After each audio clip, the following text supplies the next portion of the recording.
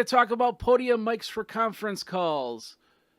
Basically, you're probably going to have to worry a little bit about what's going to happen with your job, and some of you do a lot of travel. I do a lot of travel when it comes to going places and meeting people, because that's what I do. That's how it works. But with a lot of conferences canceling and a lot of companies now putting on what are called travel restrictions, so you are very restricted in your travel for your job, to make sure that you stay safe and the company can make sure that you're safe and everything like that.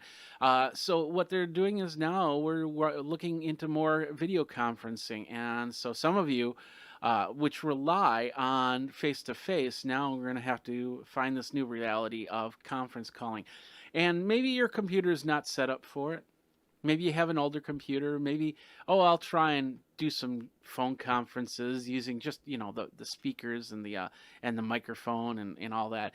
And that doesn't work. So basically, in this little review, we're gonna do a couple videos here. The first one is about microphones, podium microphones. These are simple microphones.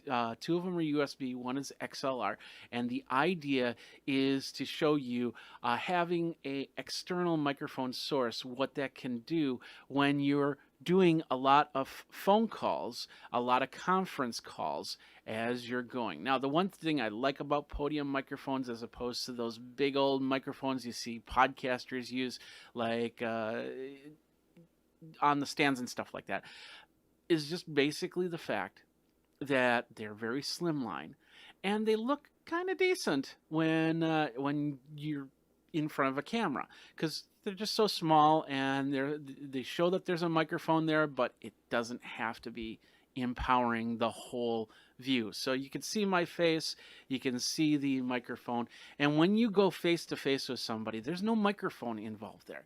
If there is, it's so small you just don't see it. So that's the same idea. So you can look at a camera and look at the person you're talking to. They can see you as close to eye as possible, and you can speak clearly, and they can understand you. Now, these microphones aren't going to be the best microphones in the world, but they're affordable, and that's the key right there. Now, what we've got three microphones. Let me show you the three microphones. Two of them are USB based, and one of them is XLR based. XLR, of course, being like a regular microphone here. Whoops, wrong one. Let's do that. There we go. Being like a regular microphone that you would hook to a mixing board through an XLR cable, so you can control it through the mixer. Now, I've had this one for about a year and a half, and I use it from time to time when I don't want to put on the headset mic and just get some information out there.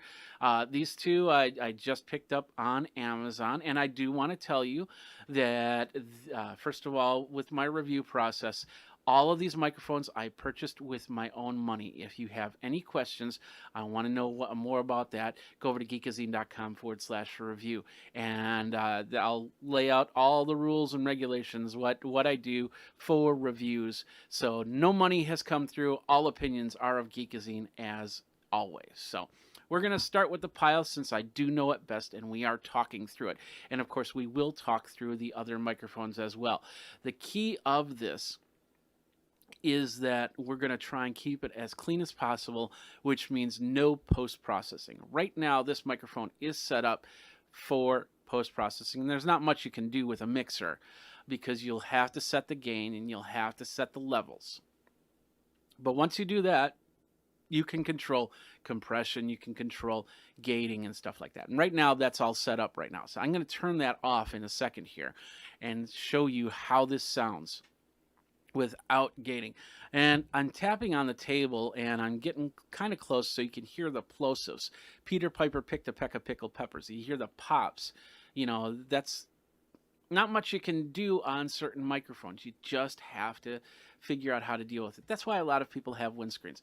And two of these have windscreens for it. The third one here, this third one doesn't come with a windscreen that I saw in the box, but you can easily get some sort of windscreen if it becomes a problem. Now, a lot of you are just going to be doing conference calls. It's still important to be able to have your voice heard and reduce the room echo.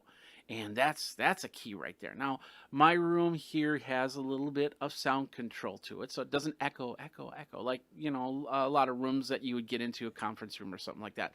But you definitely want to put that into consideration when you are choosing your microphone. So we're going to just test the three and go from there, show you the features and everything like that. Like I said, we're going to start with the Pile. This is the Pile PD Mic C5.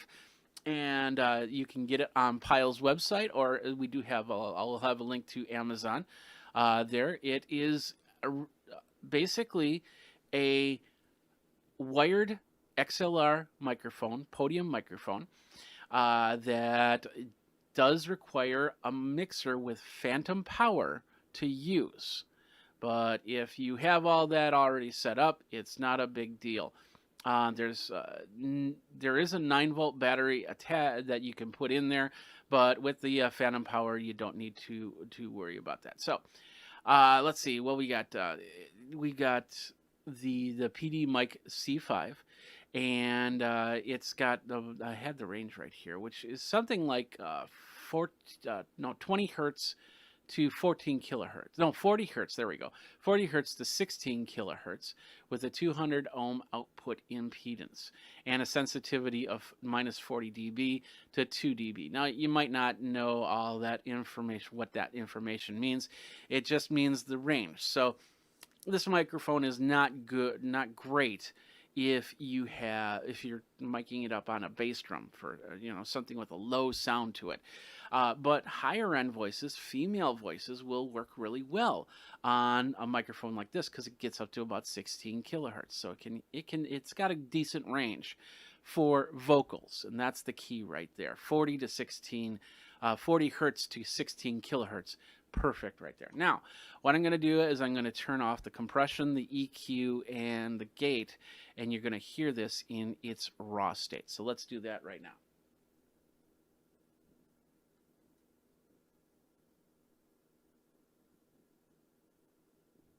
All right, there we go. So now I've killed the EQ, I've killed the compression.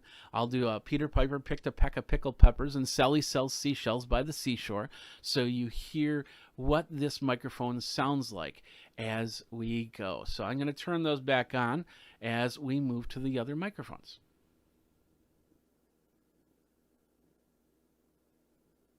Now keep in mind, this is the only microphone that has any type of effects set to it, simply because of the fact this is what I normally use, and I've already had it set up that way for a very long time. The one thing I do like about this microphone is Pile's support. Now, this is not the first one I had in the line. The first one I had actually died, and so I called up their support. They have 1-year support on it.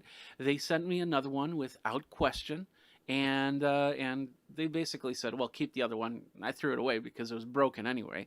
But the support they got within 30 days, I got a replacement microphone. So that's pretty cool on there. The price on this is about $33. And of course, that depends on when you purchase the microphone. It could go up, it could go down, you don't know. But the idea is that this is the microphone right here that will hook up to a mixing board. So if you don't have a mixing board with phantom power, you'll need to add that, and of course figuring out how to bring it into the computer. So that's the Pile PD Mic C5. Let's move on from there. Let's go over to the CM Tech. That's the one over here, the smallest one. We're going to move this slightly over. Hopefully you don't hear that too much.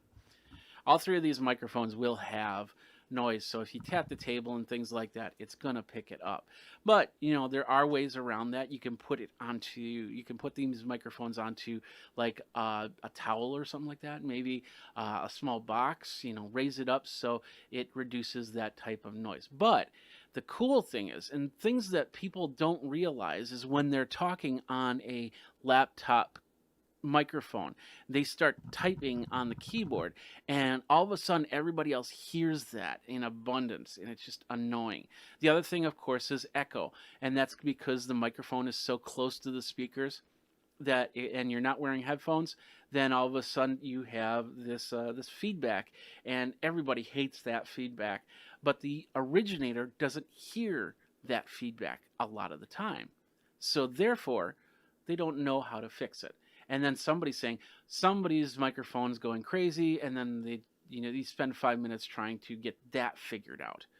And yeah, so that's one of the great reasons of having an external microphone. And a podium microphone, you can be a little bit freer, so you can sit back a little bit or come closer to the microphone if they can't hear you, and really express your ideas and things like that. So going to the CM Tech, we're also going to move this microphone over. CM Tech will go over to the PTZ. This is the CM Tech right here. It's not on yet. Some of the key features right here is it does have a mute button up here. It is USB based, so that means that you can just plug it right into your laptop and go from there. And it does have some electronics in there to do a little bit of noise cancellation, to do a little bit of control. And the other thing is it's got a fully adjustable gooseneck arm, so you can bring it up to you, you can lift it up a little bit, get it away from you, bring it back if you need to, and then go from there. This is the smallest of the three microphones, although these two are pretty comparable in size. So it's tall enough to get as close to your mouth as possible, but it's small enough where you could actually put it into a bag. Now, I'm going to flip over to the CM Tech, so this might be a little pop here. And now, oh yeah, you can hear you. Why? I should probably mute that. Now you are hearing it from the CM Tech microphone.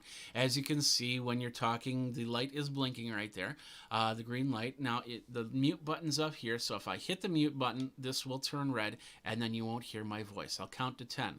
1, 2, 8, 9, 10. Simple enough, right? So you can see that it's plugged in with these nice blue lights. So if you don't have the lights on full, if you're not doing a video conference call or a podcast for that matter, then you know that this is on. Of course, you know that it's working because of the green light. And then if you're in mute, this turns just like that. Now, a little bit of tapping on the table so you can hear that. A little bit of plosives. Peter Piper picked a peck of pickled peppers. And that's pretty much it. Sally sells seashells by the seashore. Now, once again, this is without any extra setup or anything like that. You can get some apps depending on if you're using a Mac, if you're using a PC. Some of these microphones, I haven't tested them up. Hooking up to iPads or iPhones or anything like that, but they might be able to work through those devices. You can test that out on your own. But these are microphones that will work great for the Mac or PC, and go from there. And then, of course, you can get apps that can control the sound a little bit more if you need that control. And that is right there, this one, the flexible gooseneck 360 adjustable. And you're still hearing it from the microphone from CM Tech. All right, let's move on from here. We're going to flip back here to the main one, which is the pile. There we go. Check, 1, 2. Yeah, there we are. So now we're going to move this microphone out of the way, and we're going to flip it over to this microphone, which is the Fifine, Fifine, podium microphone. Now, keep in mind, some of these, I found these on Amazon. They've got some interesting names to them. All three of these have their own company web pages to them, and I found them on those as opposed to an Amazon page, as you're seeing right now. So when I go to search for lower end microphones like this one, I try to see if they have a website, and that's very important. Because there's some companies that will buy stock of a certain device, and then they'll slap their name on it, and then they'll send it out and saying that's theirs. They still do that here, but at least they have some sort of accountability, some sort of way to get a hold of them. And these companies do more than just this microphone. Like, for instance, as you can see with the Fifine, they have wireless systems, they have USB microphones, they have recording and video conferencing, gaming stuff, live performance stuff through that. Going back to the CM Tech, they have desktop microphones, gaming microphones, vocal microphones. So they have, and of course, Pile does a lot of audio visual, not only podium microphones, but wireless microphones, but speaker systems, mixing consoles, and all that other good stuff. So with this, that was the kind of the criteria on getting these microphones. Now we've got the Fifine, and let's take a look. This is one I'm impressed because it's got one other feature that the others don't have, and that can really help. And that is, it's got a volume feature.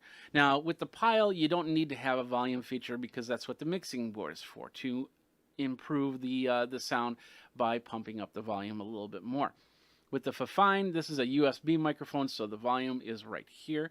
Of course, it's got the mute button, just like with the other one. And then it's got what's called a double gooseneck. So there's a small gooseneck down here to bring it up and down here, and then an upper gooseneck to tilt it like that. So we'll get close to the voice.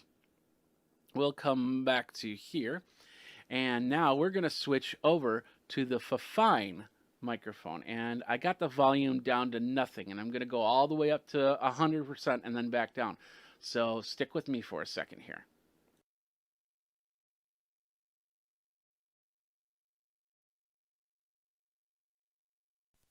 One, 2, 3, 4, 5, 6, 7, 8, 9, 10. Okay, let's get it at a decent level here so we're not blowing out your ears from the other ones. It had the mute on when I started, so let's turn the mute. Let's do the mute again. 1, 2, 3,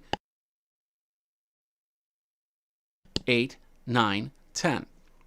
So it's got the ability to mute the microphone. It's got the ability to change the level, so you can go into like a Skype or something like that, and you can adjust the level right from there, and then you'll have a microphone ready to go. So the Fifine microphone, it's actually the smallest of the three, although with the gooseneck, that doesn't make it the most portable. The CM Tech one can be moved around. As you can see, I can adjust it, so I could put it into a bag, but this one will basically lay down and then back up.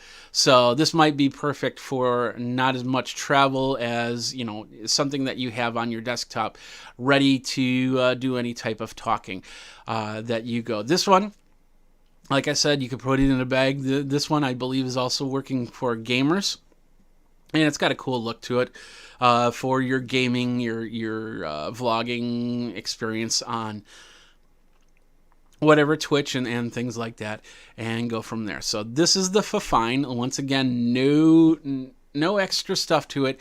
It's what you're hearing is what I'm saying. Let's do a little tapping. So you hear that.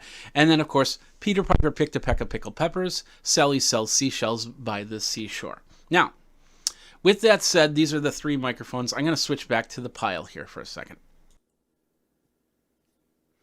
All right, we are back to this microphone. So I don't know how these sounded because I wasn't listening to it as I was speaking. So these might go completely crazy. These might go not too bad. I'll talk about it in the show notes, how I felt that they sounded.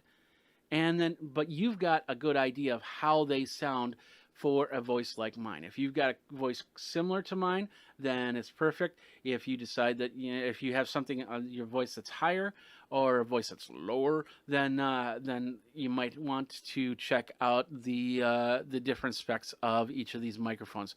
But these are the microphones that really work, and they'll just connect up. If you got a Windows or a Mac machine, there shouldn't be a problem in them connecting up. They both connected up to both Windows and Mac easily. All three of them, technically. So it's not a problem on that. Of course, if you have a Mac and you got a newer Mac, you'll have to get the USB to USB-C connector. But once you get it connected up, there is no problem with using these microphones in any situation. So these are three of many you'll definitely find on Amazon. And in fact, if I go to Amazon right now and go podium microphone,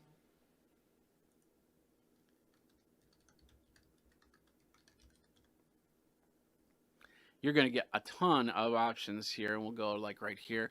Everything from microphones like these are really cool microphones from Neat. I interviewed them at CES a few years ago, but then you get into some of these other podium microphones. They'll have 3.5mm jacks.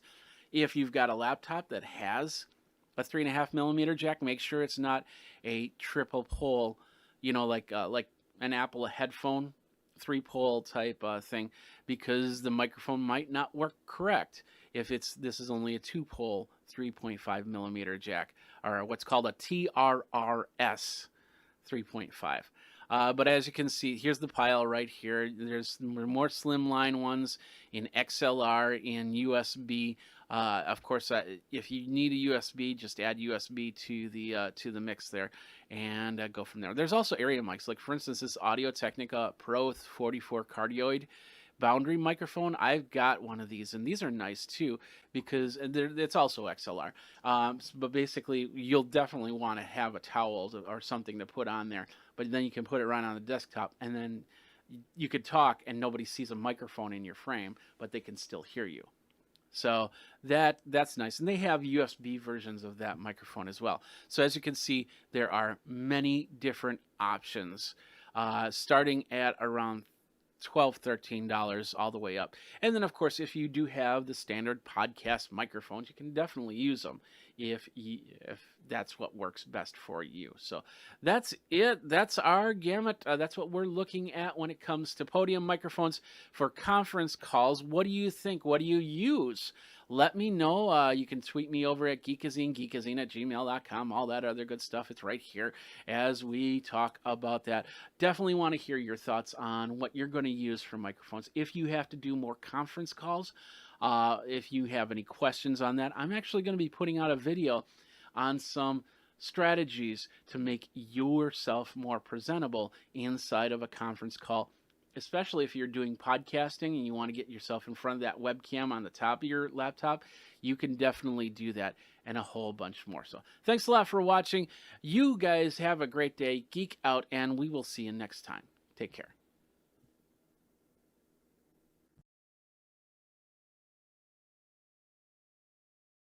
What's up, my geeks? Jeffrey Powers here from Geekazine, and our friends at Munch Packs have decided to send me a Munch Pack. Interesting. What is Munch Pack? They're just basically you can discover new snacks from many different countries and stuff like that. When I've traveled overseas, I've tried a whole bunch of different foods and snacks, and this is going to be no different. Now, I'm not getting paid for this. They just sent me a pack to munch on, and so I thought I'd unbox it and show it to you really quick. So let's do that really quick. So this is the Munch Pack. Let's open it up. It's a simple box. Of course, you can send it as a gift, and you can send it as send it to yourself if you're really hungry. You got the Munch Pack right here. Canada, Spain, Philippines, a lot more. Let's see, we've got, this looks like from South Korea. We've got something from Canada. Oh, it says on the bottom, Costa Rica, Spain, many different areas. Did you know that South Korea's national dish is kimchi? And hopefully they don't have well, maybe they will have some kimchi in here. I don't know. So you get the whole Munch Pack, family packs, and stuff like that. So that's pretty cool. We got a little piece of wax paper here, and this is going to be now showing us everything that we have in our Munch Pack. And we'll start on the top here. Let's take a look here. Chick Chack, everything flavored snacks. We got the guide right here. Oh, that's cool. So let's see, Chick Chack. Chick Chack, there we go. That's from Israel. I've been to Israel before, so I've never had a Chick Chack. So pretty cool. Delicious, crunchy, salty, everything bagel-inspired snacks. So if you're into bagels, the Chick Chack. All right, next up, let's set this over here.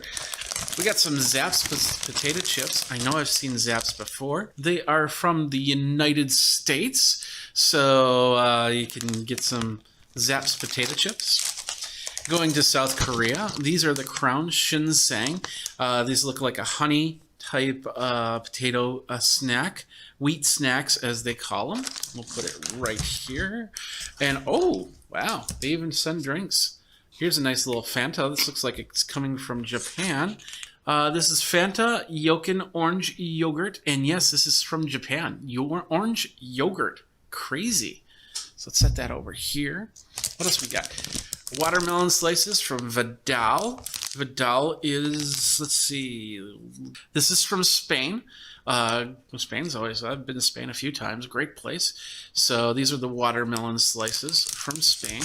We got some Pepro from Latte. This is Pepro Nude Chocolate. And this is from South Korea. Oh, this is from South Korea. Okay, another South Korean delight right here. Let's set that right there. We got some yummy gummy silly straws, and I think that was right next to it. This is from Turkey, and that looks pretty yummy right there. Lots of sugar here. We got a Nusita Galetta, and the booklet says this is from from Costa Rica. So awesome here. Got a couple more in here. Oh, this is one of my favorite ones. This is called Maichu. It's from South Korea. I know exactly. Maichu. Whenever I'm in South Korea, I get Maichu. They gave me the apple flavor. I don't think I've ever had the apple flavor. So, and I have never had it in this format. So I'm wondering if this is more gum than anything. Grape is my favorite when it comes to the Maichu. I love the grape, and apple. We'll see how the apple tastes here. Next up, this looks like some sort of candy tape of somewhere. This is the Extreme Fruit Sea Extreme. This comes from Thailand. So pretty cool food from Thailand. And then the last, but certainly not least, is the Double Dutch. It's a stroopwafel. And I'm guessing I know where this is coming from, but let's just double check because you never know. Double Dutch honey vanilla stroopwafel. Oh, no, I didn't know it's from Canada. It's coming from Canada. So, I thought it would be Switzerland or something like that. But this is from Canada. It's honey vanilla. So that is it. That's the munch pack. Let's take the box out and let's set up this candy really quick. So this is all the candy in the munch pack. Oh, I forgot the Fanta. Got the Fanta. Love the Fanta. That's yogurt. That's crazy. Yogurt. And I know I think I've tasted yogurt drink before, but I can't wait to try this, of course. And this is part 2 where we're going to try. We're going to eat, we're going to have fun, we're going to be yummy and everything. So anyway, Jennifer's right here, so you might see her hand, but she wants to be off camera, and that's fine. So what do you want to try first? Savory. Something savory. I'm going to give you the munch pack. Okay. So you can read that up. We will start with the Zaps. These are the Zaps right here. They are Evil Eye New Orleans kettle style. Already. So let's open it up. These might be a little bit spicy. I'm waiting for you to. Okay. All right, here you go. There they are right there. That's the chip. Ready? Cheers.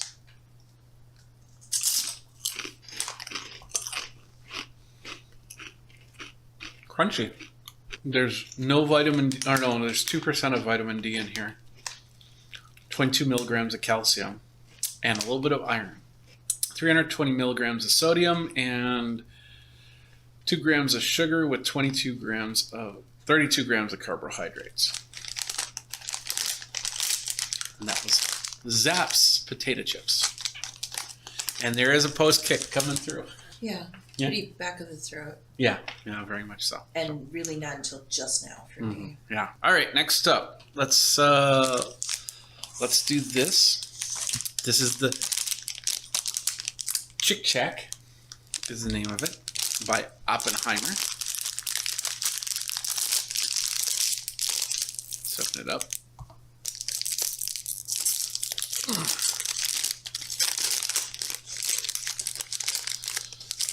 Little swirly looking items right here.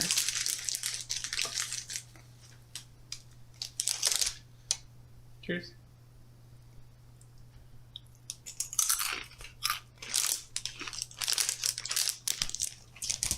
That has an interesting taste to it.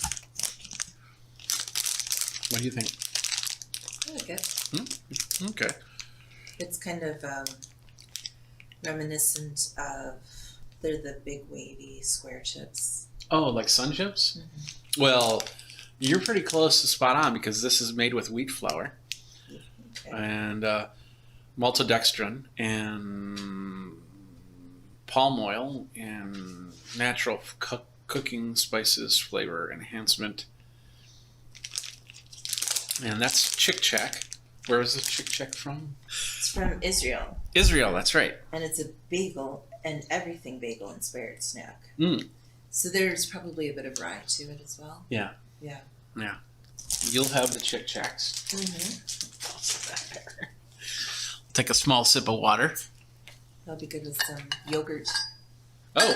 Like when we were in Tel Aviv. Yeah, if we're going to do yogurt, then we're going to do the Fanta. Yogurt flavored Fanta. Yes. Can you guess where this is from? Is it Korean? No. No. Is that Japan? Yeah. All right, so this is from Japan. Ooh. A little pop. I'll let you have for a sip.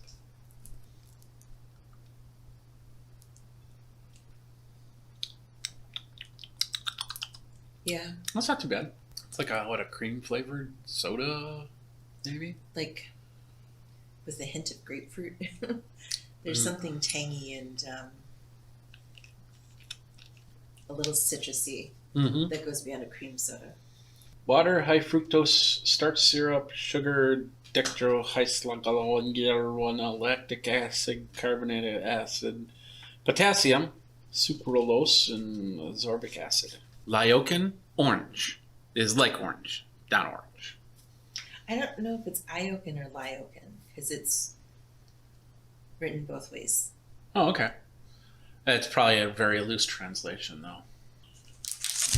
We could do watermelon slices from Vidal. Let's do that. There we go.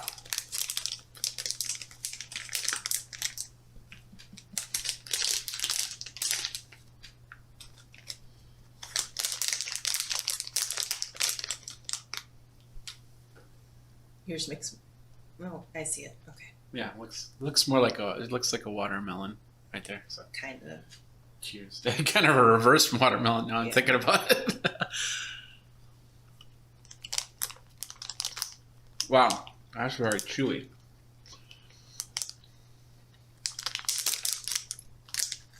It's like I'm chewing into rubber because you can't really bite into it that much, but it's got a sour flavor coming out of it.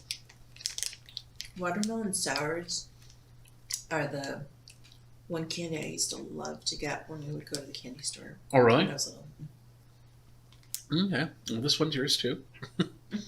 20 milligrams of sodium, 22 grams of sugar, and 30 grams of carbohydrates. So, no vitamin A, no vitamin C, no calcium, no iron. Yeah, very firm. Some people like. Firm, yeah. Well, this is from, where did it say it's from? Oh.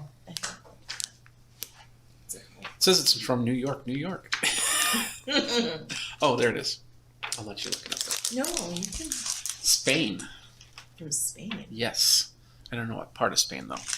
I don't remember seeing this while I was in Spain. These marvelous sugar-coated gummy watermelon slices look and taste surprisingly just like the real thing. These sweet gummies will be sure to satisfy your sweet tooth. Spain. I definitely think there's a sourness to them. Yeah, which definitely. It doesn't really say on here. Yes. And again, I like watermelon sours. I prefer that to just straight watermelon. Okay. It's just really firm. Yeah, very firm. Yeah, absolutely. All right. What shall we try next? Something salty. Salty. So we're going to go back to South Korea. And I don't know if I had these while I was in South Korea. Can you read this? Jennifer's been working on her Korean. I'm just looking to see if it's written in a better font anywhere. Yeah. Yeah, that's the problem with some of the Korean food is they create this really outrageous looking font, and so sometimes it kind of looks odd. All right. Well, it looks like a little guy right there, and then another dude right there, and I know that this works as in consonant, vowel, consonant. Mos mar le nun, Okay. which doesn't make sense to me. Yeah, that's okay. You did a good job. You tried it. You can do better than I can. So That's debatable. and on the top here, I can tell you that this in small print right here is called Crown because it's the name of the company who makes these. You can definitely smell it. There it is right there. Interesting. It's very barrelish. So here we go. Ready?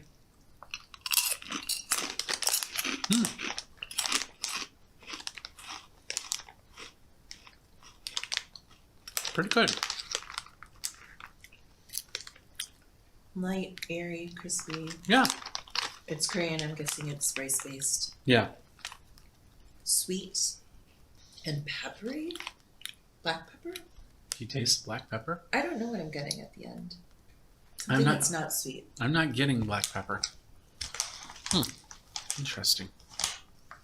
Oh, these crunchy wheat snacks with sesame seed specks are a sweet dream. Okay.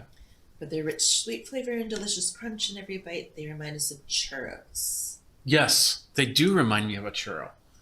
Now that you said that, Okay. I was trying to think. Did it taste like a cereal? Did it taste like a? What did it taste like? But yeah, churro. That's spot on. I think that's spot on. All right. So much of their stuff. You want to go back to sweet, or you want to stay on the salty side? Let's go sweet. Yummy gummy. Yummy, yummy gummy in my tummy, tummy, tummy. We got multiple colors, blue, green, red, blue, yellow. So it's multi-fruit here. So let's open it up. Do you prefer a color? As a general rule, red. Okay. Oh, okay. That's interesting. It's a package within a package. Just do that. There is one red in here. Here it is right here. So they look like those pool noodles. Yeah. So I'll let you pick the red. We can split it. I don't if you care. like. Yeah, okay, let's split it. This is interesting. This is like a part red, part purple. I wonder if it's, well, I don't know what country it's from. No, I'll do the blue. And it looks like there's like a white core in the middle of that. So, you ready? Oh, you okay, so here we go. Wow, that's tough to bite into as well. Mm. I thought that was a lot easier than the other gummy. Oh yeah, absolutely, but And nuts gummy almost I wouldn't be surprised if the white core were marshmallow texture wise. that's probably true. It's either strawberry or raspberry. Okay. Those are the two reds on here. Is my I guess it's guess. strawberry because raspberry would be traditionally blue. Yeah. No vitamin A, no vitamin C, no calcium, no iron. But 21 grams of sugars and 27 grams of carbohydrates, 3 milligrams of sodium. It is egg-free and fish-free. It's from Turkey. From Turkey. It's peanut-free, totally nut allergy-free, shellfish-free, sesame-free. So, and they had just like a little label on the back here with all of the what it's free of. So that might be a label that they have to put on their bags there. So not too bad. That was yummy gummy. All right, let's go to Pepero chocolate sticks, and I'll give you a clue. I've had these before. So was Lottie British? Do you want me to tell you? Sure. South Korean. Oh. Okay. But I think there is a Lottie in. No, Lottie is the grocery stores in South Korea. That's where I know the name. Yeah. Okay. So, and we've visited the well, they're not really grocery stores. They're like a full service department grocery and stuff like that. So Thank you. these are the Pepero Choco Filled Chocolat. I see we're having fun.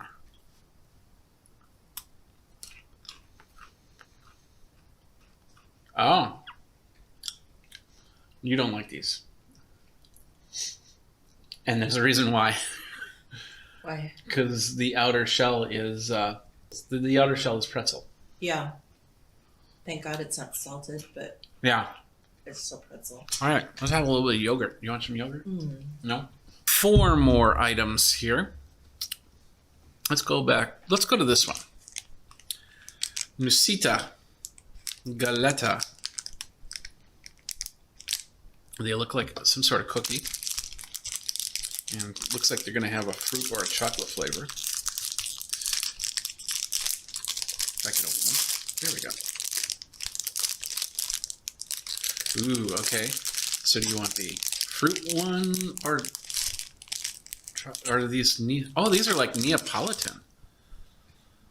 So they're the cookie with some sort of red filling in the middle.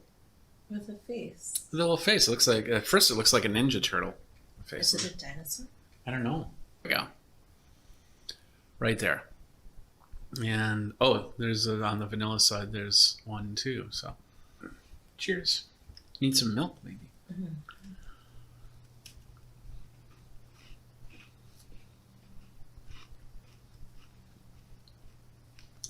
Tastes like a cookie with vanilla and chocolate. Can't taste the center, can you? Wow. There's not much in there. Just like a light smattering.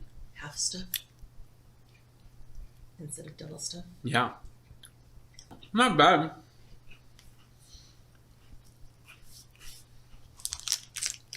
Very dry. Crumbly. I'm wondering if this is not flour based. Oh. Very dunkable. Yeah. Wheat flour, yeah. I'm from Costa Rica. Costa Rica. Nice.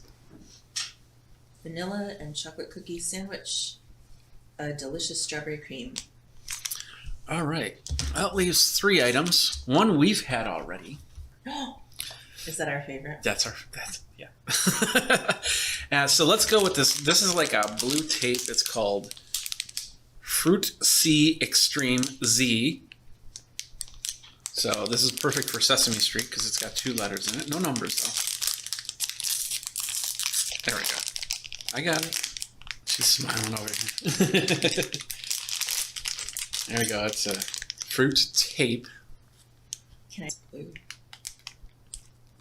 It'll probably make your tongue blue. What? Do you think it will?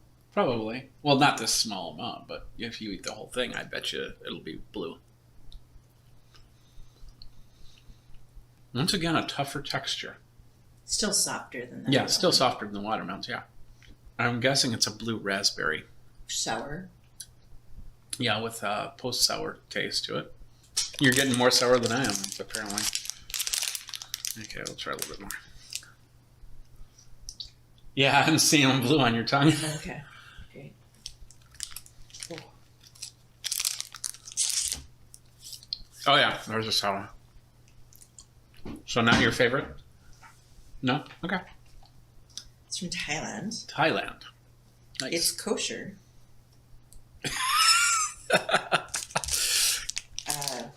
Blue raspberry. Give your taste buds a delicious sweet and sour kick. 12 grams of sugar, 18 grams of carbs, 10 milligrams of sodium, 1 gram of fat. And yeah, it does say on this label, it says kosher parv, special production. So I learned something new today. I didn't realize that there was a kosher need in Thailand. I guess, yeah. All right, let's go to the Stroop waffle. Hmm. Where do you guess this is from? I'm sorry, what? Where are you guessing this is from? I don't know where stroopwafel is from. Okay. I just know that I like them over my tea. There we go. Double Dutch, honey vanilla.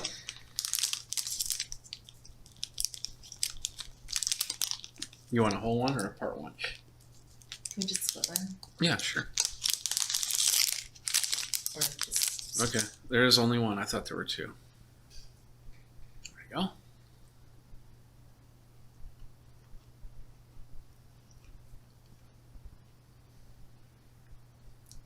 I like stroopwafel. Mm-hmm.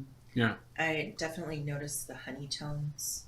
Yeah. So I think if you like stroopwafel with, if you like your coffee or tea with honey, you're gonna prefer it to a caramel flavor. Yeah, that's true. We're just enjoying the stroop. When was the first time you had a stroopwafel? You brought one home for me. Probably the first time you traveled internationally. Yeah, I think so. Yeah, I was going through Amsterdam, and they had stroopwafels there. Was that your first Barcelona trip? Yes. So many years ago. It's crazy. Mm-hmm. This is going to be the first year that I don't travel outside the country. You don't know that. Yeah. No, that's true. That's true. That's true. So, all right. Double Dutch. Where are you guessing that this is from? I know the answer already. Does it say on the side? Yeah. No. I read it before. Canada. Yeah. Do they do a lot of honey in Canada? Well, yeah. I would. Oh, honey. Yeah, I suppose they do a lot of syrup. I don't know. I would guess so. That's probably not natural honey. It's probably No, it's just... real honey. I don't know. It doesn't say real honey, but... I'm guessing that's not real honey. What do we got? 10 grams of sugar, 23 grams of carbohydrates, 75 milligrams of sodium, and 6 grams of total fat, including 3 grams of saturated. All right, that leaves one item left, and this is my chew. Mm-hmm. I can recognize that. My chew. It's like Pikachu, except mine. Now, I'm not sure how this is going to be. Usually, I've gotten these in, we've had them in chiclet form, and then individual wrappers. So I don't know if this is going to be like a stick form, or if this is just going to be like a Pez dispenser looking thing, or whatnot. So we'll open it up like I would some gum or something like that. Right now, you look like Charlie. Charlie. Oh, I get a golden ticket. Oh, okay. There's a little. It looks like I technically did it right. There looks like. There we go.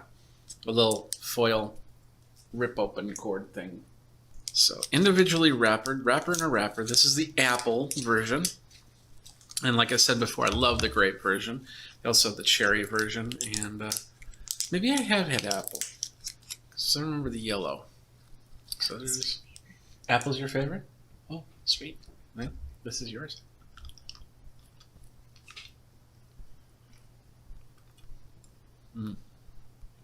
Very good. Mm-hmm. That's yours? It's like Laffy Taffy, Mm-hmm. but with the texture of a Fannie Mae caramel. Like Really? there's just something lighter, and once it warms up to mouth feel or mouth temperature, the mouth feels amazing. Mm-hmm. Yeah. And like any of the flavors, the apple's my favorite. But Yeah. I just love the chewiness of it, the firmness, but Can't tell you the ingredients on this, but there's a lot of sugar and a lot of carbohydrates. Munch Pack is all about. Boom, and that's the Munch Pack box. And those are all the foods right there. Let's go right here, minus the two that Jennifer's got over there. So interesting. If you've gotten a Munch Pack, let me know, and let's compare our munches and go from there. So thanks a lot for watching. Thank you, Jennifer, for being here and tasting it with me.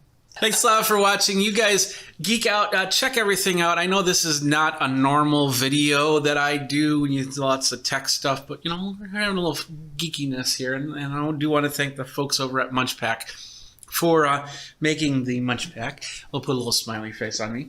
it's a nicely curated collection. Very, very much so. And there's more than one pack. So they can get another Is that pack. why this brochure so darn big? I think so. No, I think you'll get a different brochure with your other munch packs. Okay. I'm not sure though. I'll have to check it out as we go. But anyway, thanks a lot for watching. If you have any questions on this, feel free to ask me. I don't know how to answer them, but we're going to munch some more. So you guys geek out on whatever you're doing geek-wise, and take care. There we are right here. That's the T1X TWS. And what it is a set of earbuds. Wireless earbuds that is using... quarter-inch dynamic driver. It is Bluetooth, of course. I'm not sure if it's 4 or 5. 24 hours of music, 36 hours of talk time, high sensitivity and easy modes, battery EQ levels and QTA. Yeah, that's pretty much all it says here. So feel. So that's F-I-I-L. Feel. Can you feel these? So that's pretty cool. Let's check this out. Here it is right here. And I might need to get something to open. There's no... Let me open it. We'll film. Da da da da da da da da da da. There we go. All right, perfect. Throw that away. And there we are. We have the feel. Let's get it in focus here. There we go. So this is the feel. Let's see how we open this. It looks like it wants to open that way, but I don't know. Is it on top?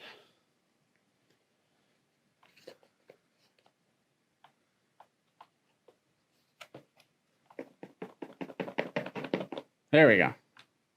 When in doubt, shake it. There we go. So here we pop that open. Oops. Set that to the side. We'll set this to the side too. What do we got here? What popped out is the Art of Audio. Earbuds activation. And they do not make it easy to read. That's what it looks like. So anyway, it's just basically open up the case and charge the batteries and connect to the device and blah, blah, blah, blah, blah. There's an earbud sync option, so do that. So what do we got in here? Well, it looks like we got earbuds and the case. Now, here's the case. We'll pop this out. And it's got a little film on it. And so the film, we'll just slide it out like that. There we go. Throw that away. And then we have the two earbuds. Let's pull out the foam. I like to keep this foam because you never know when you use it for something, because it's a nice solid foam. I can use this for different projects. So even though the box might not stay, the foam will definitely stay. That's a really nice foam. And plus it makes it like a little French face or something like that. Hi, how you doing, folks? I'm the foam. Anyway, feel. Open it up, and we've got the two earbuds. On the earbuds, they have like little handles or something. I'm wondering if you could actually put on a tether hook or something like that. Let me zoom in so you can see that. Like that. So as you can see, there's like a little holder. I'm not sure why I don't see any type of tethers yet, just yet, because we haven't pulled it all out of the box. So anyway, we put that in there, and we put this in there. It doesn't really snap like a AirPods Pro, but that's the case. And as you can see, it's charging already. Let's show you the size. We got an AirPods Pro right here. So this is the size differences. So this is a little bit longer in case, and yeah, definitely thicker. So it won't fit in your pocket as well as an AirPods Pro, but you know, hey, this isn't an AirPods Pro. This is a feel. And on here, as you can see, we got the indicator, charging indicator lights. On the back, looks like we have USB-C connection for charging. So we'll set that to the side. What else we got in here? Let's zoom back out a little bit. So there we go. Feel true wireless earbuds. Looks like, oh wow, they have a little tab on the end so you can pull this thing out. So it gives you all the instructions. This is a better one. I'll probably read from this rather than from that little sheet that was at the top. And in here, looks like we have spare buds. We've got some sort of rubber band. Oh, okay. So that's some sort of ear hook system. So I'm guessing if you put it in the ear, it will hook around.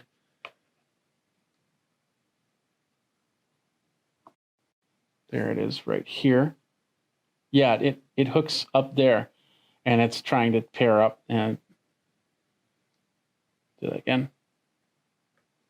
So yeah, that's some sort of tab that'll help keep this in the ear. So that's pretty interesting. I don't know how well it does. We'll have to play with that and go from there. It does make the case a little bit harder to close the case easily, but it does close, and of course it's charging, as you can see here.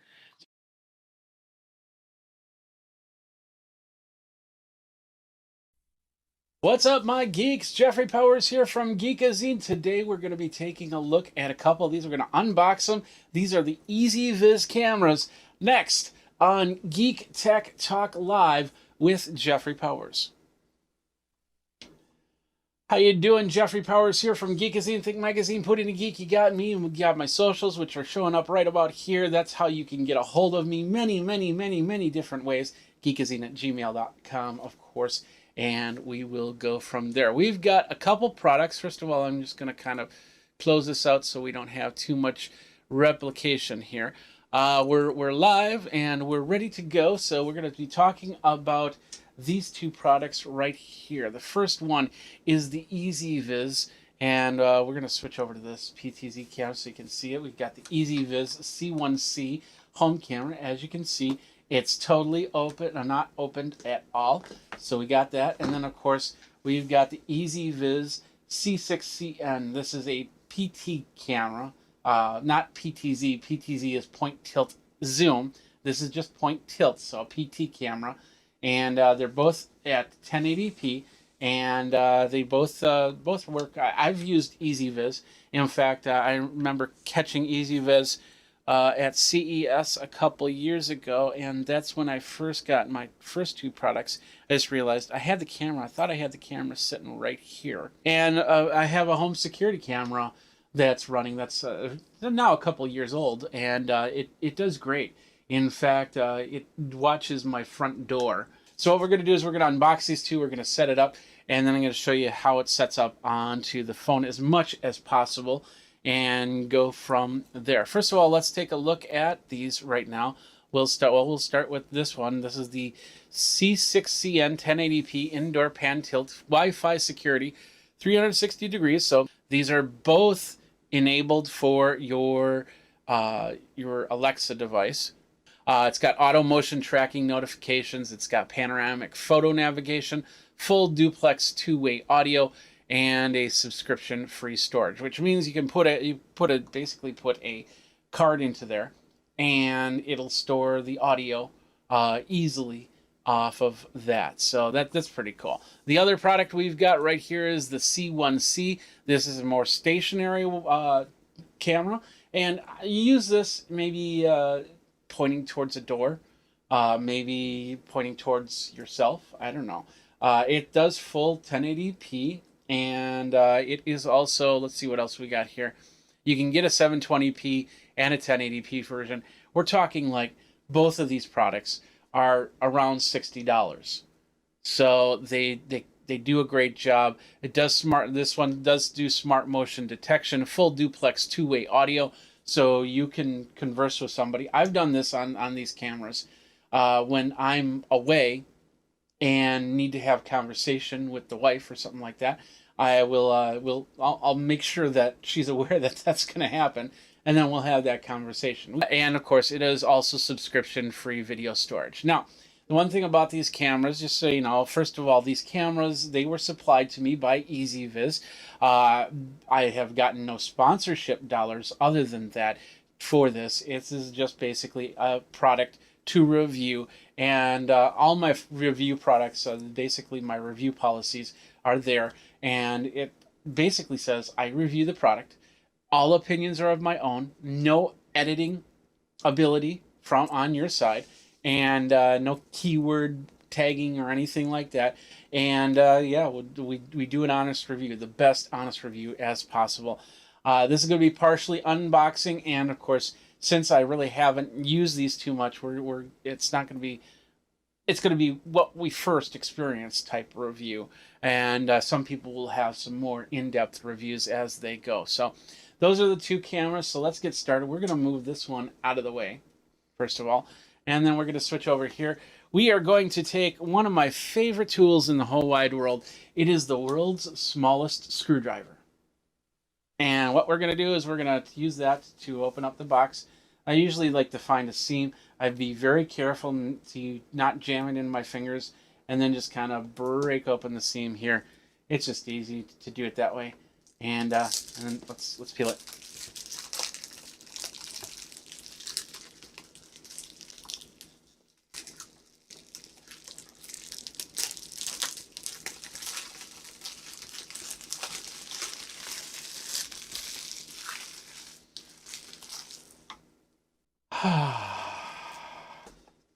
Let's see, how does this open? Bottom, we got a top. So it looks like a flap. There it is right there. Go in here, and the first thing it says is, "Oh, thank you. Thank you. Enjoy your EasyViz product. We enjoy the fact that you're using our product. Thank you, thank you, thank you." I'm just elaborating on the thank yous right there, but you get the idea. So it's a nice little card saying, here's how you can find us on Instagram and Facebook and Twitter. EasyViz Life. I also use EasyViz_global because they do more than just home security cameras. The first thing I had was a 4K action camera from them. So, all right, first box right here. I don't know what's in this one. Looks like maybe, nope, it's the accessories. The accoutrement, as they say in France. And my French friends are just cringing right now. So we're going to open this up somehow. Little rip action. Got a rip. All right, what do we got here? This looks like a sticker, basically, so it sticks to the surface so you can stick your camera to that. But I'm not 100%. This is the first time I'm looking at it. We've got a US plug, and of course, if you're in the UK, you get a UK plug. If you're in Asia, you get an Asian style plug. However, we got the USB cable. Looks like we've got a micro USB cable in here. No USB-C yet. We've got a plate, and then looks like we got another sticker surface here. So that's pretty much it. Let's throw that out of the way, and that's the first box. Put that out of the way. The second box is right here, and looks like we got a camera. So we'll pull that open, and there's the bottom. So we'll flip it around, and then we'll pull it open. There's the top, and there we are. We got the camera right there. Very straightforward. Get this out of the way. Let's get this out of the way. There we go. So now we've got the film that we got to take off. Ready? Here we go. There we go. Film is off. So let's zoom in a little bit more and let's take a look at what we got right here. So with the camera, and let me just hit this button so it doesn't unfocus. This is the camera right here. It looks like we have I'm guessing that's the microphone right there. So for the two-way communication. On the side here, this is where the SD card goes. And I'm guessing it's going to be an SD card up to 128, micro SD card, excuse me. Down here, we have the micro USB cable where you can put it in, and of course the power button, power probably reset as well down here, and that's it. As you can see, you can definitely point this in a different way. This kind of reminds me of those chairs that, you know, from the 70s. You could half eggshell chairs that you could kind of lounge into. And some now podcasters have these chairs that you can use for more solitude, which I've sat in before. So what this looks like to be is a plate, and it's got some indentions, but they didn't give you screws for it. So you would basically screw it to the to the surface like this, and then probably just sticker the bottom here and then place it right there. Oh, magnetic. Oh, it's a strong magnet. So, yep, there we go. So, never mind. But you could probably stick this to a surface using these stick pads, is my guess. And we're not going to use them. So, but what we are going to do is we're going to plug it in and we're going to see how it works. Plugged it in, turned it on, looks pretty good from there. Next up, what we do is we find the app, and I want to make sure there are instructions here, which I should pull out, with a quick start guide right here. And with this, I'm guessing that this has got the, yeah, it's got the serial number, it's got the all the stuff on here in the instructions, and it's going to tell us what app it's using. I'm guessing it's going to be the same app as before, my EasyViz app. So what we'll do is, oh, all right. So now we'll call up there's the EasyViz app, which is right here, which I'm assuming is going to be that. We are going to add one, and by the way, here's my front door cam. And let's see how we can add one. We'll hit the add button, and it says scan QR code, and that's there's a QR code on the bottom here. There we go. And there it found the device. Okay. And so the device is powered. Let me zoom out a little bit so you can see this a little bit better. There we go. So it says that the device is powered on, and there it is. So we'll hit oh, okay. So I checked that. It's yeah, I have it powered on, so I'll hit next. Power on the device and wait till it starts up completing. And that's basically this flashing blue light. I don't know if you can see that or not. But then I say, yes, it is flashing. We'll hit next.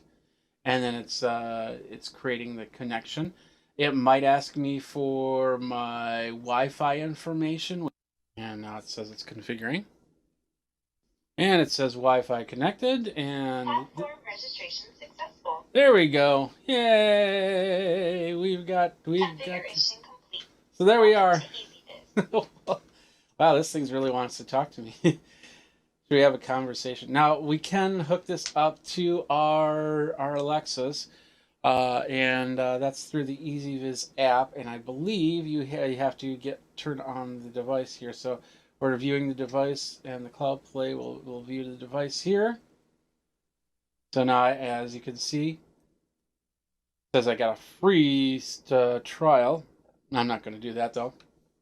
So we have my front door, and now we have this one right here that shows me, and it's got the sound on. So we got the settings.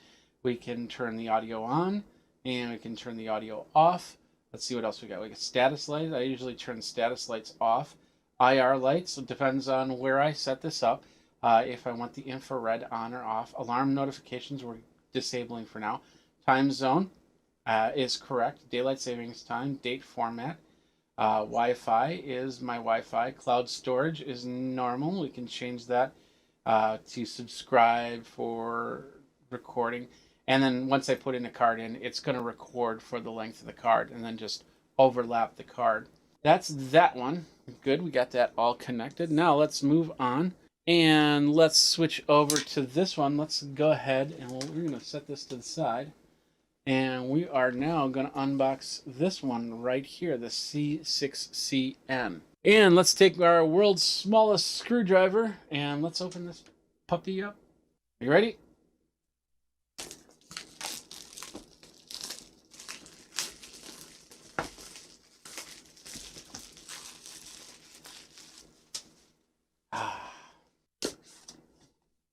It's the same box.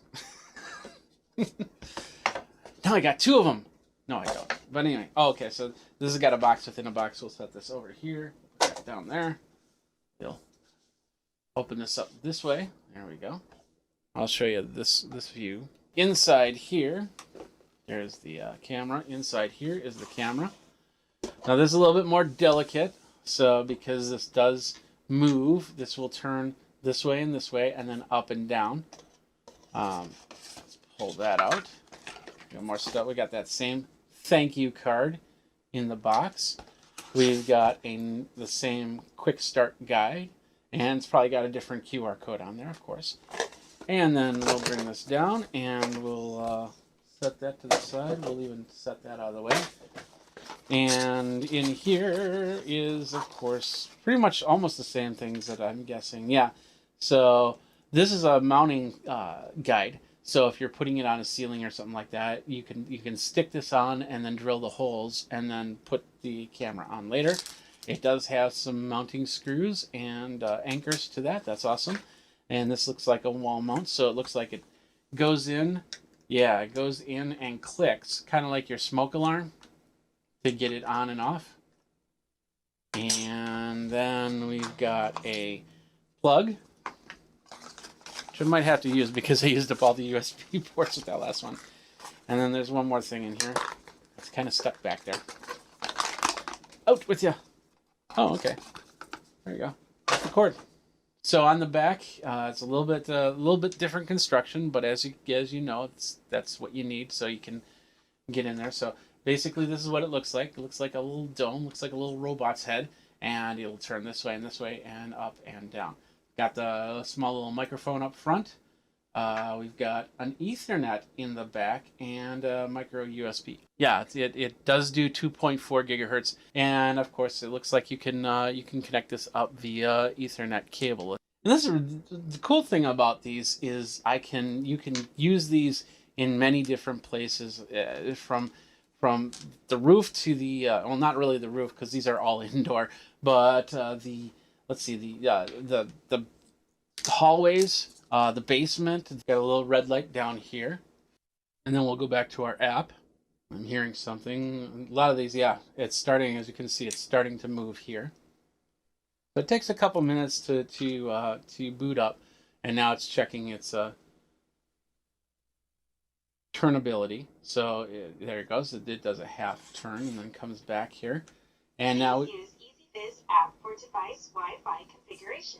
So now we're going to go in here and we're going to hit the plus button again. And then the QR code. And once again, we're using the QR code from the device, not from what you see on the thing. And it called that up pretty quick. So it's blue flashing light. We'll say yes. And then the indicator flashes blue. We'll say next. And then off screen so I can put in my Wi-Fi password. And it says, hey, we want to join the network. Yes, join that puppy up. And we'll set that like that. And now we're on the 2.4 gigahertz network. So it should connect up fine at this point. Wi-Fi connected. There we go. See that's how easy it should be. Platform registration successful. There we go. Yeah. Configuration complete. There we go. Welcome to EasyViz. There we go. We have the camera. And we can say, let's view the device. And that's this device right here. And we can do the adjustment on the PTZ. And I'm not sure, let's just do pan. There we go. So now we have the pan tilt option. So now we can move this over the other way. And move it up. And there I am. Yay! Well, that's privacy mode. So with that, now I have completely, I can't see anything. So it's going to turn off the sleep mode. There we go. And then put me right back into frame. That's pretty sweet. You can take a snapshot or record, but unless it's capturing from on the phone. When I hit these, that captures from the phone onto the phone. So we can take a 360 picture. Now it's going through the motions. So basically it takes a picture till it's covered the 360. There we go. This one right here, that is the C6CN camera. I'm going to set that there. So somebody's asking in the chat if the micro USB is what it is. And yeah, you get with a plug. Must have missed that. You get it with the plug, or you can plug it right into a USB thing, and it controls via the app fairly easily. As you can see, I've got my my outdoor camera, and then these two cameras are set up just on there, ready to go. So these are the cameras right here. So now you can choose which camera you want. Do you want the still camera? There I am right there. That's this camera right here. Do I want to do a little PTZ action, which is this camera right here? And as you can see, I have a pretty good network in here, so it's passing by really quick. So I like the response time on here.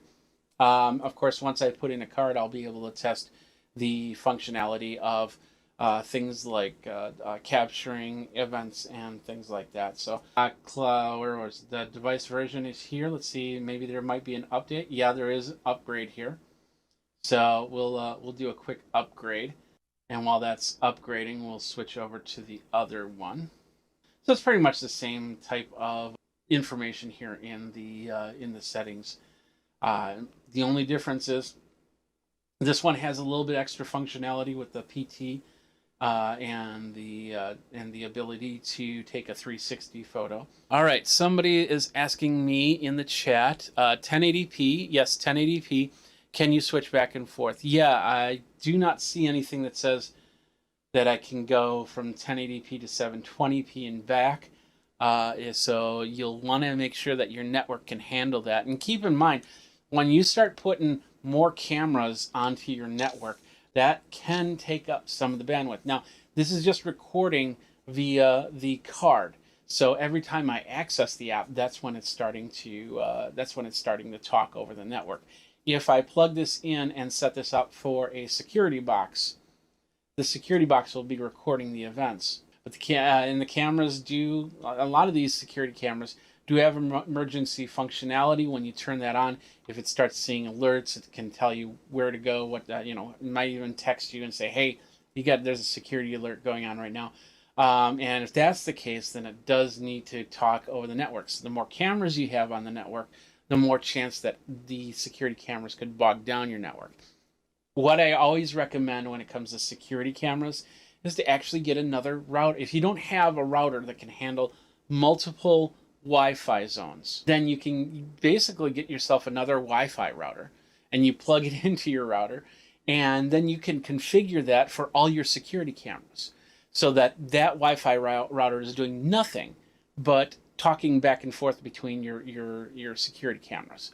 Somebody did ask earlier if there was a way to connect this up so I can see it onto a TV. I know that there's a way through, there used to be a way through RTSP. So inside the app, we're in the app a little bit more.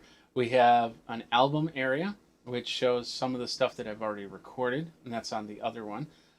We can share some stuff out. So if you got friends or family that you want them to look on the device from time to time, you can do that. We've got security set up, function settings. So go with security, so we can do Face ID login if we wanted to. Function, that's for the app, by the way. So you don't have to put in a password every time. Device auto upgrade, and we have that disabled. Wi-Fi configuration. We can change the Wi-Fi on this if we want to. AP mode configuration, so I'm guessing that you scan in a QR code and that'll take you through another one. The LAN live view, which you can scan your network and see what's going on there. I'm not going to do that. IFTTT, if this then that, it's a great service. So, okay, when you get an email, your EasyViz camera, so it senses motion, it'll email you. It will turn on sleep mode when I arrive home. So if you have, let's say you have a camera in the bedroom, which a lot of people don't, but let's say you did. You had to have it for security, or maybe to watch to make sure that when the dogs get up on the bed, which one's ripping up the pillow. I don't know. Then you can use that ability to sleep mode. So when you come home, it just instantly goes into sleep mode, and then turns back into active mode when you leave.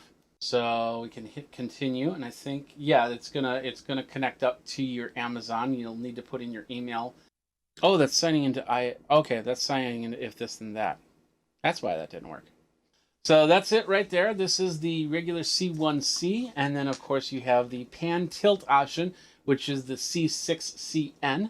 Both have the ability to record up to 1080p, and you can put it in multiple places. Infrared lighting in there.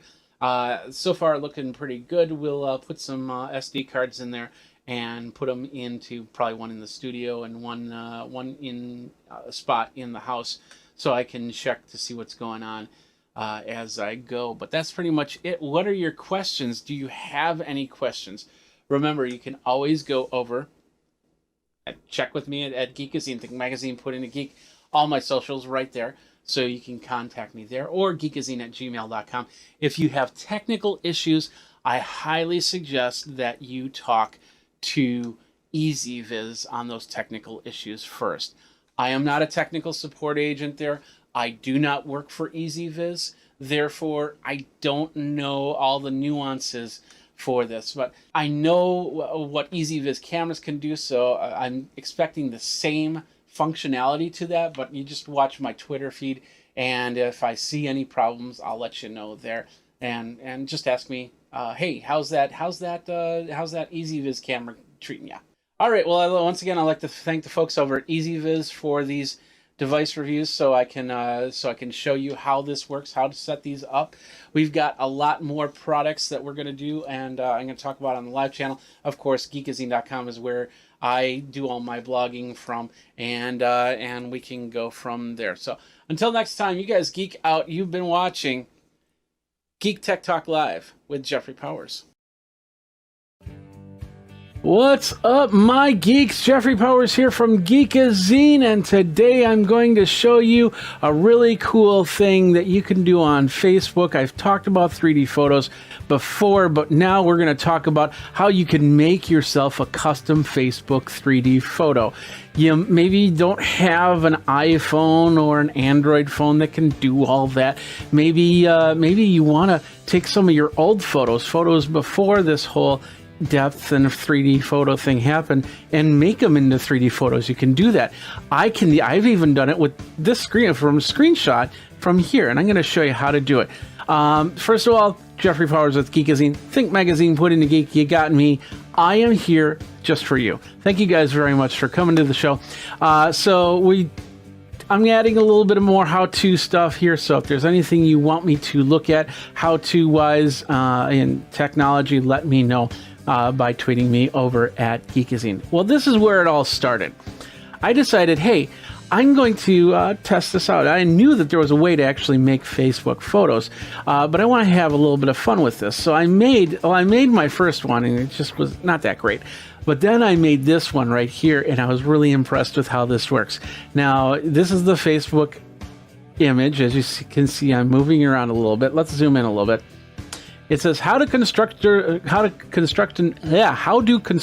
workers party?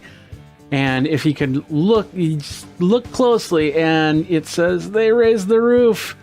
It's hard to see on here because of the fact that you can see it better on the phone. You can see it better when you're scrolling up and down. But that's the idea. Now, I made this 3D photo the other day. I used an image that I got back when I went to South Korea. That's actually in Seoul Square. They had an inflatable moon, which was really cool. And then I decided, well, what would happen if I made a 3D photo with that? And this was not in a 3D photo. I don't even think I took it on an iPhone. So I just took the picture and I brought it into Photoshop. Now, you don't have to use Photoshop, but I tried to do it in Paint, and it doesn't work that well. In fact, I couldn't figure out how to do it in Paint. So maybe you do. Maybe you're the Paint aficionado. If you are, let me know by tweeting me and commenting down below over on YouTube. Don't forget to like, subscribe, and the bell notification for the next video, of course. But I tried to do it. So I ended up doing it in Photoshop, but I also downloaded GIMP and tried it in GIMP. Now, GIMP is an absolutely free software that you can get on the absolutely free interwebs. Well, not absolutely free interwebs, but you get the idea. You can put GIMP onto your computer, and you can do this exact same thing. All you need is a program. And if you're on Mac, you have Mac programs, but all you need is a program that can invert image, basically create black and white photos and darken out certain areas and lighten out certain areas and all that stuff. I'm going to show you how to do it in a second here. So I'm going to do it in GIMP. I'm going to do it in Photoshop, and then I'm going to show you how it works. So let's first of all, let's go over to my first thing. We'll go back to the How to Construction Workers Party. This one was actually fairly straightforward. It took a couple times to actually get it to work, but the idea, it's actually really simple. All you have to do is create two files. One is the JPEG of the image, in this case the moon, with the text, How to Construction Workers Party, and they raise the roof. I'll show you how that all works. And then you have to create a second photo, and it kind of looks like a negative of the photo, and it's really not. And here it is right here. So you have the background, you have the mid row, which is the moon, you have they raise the roof, and they were both they raise the roof right there. That's basically the secondary photo, the depth photo that you create when you create that. Now, I've kept it really simple from here, but it does work from the basic gamut of white to black and grays in between. In fact, if you look at the moon here, you'll notice that it's at a gradient. And the reason why the gradient is to create the depth. If it was all white, it would figure it like a flat object, like a quarter or something like that.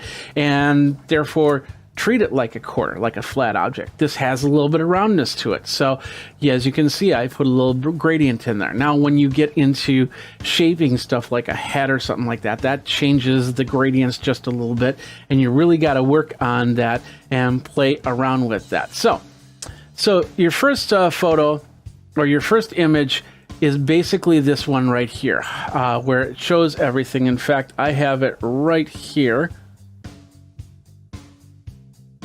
Let's bring it up.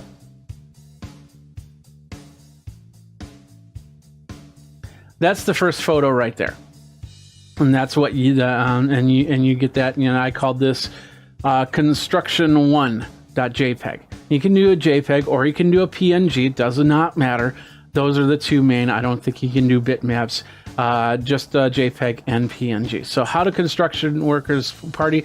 As you notice, they'll have. You can see they raise the roof on there, and I probably should have made this using the texture of the moon in the text of Raise the Roof, but I decided just to color match it as best as possible so you can see it. Now, and the other thing about both of these with the text is I put a light gradient behind it, basically a drop shadow behind it, so you can kind of see it just as the picture right here. The second photo is right there. As you can see, it's got the moon, it's got they raise the roof, and that's it. And they raise the roof is in just straight up white, because that's going to be what's in the front of the picture. So if you think of it 3D, black is in the back, white is in the front, and gradients go all the way from back to front. So, and you know, as in darker objects to lighter objects to the front. So anyway, that's what we've created right here. Basically just two images.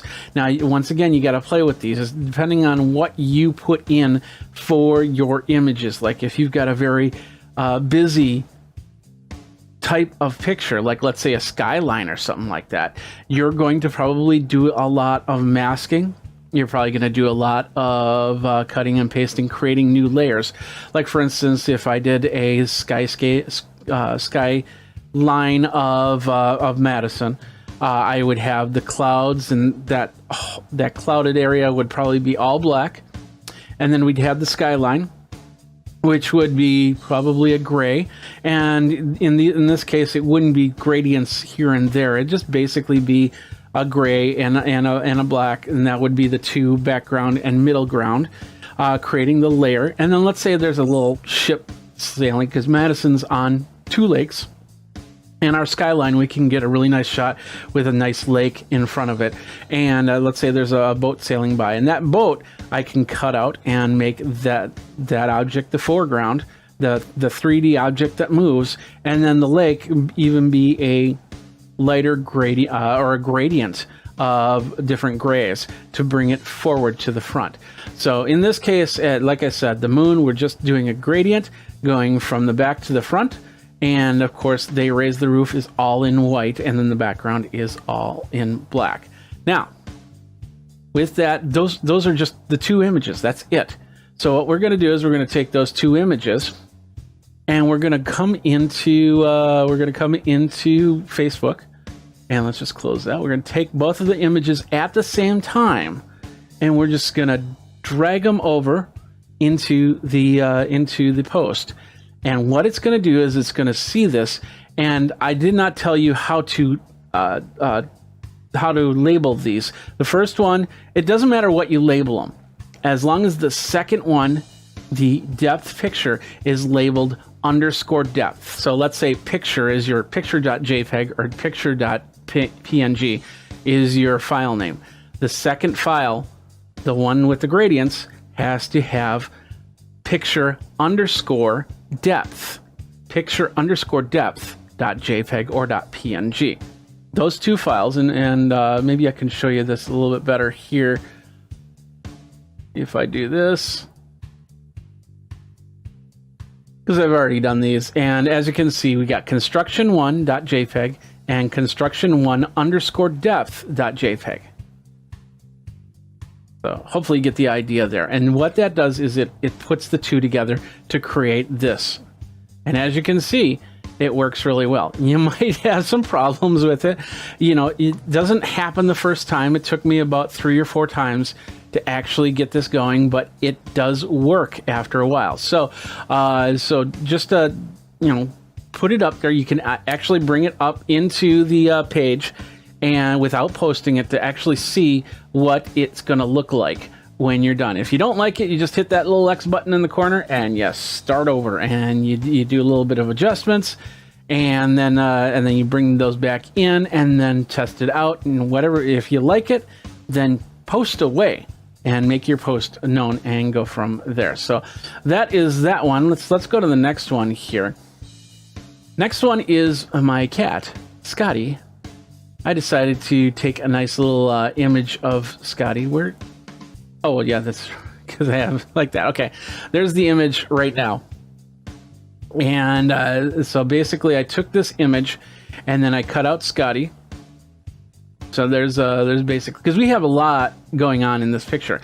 There's what we call her kitty condo is around her. A lot of bars around, so got to deal with that, because this actually took about 8 or 9 times before I was actually 3 or 4 times before Facebook said, hey, okay, we can put these two together. And then a couple times because the cat and the bars were moving together and it looked weird, and still looks a little bit weird, but I think I got it pretty much matched out from here. So the cat, we got the cat. We're going to have this would be the first image right here that we would save. And then the second image would be this one right here. This kind of looks like a negative. And you basically can just do the Control I or Command I if you're on Mac to make the image negative looking to it, and then doing a lot of color dodge, and then I changed these to black and white so it doesn't have any colors coming through it. So, and then of course a lot of adjustments, like the little hammock above her head, as you can see, is more of a gray, and it's one solid. We're not worried about the textures in this part of the image. We're just worried about where it's going to get placed, the Z index on the image itself. And of course, as you can see, I did a lot of color dodging, or color burning, excuse me, to bring out the back, and then kind of bring a little bit of the bars into play here. So then I, of course, then brought in Scotty as full white. Scotty is going to be the front focus of this image. So that is the 3 layers of this image right here. And of course, once again, I saved the image as I saved it as Scotty.jpg, and then this image right here got saved as Scotty_depth.jpg. Now, the end result is fairly straightforward. Let's go back here. We'll just take the 2 files, and we'll bring them in. And it can take a little while for this to come together because Facebook is taking both parts of the photo, stitching it, and then bringing it back to you in a 3D photo. So sometimes, this can take a minute to do, depending on your internet connection, depending on the speed of your computer. You might have to wait a little bit. But once it's done, you'll see what we've got right here. So let's and of course, this one, like I said, it's taking a little bit longer. And there have been times that this Facebook just said, no, we can't put it together. Try again. And they give you all these instructions on how to do it. And so this is the end result. As you can see, the bars are separating, moving around too much. So I would probably have to do a little bit more shading to get that going. But I wanted to definitely get a feeling that there were bars around, so you could see the different textures. So it's not going to be easy in some cases, and if you can get a picture that actually has all the layers put out, and you can make the shades from there, that helps out a lot. So once again, not the greatest photo, but this was not a live photo, one that captures depth, or that's portrait mode. That's it. So we could take the photo and turn it into something really cool. Now, like I said, you don't need to use Photoshop. I did bring in GIMP here, and you'll have to forgive me because I don't know. I haven't used GIMP in a very long time, so it took a little bit of learning curve for me, and I tried to keep it as basic as possible. So once again, what we have are the 3 layers. The first photo is a photo of me, and this is just basically a screenshot of me on my view of my video here. So I took a screenshot of me, and then I cut out my image, and then I basically made it white, and then the background I decided to make it black. So just simple 2 tones there. So this is the depth picture, and I named it jeffgimp.png and jeffgimp_depth.png. So now we're going to go back into here, and we're going to take these, and we're going to bring this in. As you can see, it's accepting the PNG files perfectly, and it's going to do a little bit of processing. Once again, as you can see, it took a little less time because a lot less detail to have to map out there. But the end result is not too bad for the 3D photo. And you can see me moving around. You can see my background. I'm moving the other way. You've got a little bit of blur in between the head and the background because it doesn't know what's behind me. And so it can't assume there's the same behind because that's not the case.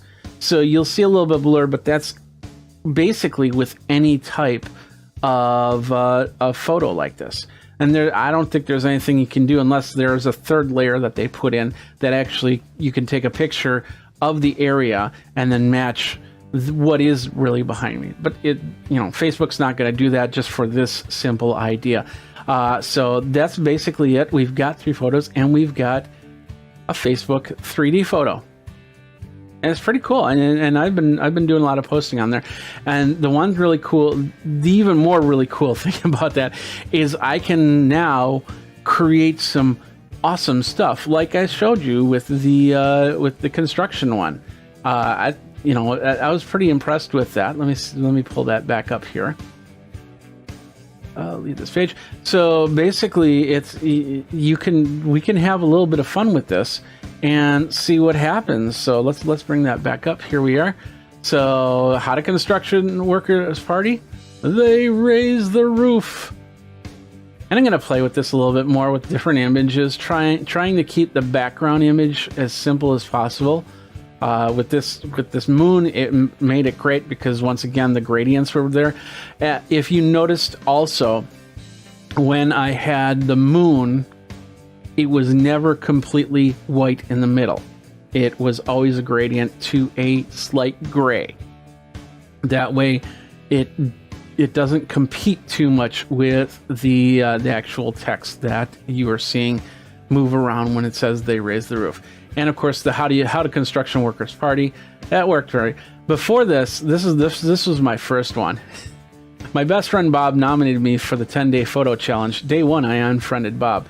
Now, as you can see with this one, the front, this is what I'm telling you about the white, is it basically just sticks right to the front of the image and messes with the text and messes with the moon to the point where it just looks a little bit odd when you move around.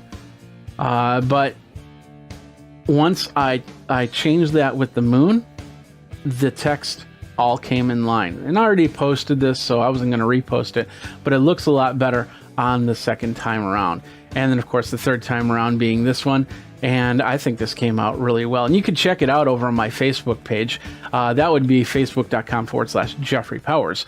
But you get the idea. And I'll post a couple onto Geekazine, including this one right here that I'm going to be working on very soon. Let's bring this up. I'll show you this one really quick. This is an upcoming video that I had at CES, and it is for the Unreal mixed reality glasses. So I thought, hey, why not make a depth photo out of that, 3D photo out of that, and go from there. So it's going to create it, and there we are. So there is it's going to be the 3D photo when I post the article, and then I post it on Facebook. You will see this image, which will be the 3D photo moving around. And I think it turned out pretty well for what I had there. So, and of course, if you go over to Geekazine.com, you'll actually see the flat image. They won't have the in-depth movement to it. But you get the idea. You can have a lot of fun with this in many different ways. So let me know what you guys do to create some really awesome content by simply going over to Geekazine. You can find me over at Geekazine.com. Think Magazine, put in a geek, you got me. Twitter, Facebook, TikTok, Instagram, all these. Geekazine is where you're going to find me. We're on Twitch, we're on YouTube. Don't forget to like, subscribe, comment, hit that bell notification so you know when the next video comes out. And hey, you can also join the Patreon movement. You can also tip me. There's a lot of great ways. It'll show you in the show notes there. Thanks a lot for watching. Jeffrey Powers here from Geekazine.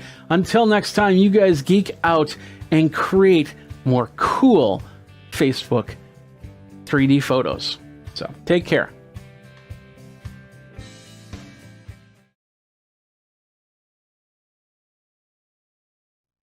What's up, my geeks? Jeffrey Powers here from Geekazine. Today, I'm going to take a look at something here that I've been doing a little bit of searching on because I always search and look for Geekazine. I think it's a very important part when you're building a brand to make sure that nobody else is building their brand around your brand.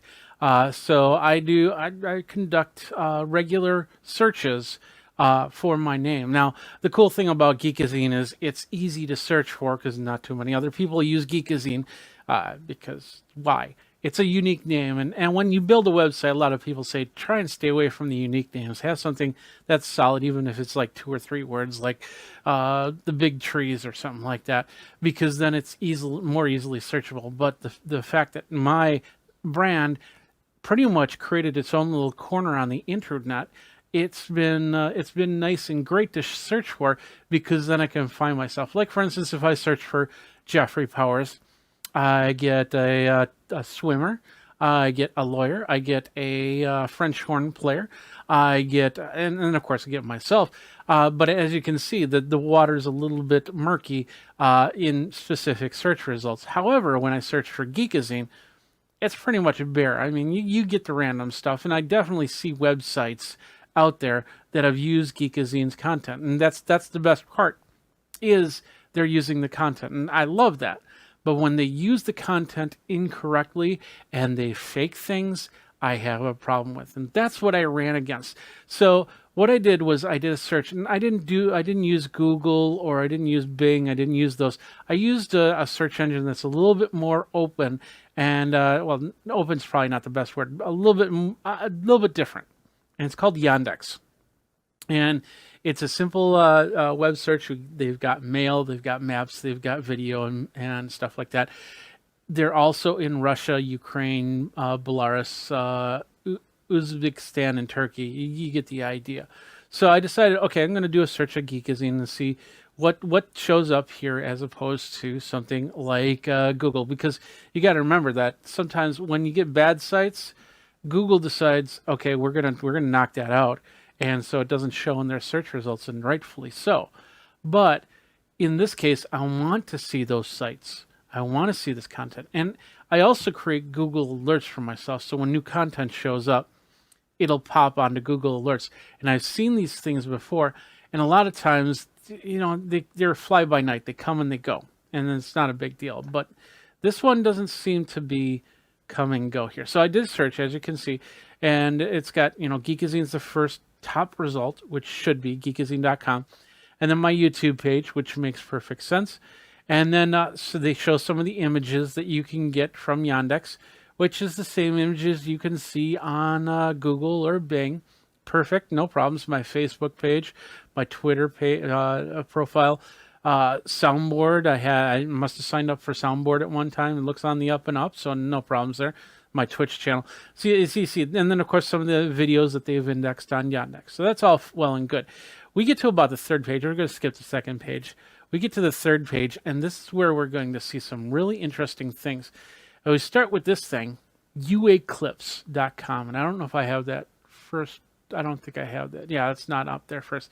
This is there was one before this over on trvid.com. That was it. But you see AZ clip, you see LV clip. In fact, you're going to see a lot of them that are even going to be something clip, like DE clip. I think that's for Denmark clip, or vid, something xvid, or something like that. So, but it's very, it's either vid or clip is in the names here. So, all right. So we go to some of these sites, and as you can see, we'll see some of the videos that I do. But you're going to see something a little bit more than that. And we'll go to this first one here. Let's bring it up here. And as you can see, this is the trvid.com. And as you can see on the top here, it kind of looks like my YouTube channel, but it's not my YouTube channel. In fact, here, let me just show. Did I pull up my... Yeah, I didn't pull up my YouTube channel. Let me do that really quick. So let's just give you the reference here. So we'll go to youtube.com/user/Geekazine, which is the official name for it. But anyway, so as you can see, there it is. And I've got TubeBuddy on here, so you're going to see a little bit different. And then, of course, is me signed in. So let's do it from an incognito window over here. So bring that in, and I'll bring that up, and I'll bring this over here. And then we'll bring this over here. So now this is what you guys see. The subscribe button, and you hit subscribe, you have to sign in. The videos, the home button will let you see that I have a live video going on now. But as you can see, my videos are going up here. Now, let's go back over to here. You can see my videos. In fact, you're seeing the latest video. Now, that was 3 days ago that I posted this video, configuring a Stream Deck for Wirecast. But as you can see up here, it has my description. In fact, if you go over here, and I think it's in the About area, there's that description right here.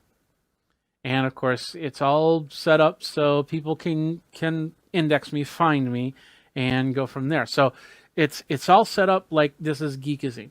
Now here's some of the big differences. And this one right here, there's no sidebar on this one, but we'll show you some sidebars in a second. And of course, they have a unique logo here, which is great. But everything else, if you want to subscribe, this abone of, which is technically subscribe. Let's try on Slate. Yep, see, subscribe. You hit that button and it just says subscribed. You remember what happened when we did it on the other one? It basically said, hey, you got to sign in first to subscribe. So, but everything here, it'll say that I have 1,812 videos, which is probably right. I got 1,812 public videos, 6,100,000 views, which is probably right. And then looks like 100 comments, but I don't know if that's right or not because I have a lot more than 100. So as you can see, it's pretty much trying to duplicate, and even down here, it's even pulling the comments from my site. It's weird. And sometimes they'll link. Sometimes it depends on the site. Sometimes they will link. Sometimes they don't. This one doesn't seem to link. But as you can see, the last looks like last 50, 60 videos I did are all here. And if you click on them, they're going to take you to a page that looks like a YouTube page. And we're just gonna we'll bring down the volume here really quick. But anyway, it looks like my page. The only thing, oh, this is interesting. Right down here, right here, it has my old Geekazine logo, not my new one that you saw on the previous page. But as you can see, they've got their own ads. Finding single girls and new diabetes leaves doctors speechless. But down here, this is where I have the problems here. First of all, the description exactly the same, except they're not linked. So I have down here, check out the gear I use over at geekazine.com/about or /gears-i-use. They can't click on there to get there. Whereas on my channel, you can click on that to find out the gear that I use to create these videos. The other thing is this one right here. This one has an interesting sidebar. So this is the let's translate that. We can share it, and it's going to share to trvid.com. It's not going to share to YouTube. And of course, the comments, and they got the share link. It's got a download option. It can download HD 720. Now, you can get a third-party piece of software to download your videos. I've done it before, especially when you can only download 720 videos on YouTube, and I have 4K videos, and I need to pull that one back down. So I'll use that to pull it back down. But this one, it will download, and it looks like I think this one was in. Let's see the settings. Where'd the settings go? Oh. Do that again. Settings, quality. Yeah, it's not going to show me. But anyway, I believe this one is in at least 1080p. I don't go under 1080p, so this has got to be what they can pull out here. And then they have this ad here, so this looks like a watch list of some sort, or a remember to play. And then of course, there's no logon here. Up here, we can favor the video, we can watch later, we can post, we can put the My Place subscriptions and trends. Now I'll hit trends, and that goes to trend videos. So not my video right here. So as you can see, it looks exactly like my video, my channel. The only saving grace to this is the fact if I click on the YouTube right there on the video itself, it'll actually take me to my YouTube channel. And as you can see with my YouTube channel, we'll show more. There's all those links I was talking about. So if you want to find out the gear, you click on there, and that goes to geekazine.com/about/the gear I use, which I need to update. So as you can see, that's doing exactly what it needs to do. So that's the only saving grace, is you can then get to YouTube and then continue on with the videos. But in this case, you're watching videos and it's looking like this is my channel. And then it's taking likes and comments, because you can, in some of these, you can actually sign in. And then when you sign in, you're allowed to comment, you're allowed to like. And all of a sudden, those likes, those comments, they don't show up on YouTube. They show up on their site. So now I have no idea. They might be talking about things. Somebody might be asking questions about this video. I have no way to answer them because they're commenting over there. Some of them have a Facebook Connect. So you'll get somewhere they're connected to Facebook, and those comments are somewhere on Facebook. And in a couple of those cases, I haven't found out where the page is, because it doesn't, for some reason, it doesn't link to the page, which is really weird. So so there's different ways that they can create the comments, bring the comments over, and stuff like that. It's really weird. But the thing about this is this one right here, I'm showing you this one first because this doesn't look like the other ones that I've run across. So this was the trvid.com. Very unique. Now let's get to something that looks a little bit more like YouTube, and that's this one right here. and that's uaclips.us. And in fact, if you go over here, you go to azclips.us, lvclip, declips, the xvid. You see that? So, and as you can see, my banner, this banner, I put this banner up 2-3 days ago. Actually, I updated it to put in a little bit more on the graphics, and I did that. I think I did that yesterday. As you can see, it's up there. In fact, I see anything about 12 hours. There's a 12-hour delay on that. And here, let me show you. This is the perfect example to show you. We'll go over it. This is NBC Nightly News, and we'll refresh it just in case they added anything new. And as you can see, their latest video is this one. These two right here. Swimmer Lewis Pugh to take frigid Antarctica plunge, and the NBC Nightly News for January 1st. Now we'll go over here, and as you can see with the videos, there 4 hours ago. 4 hours ago, this Antarctic plunge was posted, and it's already been ripped and moved over here. And if you go over here, we'll click on both of them. And think about this. This is the other thing is this is in incognito mode. So we're going to get ads on this.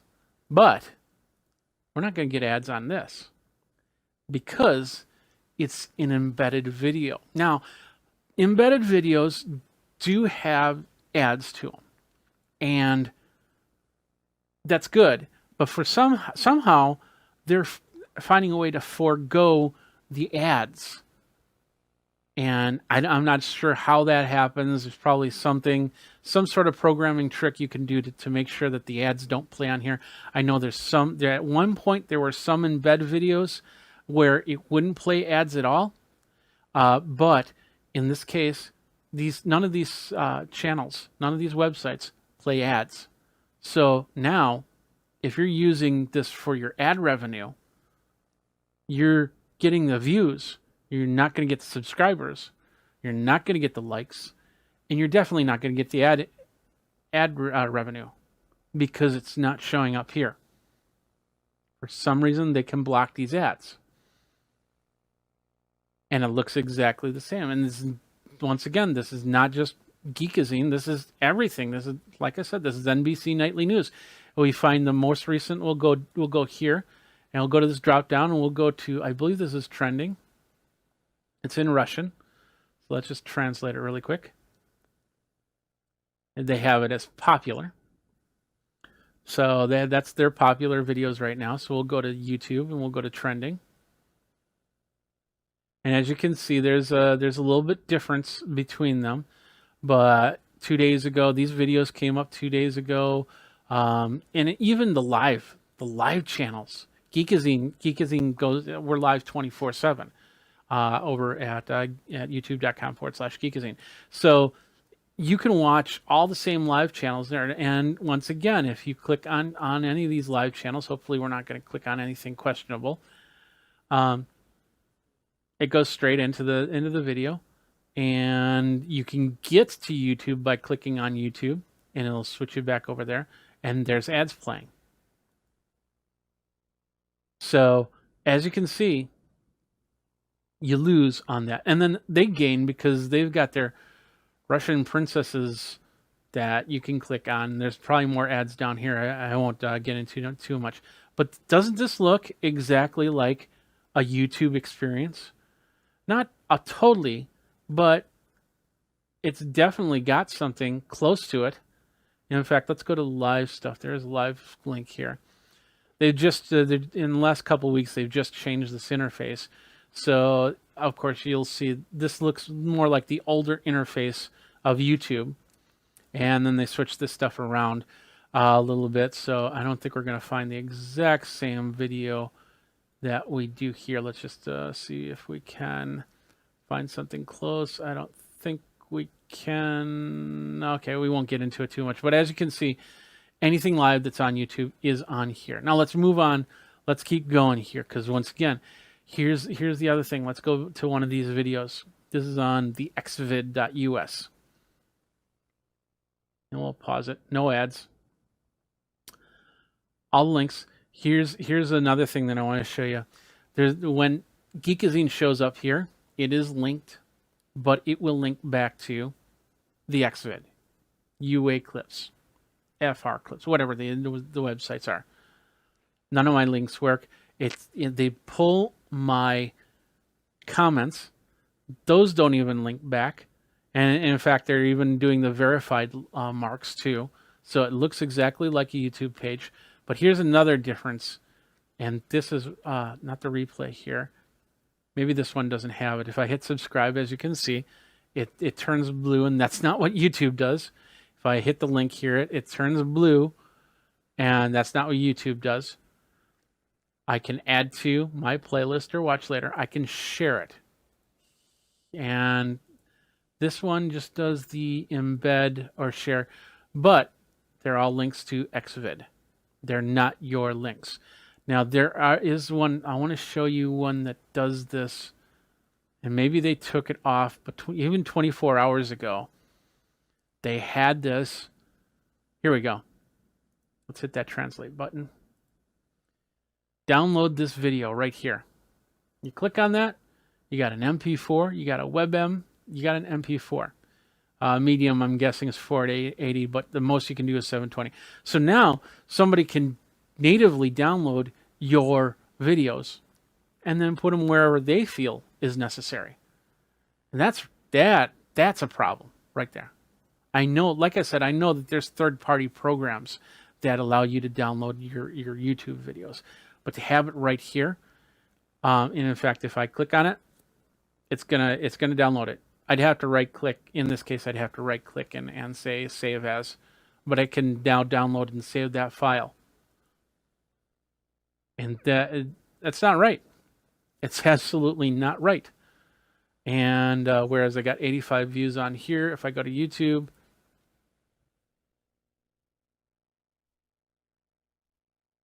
I got 85 views.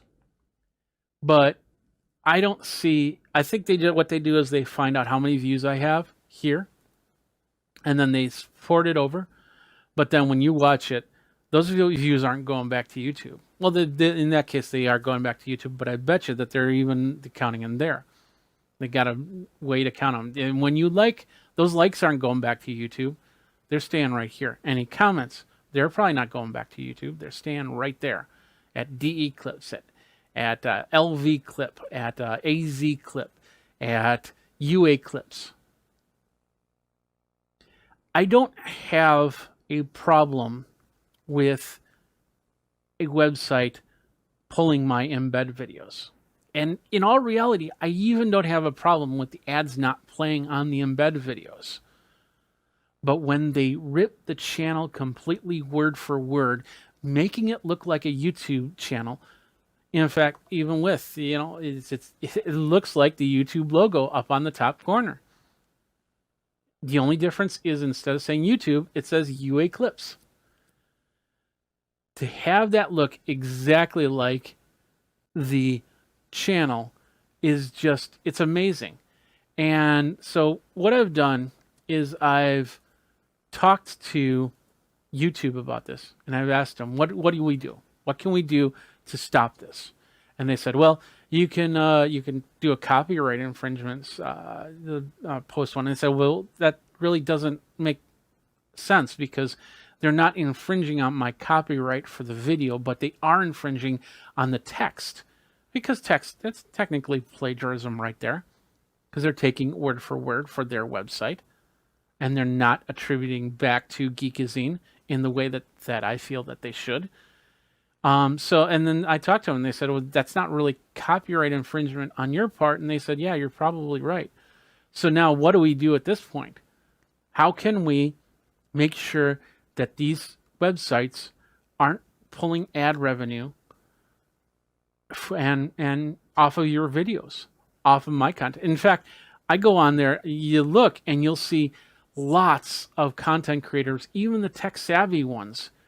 I bet you if I go here and I go, let's do this. Let's go Marcus Bromley. There. And wait for it. Look at that. Well, there's Marcus Brownlee channel. He's got 10 million followers.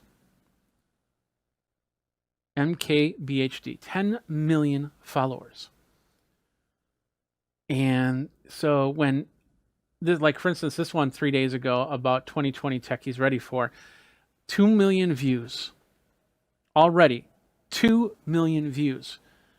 And from that, how many views are coming from here, and how many people are using this as a YouTube channel to pull their information, and how many get to forego the advertisements. So I click on the YouTube part, and I'll most likely get, well, maybe I didn't get an ad. Maybe this one doesn't have ads to it, which is surprising because I would figure that there'd be some sort of ads on it.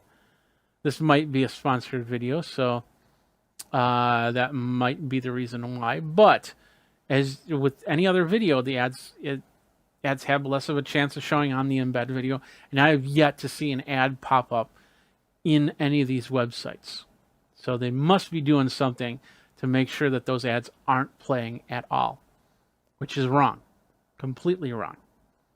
So what do you guys think about this? I know for a lot of you that just watch YouTube videos, you're like going, oh great, now I'm going to go over to this site because now I can watch these videos.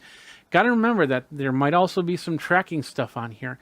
And if they ask, because just like regular websites, you know, the top pop-up, it says, hey, we use this tracking thing. You want to be informed when new videos showed up, just hit the allow button. You shouldn't do it. Hit the block button and just move on, because now they can communicate with you to keep you coming back to this channel instead of to YouTube. And that is the key right there. And for me, I have, like I said, I have a problem with this simply because of the fact that I'm a content creator. I'm making nickels and dimes. That's how I make my revenue. I have multiple revenue models, including affiliate links, including extra work that keep my business alive. But a chunk of it is AdSense. And AdSense does pay for a few of my bills during the month. And even if it's 1/10 of the traffic that comes through each of those websites, well, maybe not 1/10, but let's say 1/10 as a whole from all of those websites, because it looks like it's from the exact same creator. In fact, it even comes down to, and I haven't showed you this part yet, and that's down on the bottom here. And that's the bottom, which still looks like YouTube stuff. They have their links, which I have to translate once again. Whoops. Hit the wrong button. Let's translate it. They have info, conditions, piracy, help, and contacts. So if you go to info, it'll give you the information of what UA clips. It says that copyright UA clips, and of course this will say copyright AZ clip, and this will say copyright LV clip. You get the idea. And in Russian, so we got to translate again. Conditions takes us to a terms of service page. Privacy takes us to a privacy page. Help. Let's see if we can just click on help before you know it does. Oh, there it is right there. So let's go to help. I think that was this one. Translate it again. Help. Seems to be going to the same page. Let's back up. Probably just a small glitch on their part. I don't really care. I'll go over here. Translate. Help. No. Okay. So the help page, it's just a dead link. We'll go to communication. This is the exact same one you'll see on all these pages. Communication, you can put in your name, your email. The CAPTCHA, they don't have the right certificate, so the CAPTCHA doesn't work on here. So your message probably goes absolutely nowhere. But once again, this is all stuff you can do. And then of course, right here, you click on that blue button up on top. You can sign in with your Google account. I wouldn't do that, but that's up to you, however you want to do it. But as you can see, this looks pretty darn close like a YouTube channel.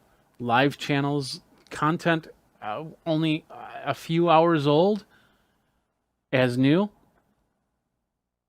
We got to figure out a way to stop this because this is not right. And that's why I'm showing this, because I did a search to see if anybody else was talking about this. I found nothing. I don't know why. This is a problem. This needs to be taken care of. If anything, once again, I don't mind if they take the video and embed it. And if ads don't play, that's fine. But if I have a description and you use that description word for word, and there's links there, those links better be coming back to Geekazine.com. Those links better be going back to the area that I want them to go to. And I definitely don't want that download button on any of these sites to download my videos. Not that I don't want you to have the free videos, but I don't want to lose their money, because some people are going to download them, they're going to upload them somewhere else. And then we got to go chasing down for copyright. That's always a fun thing to do. We won't get into that here. But bottom line, you can see what I'm talking about. This is wrong in so many levels, but I don't know what to do. And just the amazing fact that it looks exactly like my channel, and I click on the links. Now here, okay, so it shows my old logo and not the new one. So that's the old one down here. Me looking to the left, and then this one with the Geekazine logo. That's the difference. So anyway, tell me what you think. You think we need to deal with this, or is this something that's like, okay, maybe this is free advertising, go for it. Let me know. Comment down below. I need your comments. Go ahead, like this. Don't like this on those sites because I'll never see it. And then let me know what you think here. And of course, you can subscribe over on youtube.com/Geekazine. Hit the bell notification so you know when the next video comes out. So it goes to YouTube, doesn't go to those other sites. So anyway, thanks a lot for watching. My name is Jeffrey Powers. I hope this has opened your eyes to doing searches on your content to make sure that your content isn't being monetized by somebody else. I hope this opened your eyes on that. So thanks a lot for watching. You guys geek out and take care.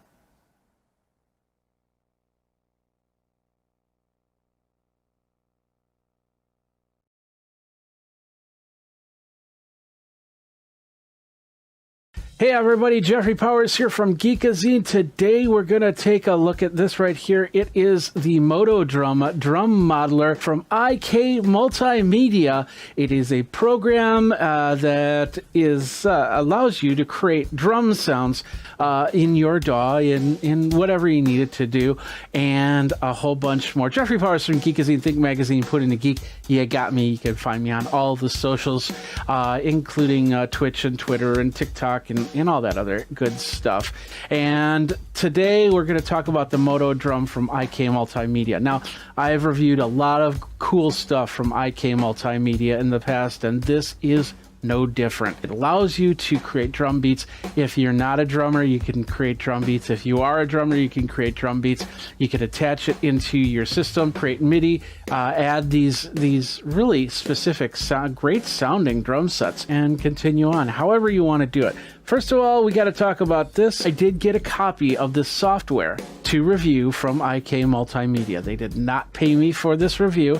They are not editing this review. And of course, all opinions are that of myself and Geekazine. You can go over to geekazine.com/review to find out more on that. Now, let's get into this. Let's get in here. First of all, hey, you know, you can customize your sounds. You've got multiple kits and multiple drums that you can use. You can sync to multiple MIDI units if you want to. I got a couple MIDI units that I'm using, going to be using today. You can do real-time sounds. You can do pre-made grooves and a whole bunch more. The price, $299.99. Now, you might think to yourself, well, that might be a little bit too much, but for what you get, it really is not. It's just amazing. Now, I do have to tell you that I did get this software back when it did get released, and that was back in, I believe, September, August timeframe. The program was pretty solid. But when I was attaching MIDI devices to it, I wasn't getting the responses that I really wanted to see for this. They've since then not only have updates come out from Motodrum, but also from the MIDI providers, updating it using for Catalina and for the latest Windows 10, and things have gotten a lot better. This is the website over here, Motodrum. They have a full specs range, but we're going to take a look at the most important specs, and that is if you are a Mac user or a PC user, you can use this on either machine, and they work both great on either machine. For a Mac, you need a Core i5, support for AVX instructions, 8 gigabytes of RAM, 20 gigabytes of hard drive space, and it is a 64-bit plugin. So you'll need any program that uses a VS2 or VS3 or AAX. What we're going to use, we're going to keep it as simple as possible. We're going to use GarageBand. Just going to open it up in there. Of course, we're going to show you the interface first before we do that. Let's take a look at this a little bit more.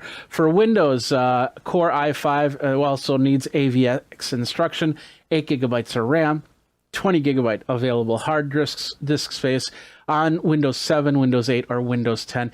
ASIO compatible sound card USB port 3.0 suggested, and I highly suggest that you download the free ASIO. It's right here.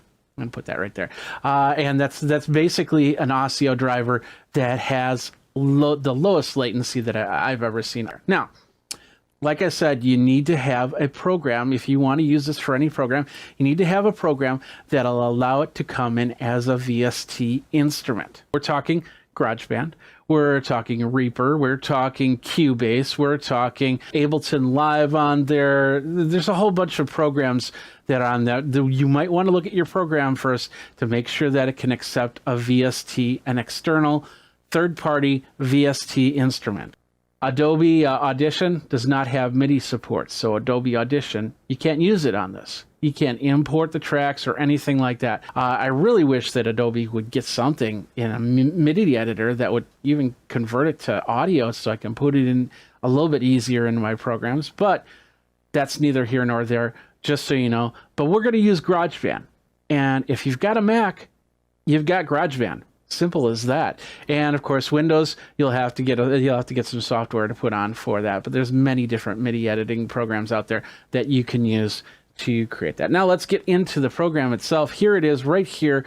This is the Motodrum, and we have it on studio mode. Straightforward interface. We have our models. We can customize. We can do our play styles, our room, our mixer, our grooves, and our mapping. These are all the drum sets that come with Motodrum. We've got a studio set, we've got a jazzy set, a rock custom, a grungy reference. So you got a pretty good amount of sets. We're going to start with the studio kit. It just looks like a standard 5-piece drum set with a couple cymbals, hi-hat, and ride here. Now, this is also completely customizable. That means that you can completely customize the types of cymbals, how many drums. If you need a double bass drum kit, if you need a China cymbal, if you need a gong, if you need a cowbell, all those drums are in there. You just have to set it up that way. So we can go studio, we can go rock custom, and as you can see, it's going to load the preset. Now we got the drum set. What I have set up here is on the Axiom Air 32. As you can see, I've got that all set up there. As you can hear this, let's go to the jazzy set really quick. And then we can go a little grungy. I'm not going to go through all of them. You'll get a good idea.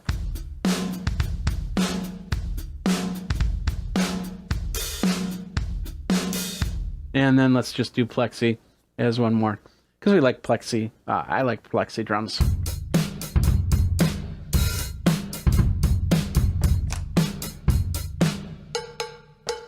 Going from drum set to drum set is actually fairly straightforward and easy to do. Now, like I said, all of this can be customized, and we're going to go through those screens really quick. We're going to start with the customize.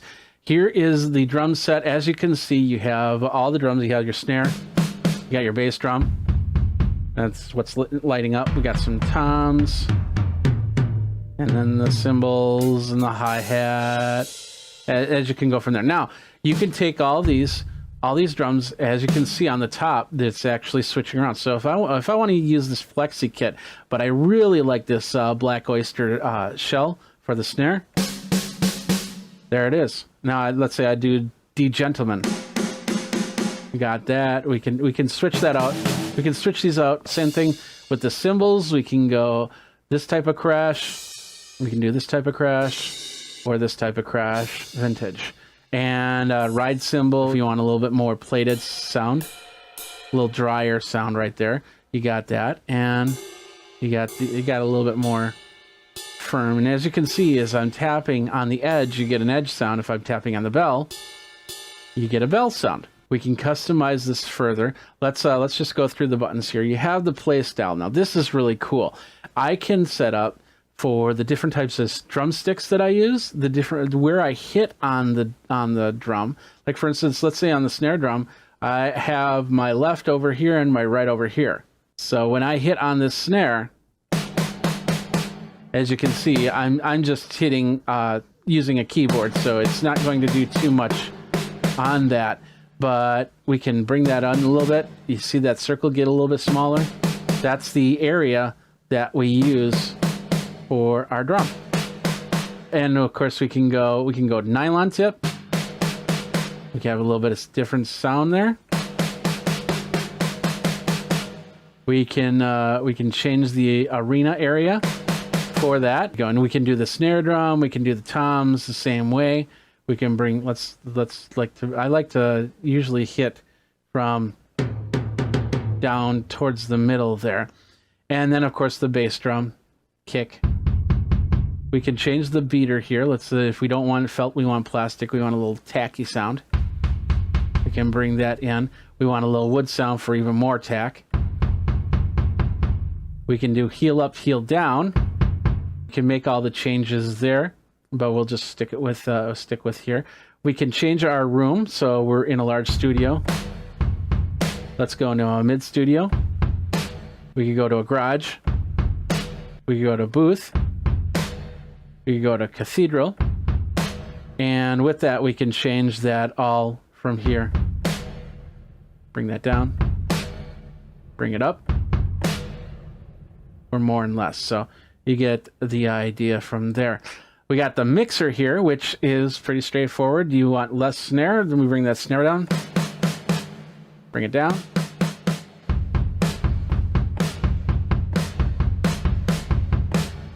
And then, of course, ultimately the main mix is right here. We can put in effects. Like, for instance, let's say with this one, we want to put in, let's do a crusher on this tom. And we can edit that. So you can see how that changes a little bit. Bring in a little bit more. We can change the cutoff. Went the wrong way. So less ring, more ring, more ring.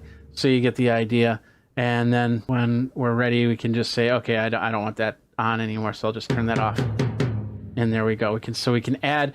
This is just a regular mixer, so it adds everything: cymbals, toms, and cowbell, and what other instruments you have there. Next, we have grooves. This is all predefined grooves, so we'll just do Ace 102 really quick.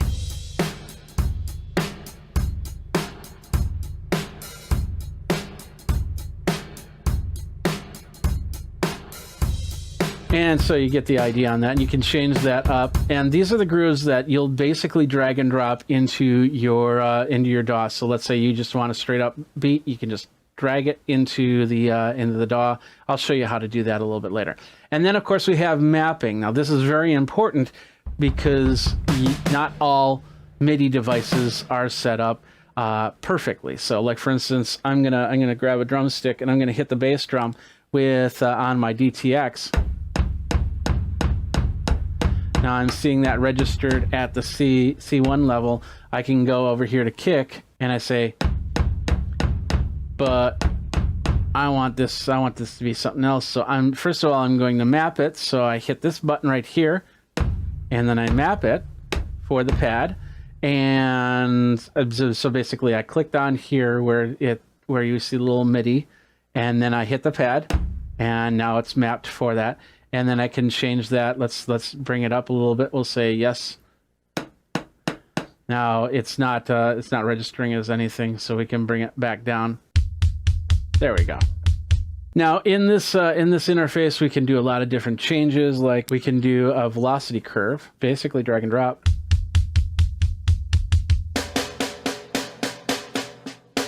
And then we can save this or remap it. We can bring in more drums. There's the other bass drum. So with kick 2, we don't have anything assigned. We can assign it there. I'll say yes. There we go.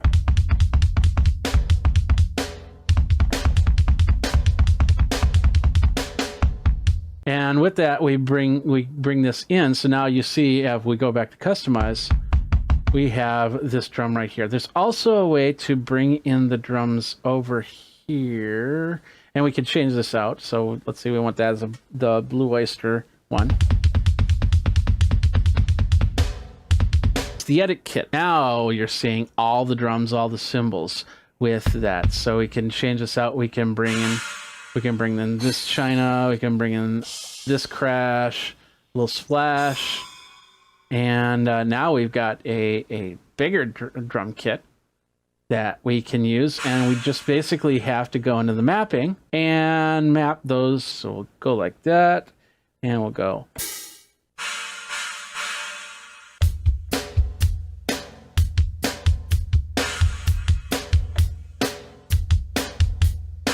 You get the idea. So we can bring in a very big kit for whatever style you have. Now, going back to the customize, we can do a lot more with the customization. That is over at the edit element. Now, this is where you can really have some fun with this. You can tell it what type of edges you have on your bass drum. You can tell it the diameter of the bass drum, the depth of the bass drum. Let's see, it can go from 12 inches to 24 inches. We got a diameter of 17 inches for a smaller or a really big drum. We can tell it what type of heads we want. We want a clear or coated head, or do we want what do we want for the resonant head? Do we want more volume on there for a resonant? Do we want dampening on there for our resonant head? Do we want to tune it a little bit to give it that that poing sound? Or just reset it back to default. On the edges of the shell, they're usually got a small bevel to them. It's less wood touching the drum head for a better sound. So you can change those. We can go sharp. We can go point. Or rounded. And they all add different sounds to the drum there. So we can totally customize that. We can switch it up. Let's go to the snare drum, and we'll do edit element of the snare drum. With this, once again, we can change the heads. We can get a nice coated head, and different sets will give you different options. The type of snare. Do you want a large snare or a medium snare? Do you want a shell of diameter, a bigger shell with a bigger depth? Or a smaller depth, and all these, you get the idea. So there's full customization as to what you're doing with this drum set, and you can really just sit there and fine tune the sounds of each drum. So there's a lot of different sounds in here. We haven't even gotten into the best parts, and that is putting it into your DAW-based program. So, but first of all, like I said, everything right now we've been going through here.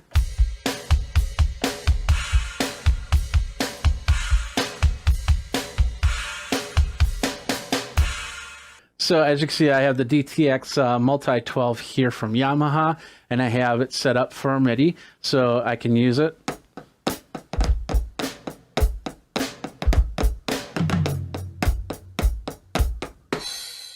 So we have a couple different ways you can do that, especially if you have an older drum module and you want some better sounds to it. you can bring those in using this program. Now let's bring it into a DAW system. And like I said, we're going to use GarageBand. We're going to try and keep it as simple as possible. So we're going to close this out. And we're going to go into GarageBand. We're going to say, this says a new thing, software instrument. We're going to go drum kit. And we'll just say, let's do Bluebird. But we're going to change that up here. Because what's going to happen is we're going to go down here. And we're going to see a thing that says plugins. And this will be like this when you start out. Do the drop down, hit the drum kit, and then you'll see Moto Drum in the list. Or it might say IK Multimedia sometimes. So either way. You'll go into Moto Drum and you'll hit stereo and it loads the plugins and then the Moto Drum shows back up. And we're using the drum and we can change that up. We'll go to the Babinga. So we can go in here. Let's bring this down a little bit. We got the metronome ready to go. Let's record something really quick.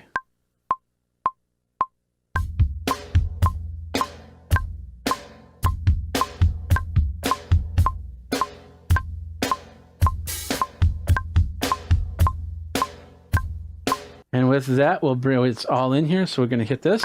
Oh, let's take that metronome out. So now.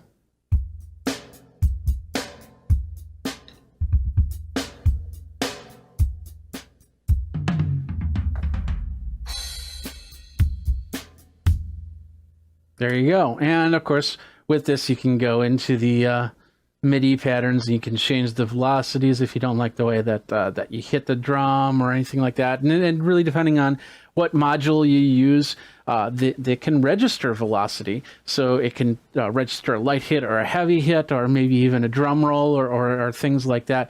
And you might have to go in and do some tweaking into your MIDI editor to get the sound you want. Maybe you're doing like little flams and things like that. You'll have to make the adjustments because not everything, it won't understand everything, and that's any program. So you'll have to go into the MIDI editor and make some adjustments here and there. So expect that to happen. It's not going to be 100% perfect. But the cool thing about this now is I can go in here, and with this drum beat that I do, and I'm going to loop this drum beat.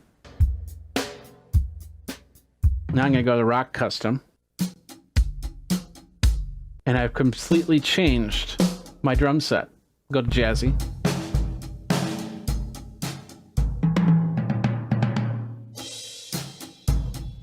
And once again, you get the idea of how that all works because they're MIDI hits. They're not, you could put a piano to this. You could put a saxophone to this. It'll sound weird, but you can still do it and have the sound. But bringing in the Moto Drum, it'll give you past the drum sets that something like GarageBand or Reaper or Ableton Live can offer, and then give you different options so you can really tune it in. Now, you can also, like I said, you can also set it up onto the DTX. I have my Roland TD50 downstairs, and I'm still doing a little bit of tweaking on it. Like I said, never perfect, but you get it as close as possible so you can do some multi-track recording, and then you can bring in those sounds into whatever recordings you're doing. Now, the one other thing I didn't show you is that groove style. We'll go back over there. So with the same groove, we can sit here and we can just bring this up. It's basically a little drag and drop. And it's asking if we import the tempo information. We don't want to import the tempo. So now we can bring that right there and zoom that like that. And now we've got a pattern that works a little bit better because it's already been done and been cultured out and set up for all the hits and all the velocities in the right spot. So there you go. You get the idea from that. So that is Moto Drum in a nutshell, as best as we can in what we're doing at least 20 minutes here. Thank you guys for sticking around with me on this. We got a lot of great stuff here. If you want to check out more, I'll have the links in the show notes that you can get yourself your Moto Drum. And of course, if you go over to Geekazine.com, you can get the Moto Drum information there as well. So you have been watching. We've been talking about the Moto drum modeling. Really quick, what do I think about it? It is, like I said at the beginning, I was happy with the interface, but when importing MIDI devices into it, I had a hard time. There was a big set of latency, and this was on the Mac and the PC as well. That has been fixed with the newest version, and of course, as they continue, there'll be newer versions and updates coming through, and probably even more cool stuff that you can use to bring your drums into your music and make the sounds that you want to. That's it for this video. What do you think? Do you use Moto Drum? Do you have another program that you use that you really like? Let me know. Of course, check out all my other reviews of IK multimedia software and hardware. YouTube, go ahead, like, subscribe, comment, and that little bell notification to let you know when the next video comes in. We do a lot of tech, consumer tech, a lot of music tech, and a whole bunch more, and some geekery too. So Jeffrey Powers here. Thanks a lot for watching. Until next time, you guys geek out and drum on.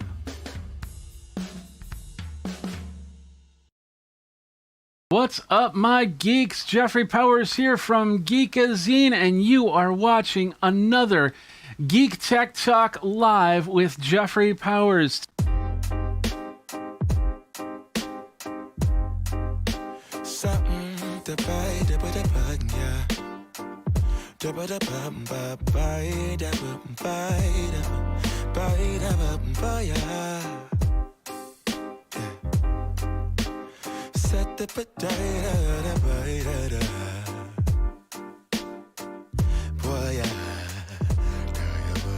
The HP Never Stop 1202W is a loaner model. I do have to send it back, but nobody's editing this video or this my posts on Geekazine.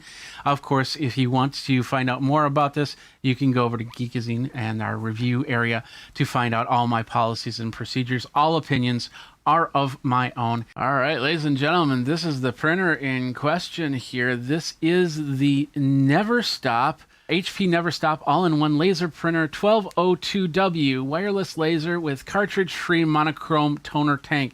It is a black and white printer, laser style printer. Houses the toner in here, and we're going to talk about that as we go. In fact, the best part about this Never Stop 1202W is it's got 60% savings on toner for price. Prints 5,000 sheets right out of the box. It can do, when you reload it with toner, can do another 2,500 prints. It reloads the toner within 15 seconds. It's crazy. 7 times more pages than the inline printers.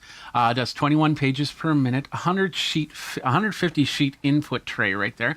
And it scans at 600 dots per inch. We did an unbox of this, and I'm going to show you that right now. This is a new type of laser printer that's been out for about a year, and first time it's hitting the United States here. This is a special loading ink printer. This is a black and white printer. It was not color, it's meant just for black and white prints. It can do 5,000 pages from the box, and it can do up to 7 times what your regular laser printer does.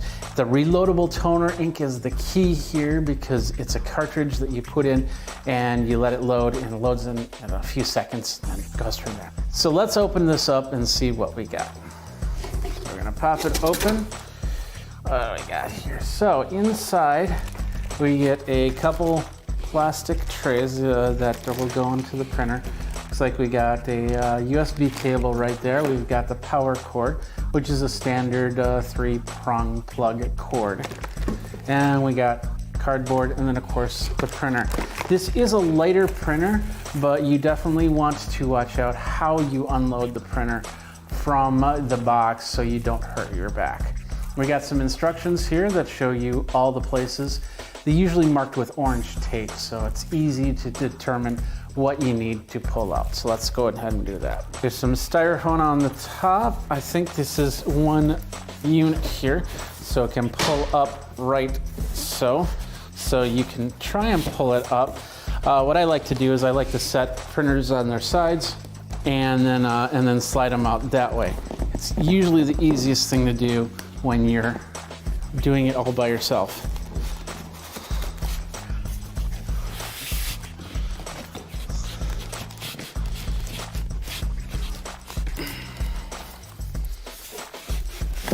There we go.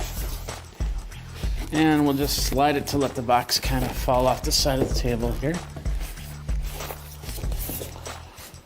There we go. And we'll set the box right here. Now, we'll gently turn it back 90 degrees. There's our printer right here. We got some styrofoam on both sides, which we have to carefully remove. Throw it in the box. Throw it in the box. And here we got the printer right here. So let's go ahead, pull the plastic. It looks like it comes from the top down. But this is a review model, so it might be a little bit packaged differently than what you would get if you were to actually buy it outright. All right, there we go. Put the plastic in the box. All right, so the instruction manual, let's get that again.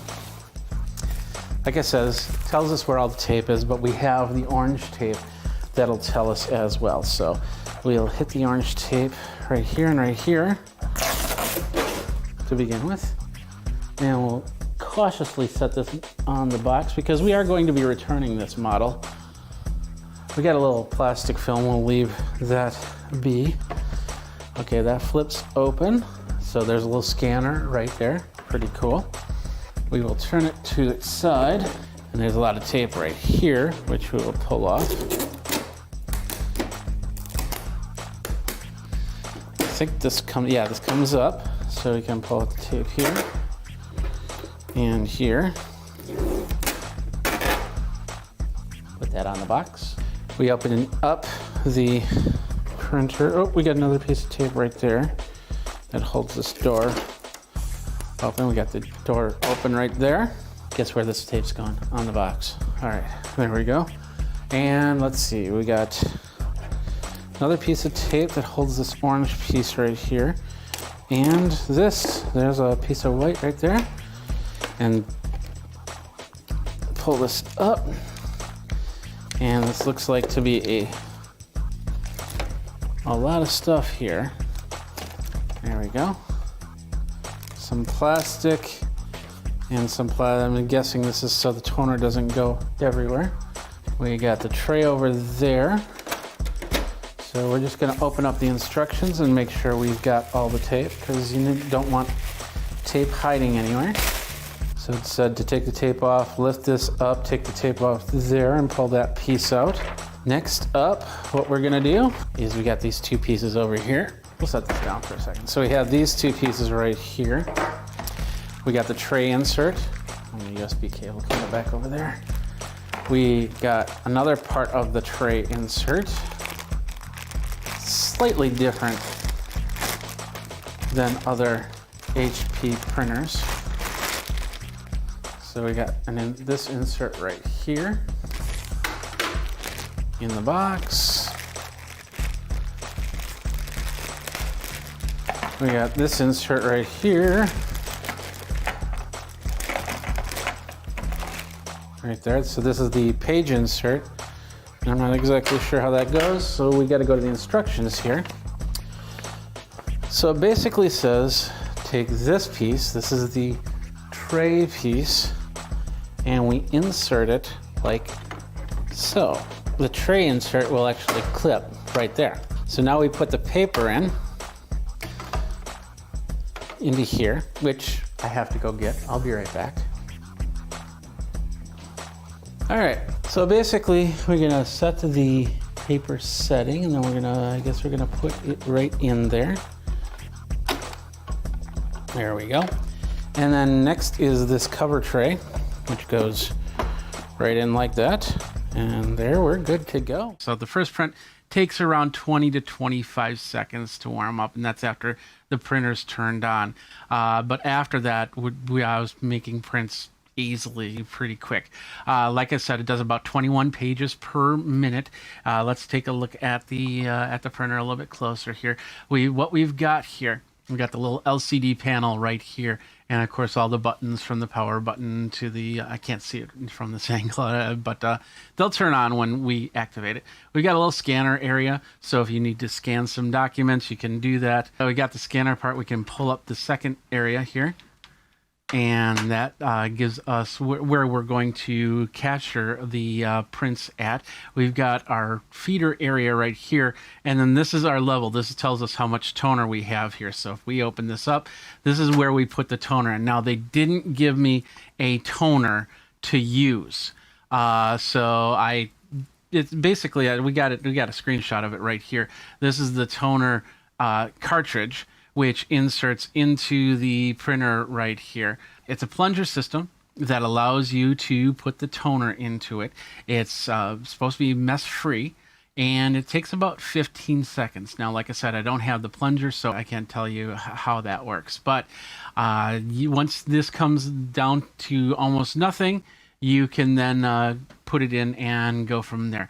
Out of the box, it does 5,000 pages. So straight up 5,000, you're done. It's all good. In the back, like I said on the unboxing, you have two cables. You have the plug, the power cable, and then you have the USB cable for the connection to your device. This prints, we got a tray here that does, I think, 150 pages per tray, and of course you can go from letter to legal. I don't think you can go anything beyond 8.5 inches. So you can do 8.5 by 11, 8.5 by 14, and those types of sizes, and maybe even letters, but I'm not sure. There's no insert tray that I know of. You can't put paper on top to have it automatically feed. There's also no duplexer on this, so don't expect it to do any type of duplexing. And the only scanner, of course, is the single sheet scanner, so you'll have to take it out and put it back in, and of course it won't flip and duplex or anything like that. It is about 24.4 pounds. It's eco-label certified, and it runs off of the Smart app, which does a whole bunch. So this is the app right here, and as you can see, you have the HP Smart app allows you to hook up to all your printers. I have it set up for this one, but if I hit the plus button, I could probably find my PageWide Pro easily. These are all tiled, so you can change out the tiles. So if you don't need to the camera scan, you can take that out. If you don't need the help and support, you can take that out. And then of course the instant inkjet supplies, they have the monthly plans, which you can get your supplies. It takes you right to the web page, and you can find your ink toner cartridges, including this for the replacement plunger system here. What we're going to do is we're going to do a quick print. So we're going to do just basically a camera scan. We're going to bring up a picture. We'll full screen size it, and we'll hit next. It's going to crop. It's going to say, is this the picture you want to print? And it's going to say, yes, it is. I'll hit the print button there, and it says you need to install the print services, which I will do right now. And so now it's going to show me the print in black and white. It's going to say the default. It's going to ask me how I want all the options. It looks good. I think we hit over here, and it's going to send the printer to the printer. Let's go back over here.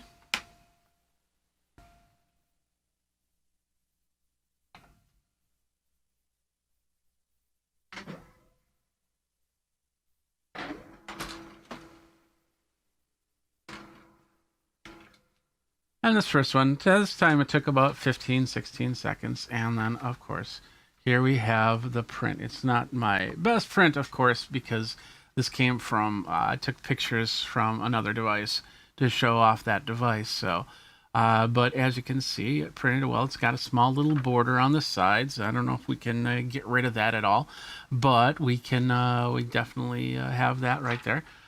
So that prints the page. Once again, 150 pages through the Smart app.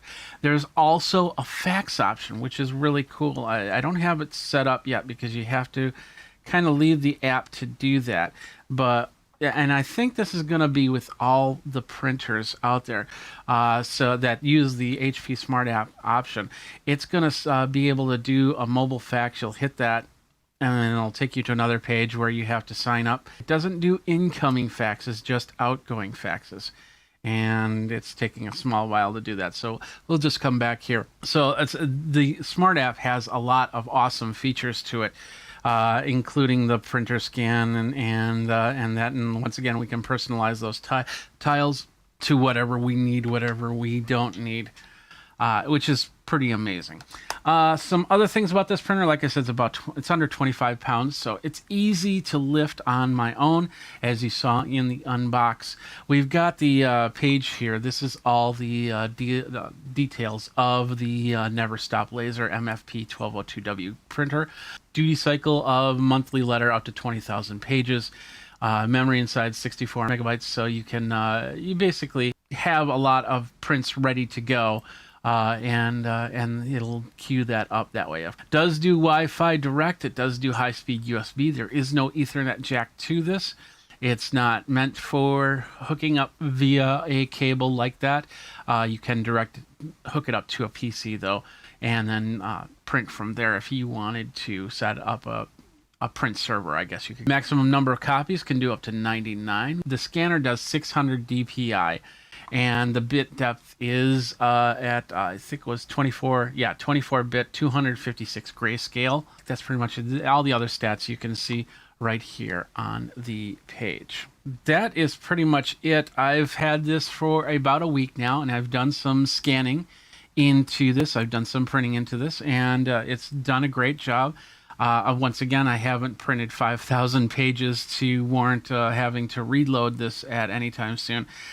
And it's perfect for an SMB, like a small medium business, to print out something that doesn't do anything high volume, or maybe if you need to have that personal printer on your desktop, because there are some roles where you need to have a printer in a closed area so nobody can see what you print. This replaces any type of inkjet printer and prints a little bit better. I have not smelled any laser printer smell, nor have I seen any laser printer dust come from in here. Inside there is a drum that you pop here and you open here. Let's go back to this one. Inside there's a drum right here, and which pops out like that, and the toner is encased in the drum. And we asked if that needs to be replaced, and one of the things they basically said is a lot of these drums will last pretty much the lifespan of the printer.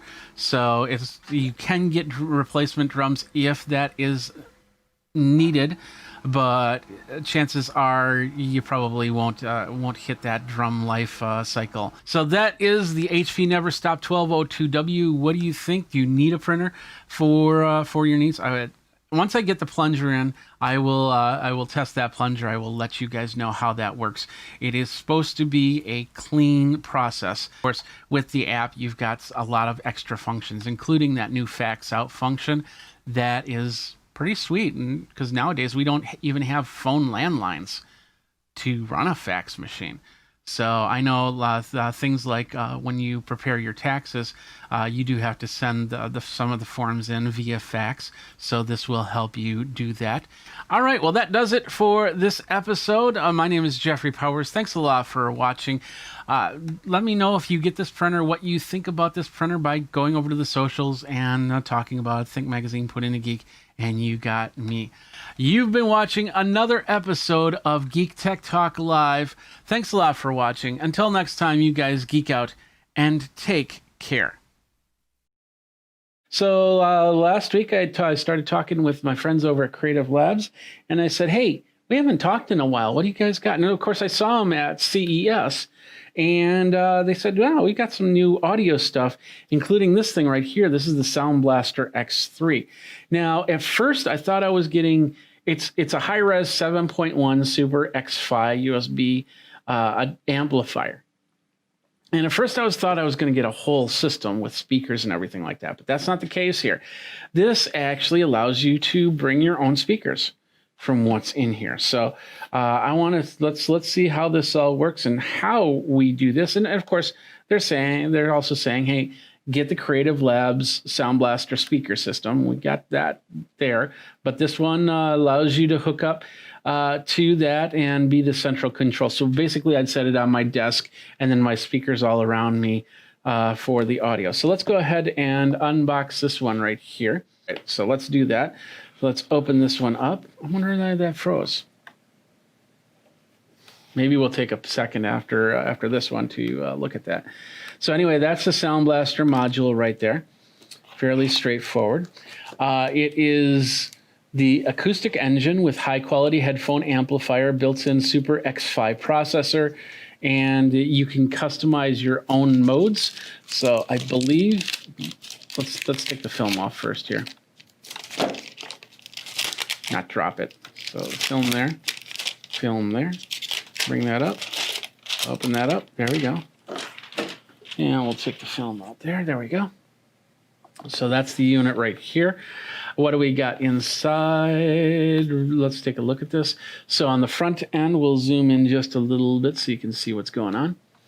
So right here is looks like a microphone input. It is 3.5 millimeter, so you might have to get an adapter if you have a different type of microphone. It does not do USB in microphone as far as I can see. But anyway, we've got the headphone out. So if you don't want to go through the speakers, you can go through the headphones. On the top here, we have it looks like a volume dial. It is a pressable dial, so it means something here. We've got this must mute the microphone audio. Oh no, it says audio balance. Okay. So I think if you press this and you turn the dial, it'll change in this case, it'll change the balance. Direct to mode, if you press this one, and then line out HP for this button right here called SXFI, which is their Super X5 processor right there. Nothing on the sides there, both sides, but on the back we have a line out the front, the side, the rear, the sub, and the line in. So if you're bringing in another device, you can do that. We have the optical out right here, and then a USB. It's a USB-C. I believe it's just C. It doesn't show Thunderbolts, so it's just USB-C. But you don't need Thunderbolt for audio. That would be pretty much overkill, I think. But anyway, so that's what you have. So you take all your speakers and you'll put it in here. The sub, we got the front, the side, and the rear. So front speakers, they have to be a dual speaker front and a dual speaker rear, and then the side. And you probably, I would guess that you could use it if you only have the front speakers. You could probably use this without rear speakers at all. So let's move on. Let's see what else is in the box here. We'll take this out first. We'll show you all the manuals. So we have the manual, which is very interesting because it's one of these complete fold out type things. I'd rather have it in booklet than just a single sheet like this because this can get kind of confusing. But anyway, let's see. Yeah, it's showing the front view, volume control knob, the microphone control, everything, Super X5 button, like I said, headphone jack, and then, yeah, everything exactly as I said there. And you can get a 5.1 analog speaker system and a 7.1 analog speaker system to use with this. Also in here we have the worldwide warranty. If you need to worldwide worry about that, let's focus that in. That's not focusing in. Mine isn't that focusing in. Let's do this. Hold on a second.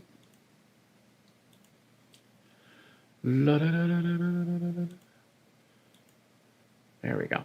So there's the worldwide warranty right there. We got a piece of silica gel. We got the Sound Blaster revolutionizing audio. Welcome to the Sound Blaster family. Here's how you can connect with us. Okay. And then this is the button functionalities and LED indicators. So it says blue is playback volume, red is microphone volume, and green, cyan, or orange is audio balance, white is Bluetooth. So it'll light up when you hit a specific button. You can turn the dial to the left or right to decrease and increase balance. Press the once switch to the mic control to use volume knob to control mic.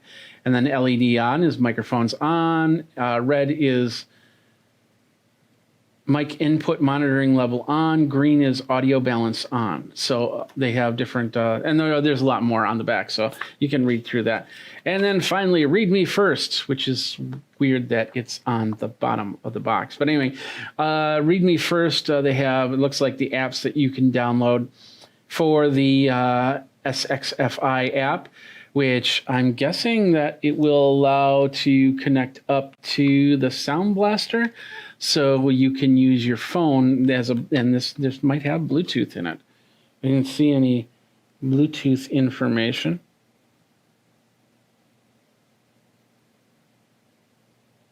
But anyway, that's interesting. And that's pretty much it inside that box right there. That's the Sound Blaster. Oh, no, it's not it. We've got this side box that I need to deal with really quick. So let's pull that out. Let's do that. And let's zoom out a little bit. There we go.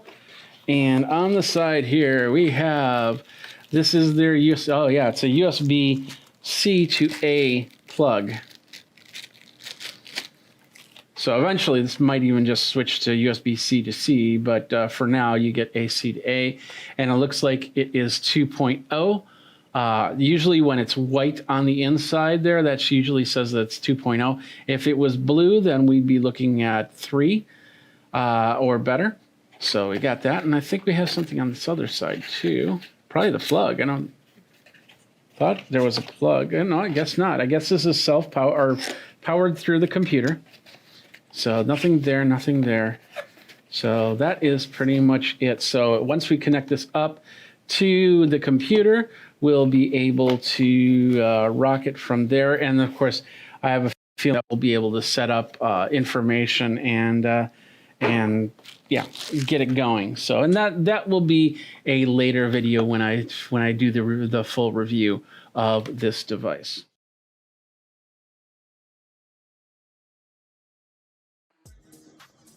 What's up, my geeks? Jeffrey Powers here, and we got an unboxing for you coming up next. How you doing, everybody? Jeffrey Powers from Geekazine, Think Magazine, Put in a Geek, and today we are going to be taking a look at the Amazon Fire HD 10 tablet. This is the 2019 model, otherwise known as Gen 9, and we're going to be unboxing it and taking a look at it.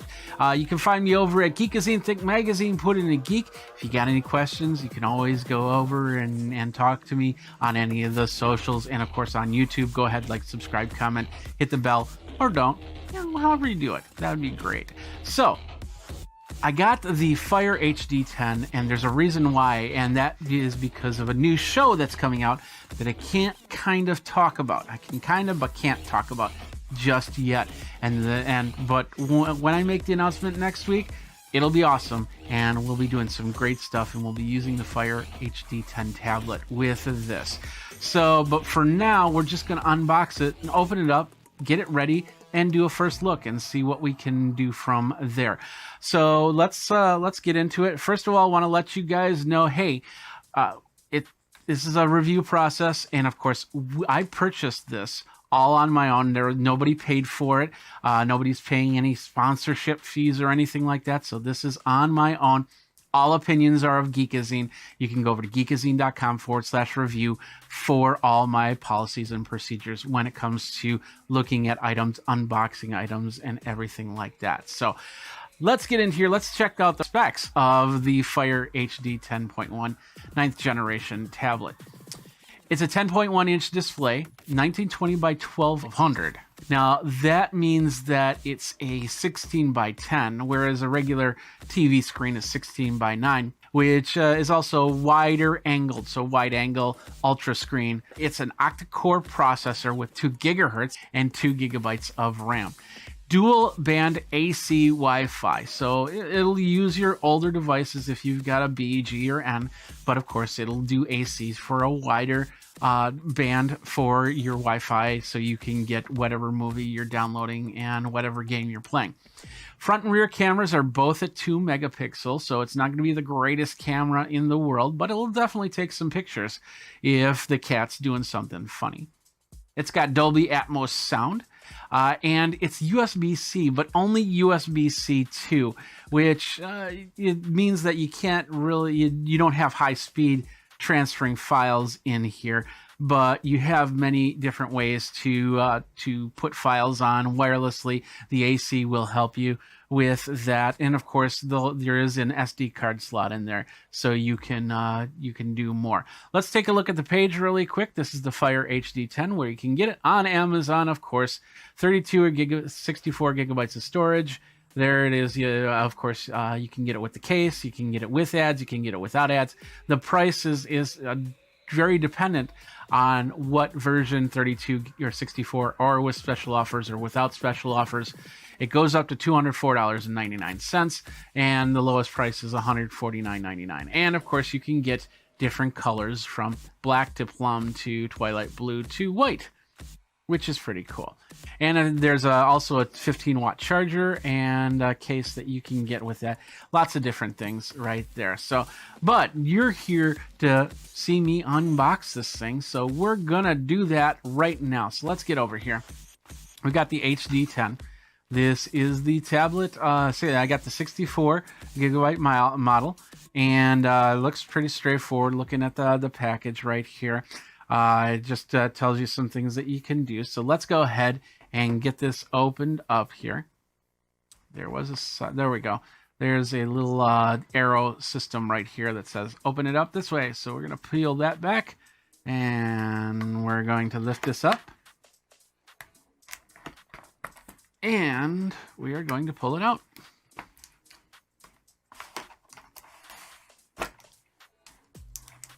Pull it out this way. Nothing else in this box. We will set this to the side. And here is the tablet. It's in a little cardboard thing, so the little box down here, which has probably the cable and the plug. That's I think a 5-watt charger. And of course, you can get a 15-watt fast charge.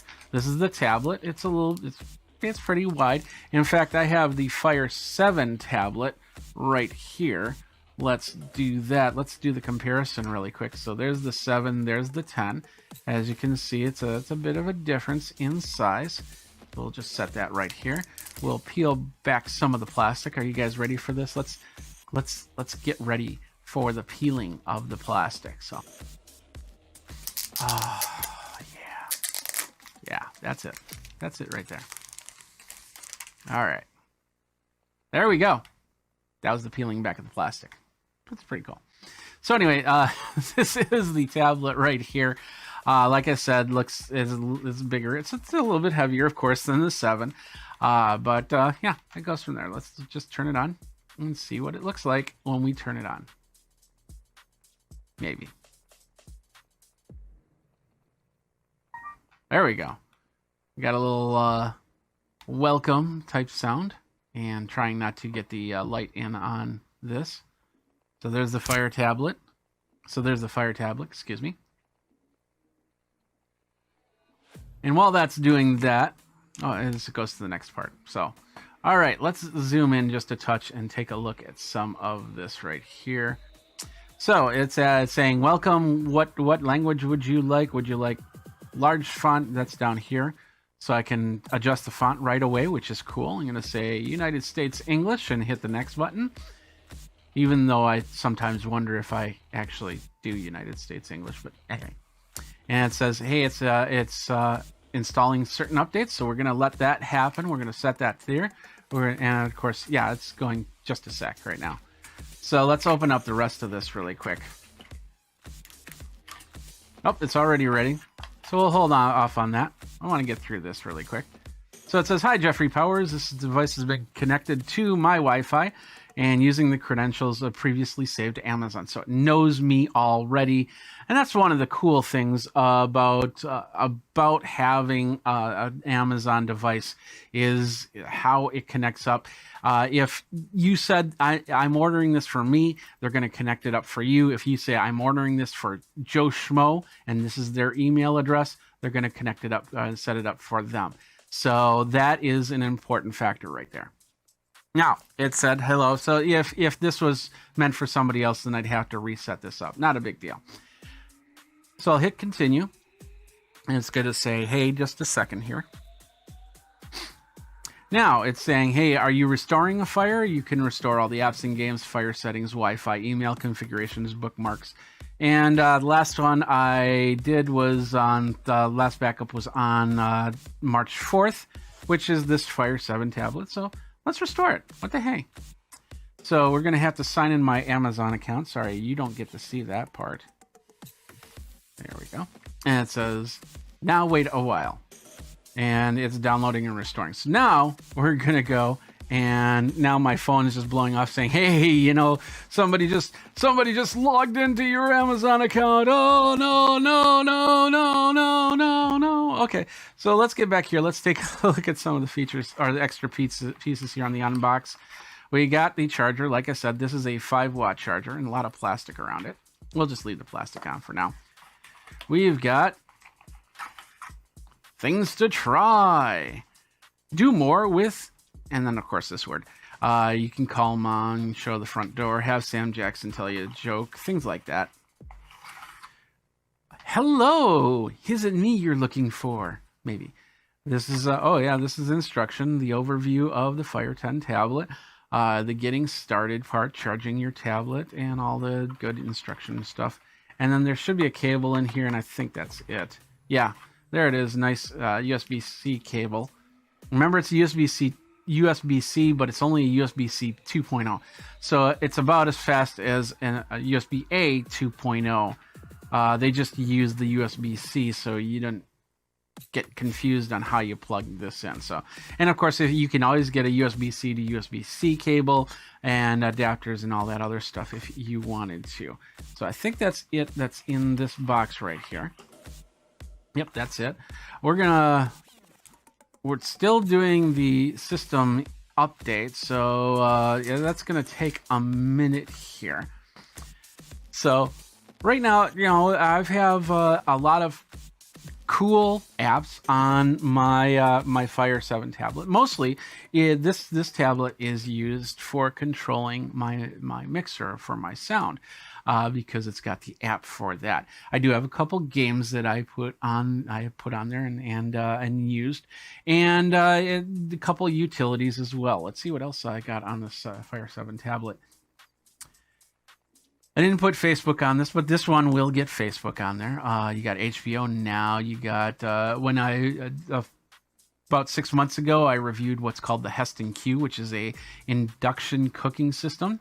And I put the app on here, and it works really well. I've got a nice little piano app on my Fire 7, which will probably be on this new Fire 10 because I told it to move the apps over as well.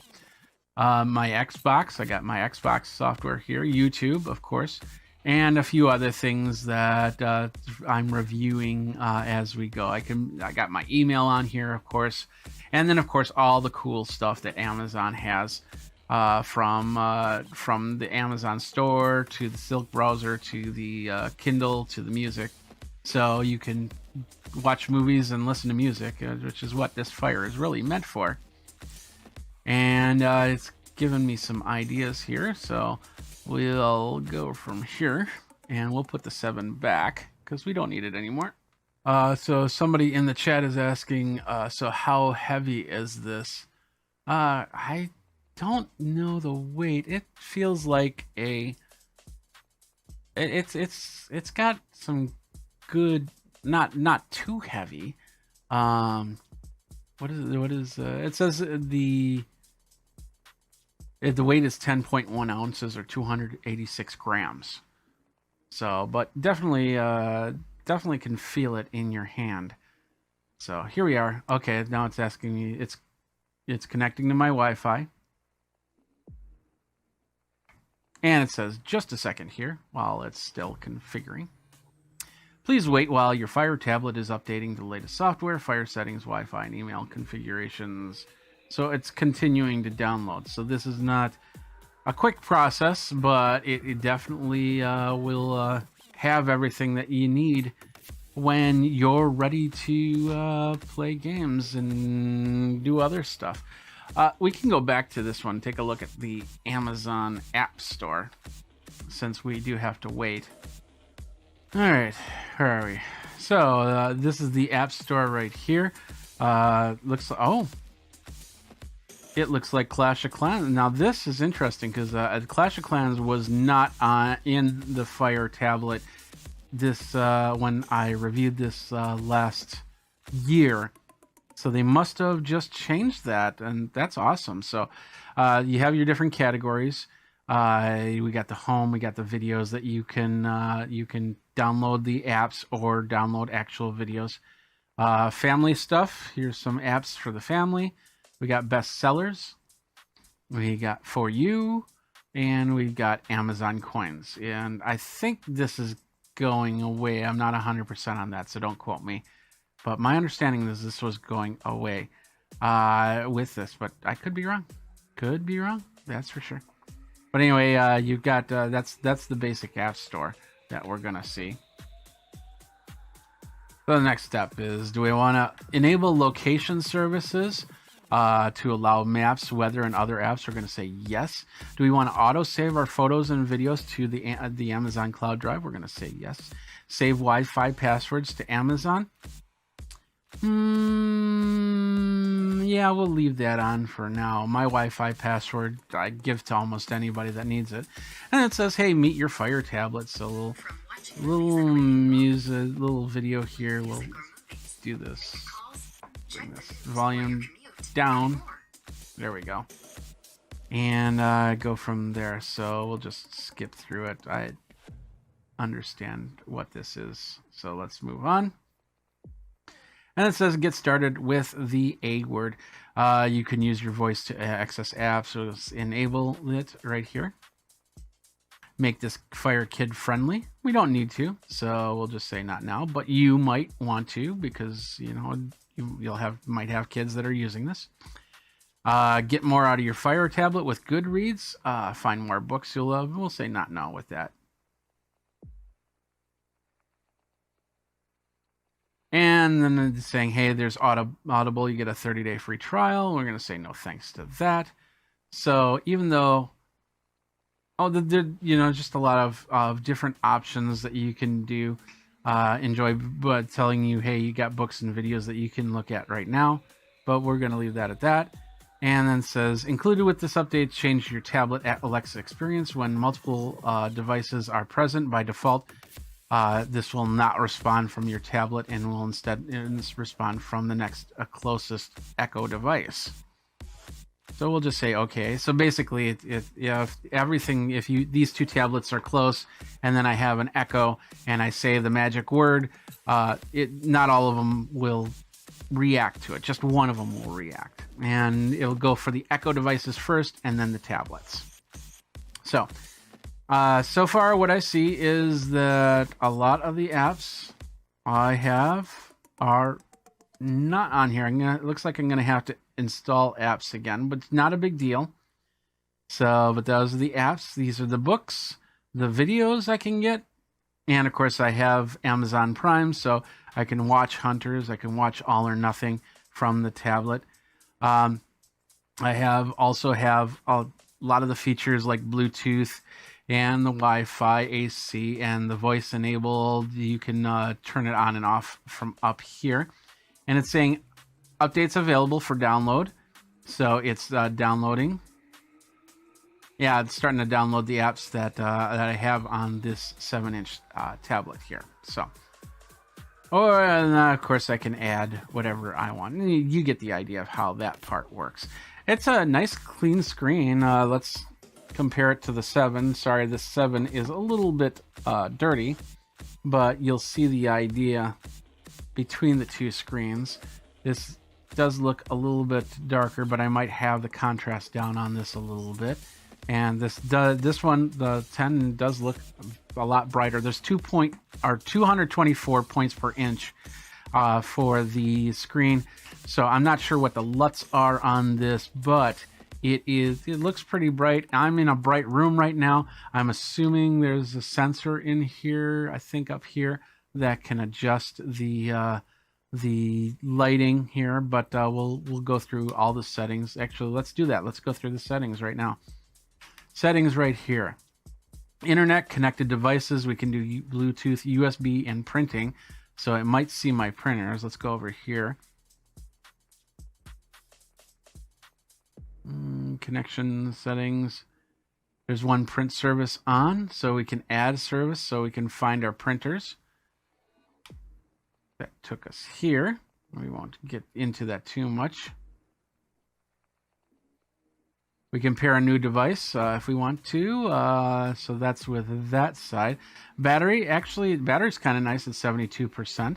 So it says should last till about 5:45 p.m. Not too bad.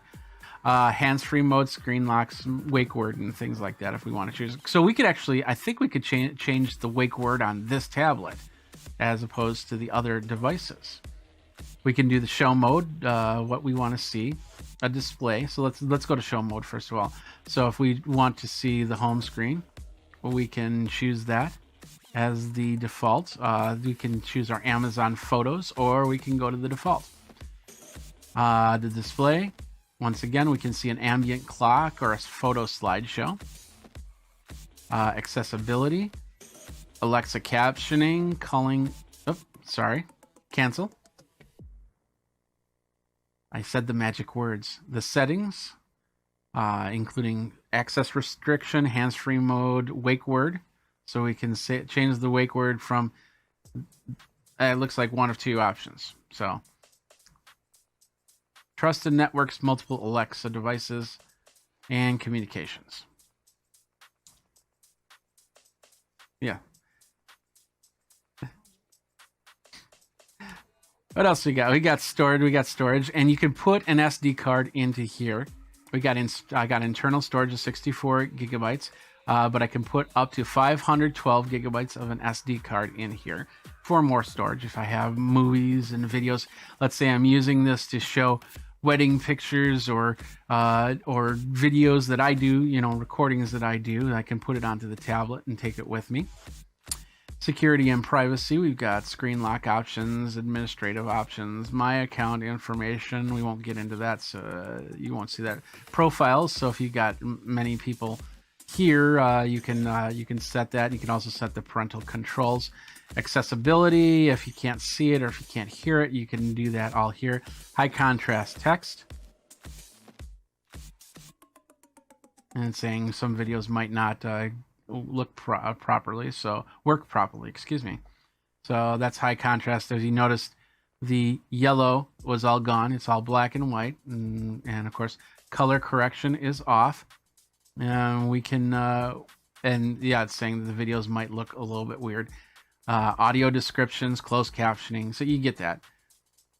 You can go through all that. The help here, which I like the help because sometimes it does a video help, tutorials, phone and email help, feedback help, all right there. So, and legal and compliance. So that's all the settings right there. And you also have the help right here up on top. And some of my apps, this one is my Ultimate Guitar app, which I can use to get tabs and chord structures for certain songs so I can play them, which is cool. So I might use this as opposed to my iPad because I can set this into a stand and put this onto my microphone stand or something like that. So that's pretty cool. And then I have one tablet dedicated to my mixing board and one tablet dedicated to the lyrics and the songs. So I got a little drum machine here. It's really starting to load all the apps here. All right. And of course the volume is down. And so that's pretty much it. It's loading it up. Looks like it's loading it up perfectly. I just switched to landscape mode, and as you can see, pretty usable right there. Let's take a look at the sides here really quick. I'm going to zoom in so you can see what's going on. And then we're going to brighten this up just a little bit. That's the wrong way. There we go. So on the sides, what we have the volume buttons right there. We have a 3.5 millimeter jack. I think this is a TRS, not a TRRS, but I'm not 100% on that, which means that this might be a TRS. So if you have headphones with microphone to use like Skype, so it's got to have it in there. So it's probably a TRRS. It's got TRRS, so that's a 3-pole for your microphone. We got a microphone dot right there. And that's so if you don't have headset. USB-C 2.0 connector, and then the power button right here. On the side, we have, let's see if we can, let's focus this back in.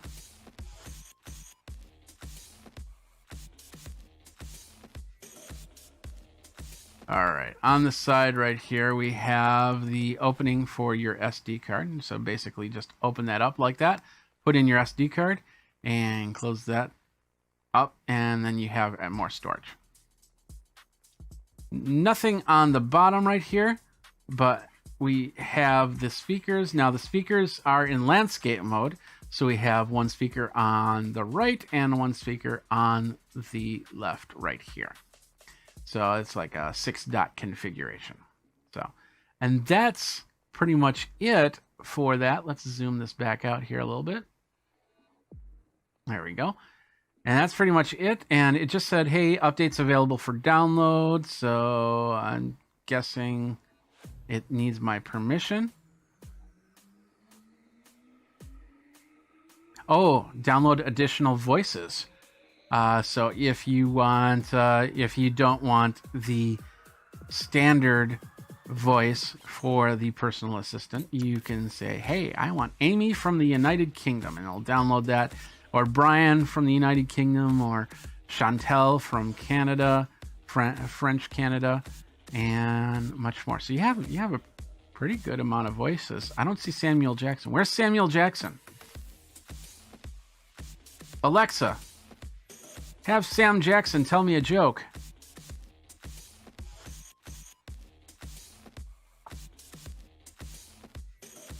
Or maybe not. Okay, so he's not going to do that, but that's okay.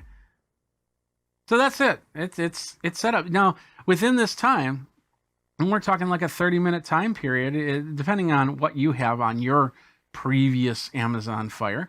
It didn't take too long, and of course the bandwidth, how long it takes, what type of internet speed you have.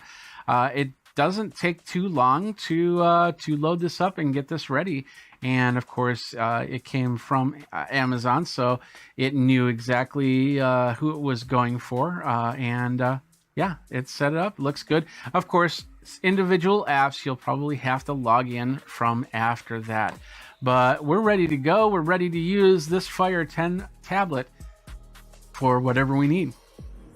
And I'm definitely going to be using it for this new show that I can't talk about just yet. But if just next week we'll talk about it, or just watch over at Geekazine.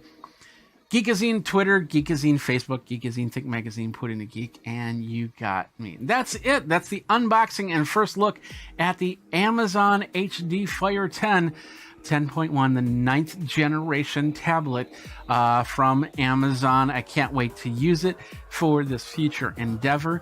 And if you want to get it, we have a link down in the show notes. Please go ahead and use that link, because it supports Geekazine and all the efforts I do for that. If you got any questions, let me know, and I'll try to answer them best I can. But the better person to answer the questions is over on the Amazon page, because if you ask a question there, you get a bunch of people that answer that right away.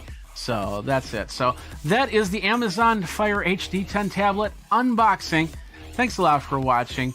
And until next time, you guys, hey, geek out and take care.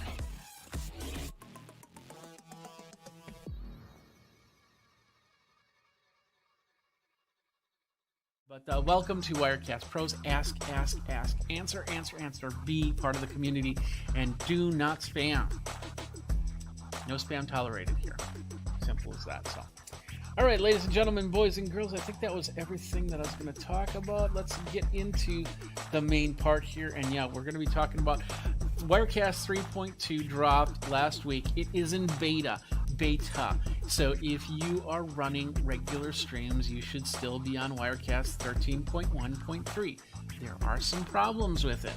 I'm going to tell you one of the problems I have right now. I'm actually going to show you one. Well, you're seeing one of the problems that's happening. For some reason, it's calling up my frames from my other desktop, basically my titling software for some reason. And that might not even be a Wirecast issue, But just to be on the safe side, I'm just going to turn that off in my layers here. So let's take a look at what we've got here. And we'll do that by moving over to the screen. This is Wirecast Beta 2. I also have it on my Mac. How you guys doing? There's on my Mac. So we've got all of that. As you can see, it's fairly, almost exactly the same. There are a few things that are pretty new to it. The first one is, and I'm going to do this before so you don't see anything like a serial number. We're going to go to advanced. That's where we're going to go, right there. And in advanced, we have this new cool thing called missing media image. And what is that? That is simply the ability to get rid of that silly question mark. Now, there's a question mark right here. And they say that it works, but I have this problem. It still shows up. You can see the question mark, right? I have it set to transparent, but it still shows up that way. So going back into preferences, so for some reason that's not working, but you'll have the ability to just have it transparent, so it won't show anything like a question mark. Or you can put in a custom image, and I have just an image, my logo, I have put in there. But every time I do this, and yeah, I'm not sure why it's still showing up the question mark. It should be switching back and forth. So, and that does happen on both the Mac and the PC. That's why they have tests for you to go. So here's the Mac version, and let's see. Let me think. How do I get a question mark here? I could probably do my. No, that wouldn't do it. Let's do. No, I don't have anything hooked up that could do that. Everything will just go to something. So anyway, the whole point is that it's not perfect, but once again, this is beta software. So all right, what else we got here? So yes, NDI. We'll talk about NDI since Jeff is asking about that. And does it support NDI over SRT? I do not know that answer, but NDI, it's NDI NDI 4.5, the update for the latest version of NDI. I'm not sure of all the features that NDI 4.5 have, but I should probably read that up, right? Yeah, that's a good idea. So I will do that. But the NDI connections, it does a pretty good job. Here's my PTZ optics camera, and I have no real problems with that. I normally don't have any problems with this camera. When it comes to anything like that, it's usually stuff that I've put together. Like for instance, my other PTZ camera is up, and I'll show you it on this one. My other PTZ camera is up on a machine because that PTZ camera is a USB PTZ camera. And let's see, that's right. No, that's MacBook. I'm not seeing it. Maybe that's turned off. I'll have to see if that machine is turned off. But as you can see, that's the only. A lot of the times I have issues with other NDI sources, but when I use my Connect Spark or I use the PTZ optics, there's usually not too much of a problem right there. So, but yeah, NDI 4.5, so it's got the latest version of NDI in there. No, we'll leave this over here. Got the latest version of NDI over there, and that's pretty cool. Let's move on because I'm already throwing off my game here, and that's okay because it's been a long day. What else? Let's see. Anything else in the settings here I need to talk about? I don't think so. So we'll go from here. Okay, perfect. Next thing is, this is actually pretty cool. If you go over here and you go to your settings window, the side settings window, and you go to your main page, you're going to notice 3 lines down here. This is a resize option. So if you want your settings to be a little bit larger, medium, or small, you can do that. It's only on that front page. Everything else is the font sizes are what they are. It'd be nice if they were both there, but hey, that's not a big deal. It looks that's pretty good. So you can actually see your sources a little resized right there. That's a nice little function right there. Next up is we're gonna go to the big thing here. Oh, well, we'll talk about Rendezvous for a second. Rendezvous has been updated, yes, and I'm still testing the feature, but they've improved on a few things, including the Rendezvous audio, and that's part of the audio mixer. I think that this is you only get this with Pro. Studio does not have this option, but you have the Rendezvous mixing console right here, and it's all been updated, but the ISOs for Rendezvous are still not available for Rendezvous. Keep if you don't know what an ISO is, basically it's the ability to set up a scene, like this scene right here, and then set up the Wirecast to say, I want you to record this scene and this scene only. Even if I switch over to the next scene or whatnot, this scene is constantly being recorded, audio and video. And then I could put the audio on another track and then send it out that way. So I believe that it would only send out that audio from this scene. For me, this wouldn't work because I put my audio on a completely different master layer, and I'm not sure if it would take that audio. And to do that, it's actually pretty straightforward here. We'll go, and once again, this is another pro feature. If you go to Replay ISO and go down to Configure, and then you say Add ISO, and ISO stands for something, and I don't know exactly the acronym, but anyway, you can say you can create an ISO, and we'll call this Test or Twest. We'll just leave that as. And of course, there's only one source in here right now, so that's the source. So the audio source could be whatever you want it to be. That's awesome. How do you want to record it? You want to record it's all ProRes that you would record it in. So high ProRes, medium ProRes, or lowest ProRes. So the least is ProRes 422 proxy. I don't know what the data rate is on that. I usually record, when I record in ProRes, I usually record in LT because I don't do too much ProRes work, but it's nice to have that. And then, of course, the file name and the location where you're going to do it. If you do that, put it on, hook up an external drive. Hopefully, it's an external RAID array. And that's basically multiple drives that are working as one drive. That's in an enclosure that plugs in. Thunderbolt's a perfect connection for that.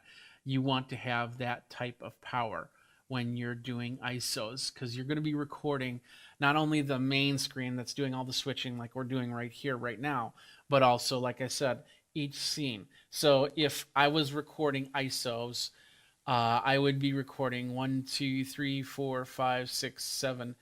This is blank. So we'll say 7 different ISOs. So think of recording things 7 different times. And if I want to include the graphics, like my bug on the corner here, or my overlays and my lower thirds, that's going to be more. So those are things that you need to think about when you are recording ISOs. So you want to have this MacBook Pro, I would never do it and record ISOs. What I would do is my alternate method. I'll show you that really quick. So my alternate method is simply by going up to Output and Multi-Viewer Output and Configure Displays. Now, in order to do this, you need to plug in multiple HDMI external sources. Since you can get a dongle that can do 4K, connect up to a 4K monitor, you can also record 4 1080p sources, because that's one 4K monitor.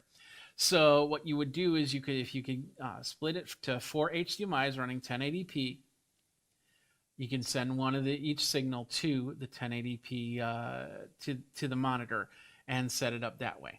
It's a little bit of extra work, but it works well when you need to record separate screens and go from there. Like I said, I don't normally do this, but maybe you need to do that for failover.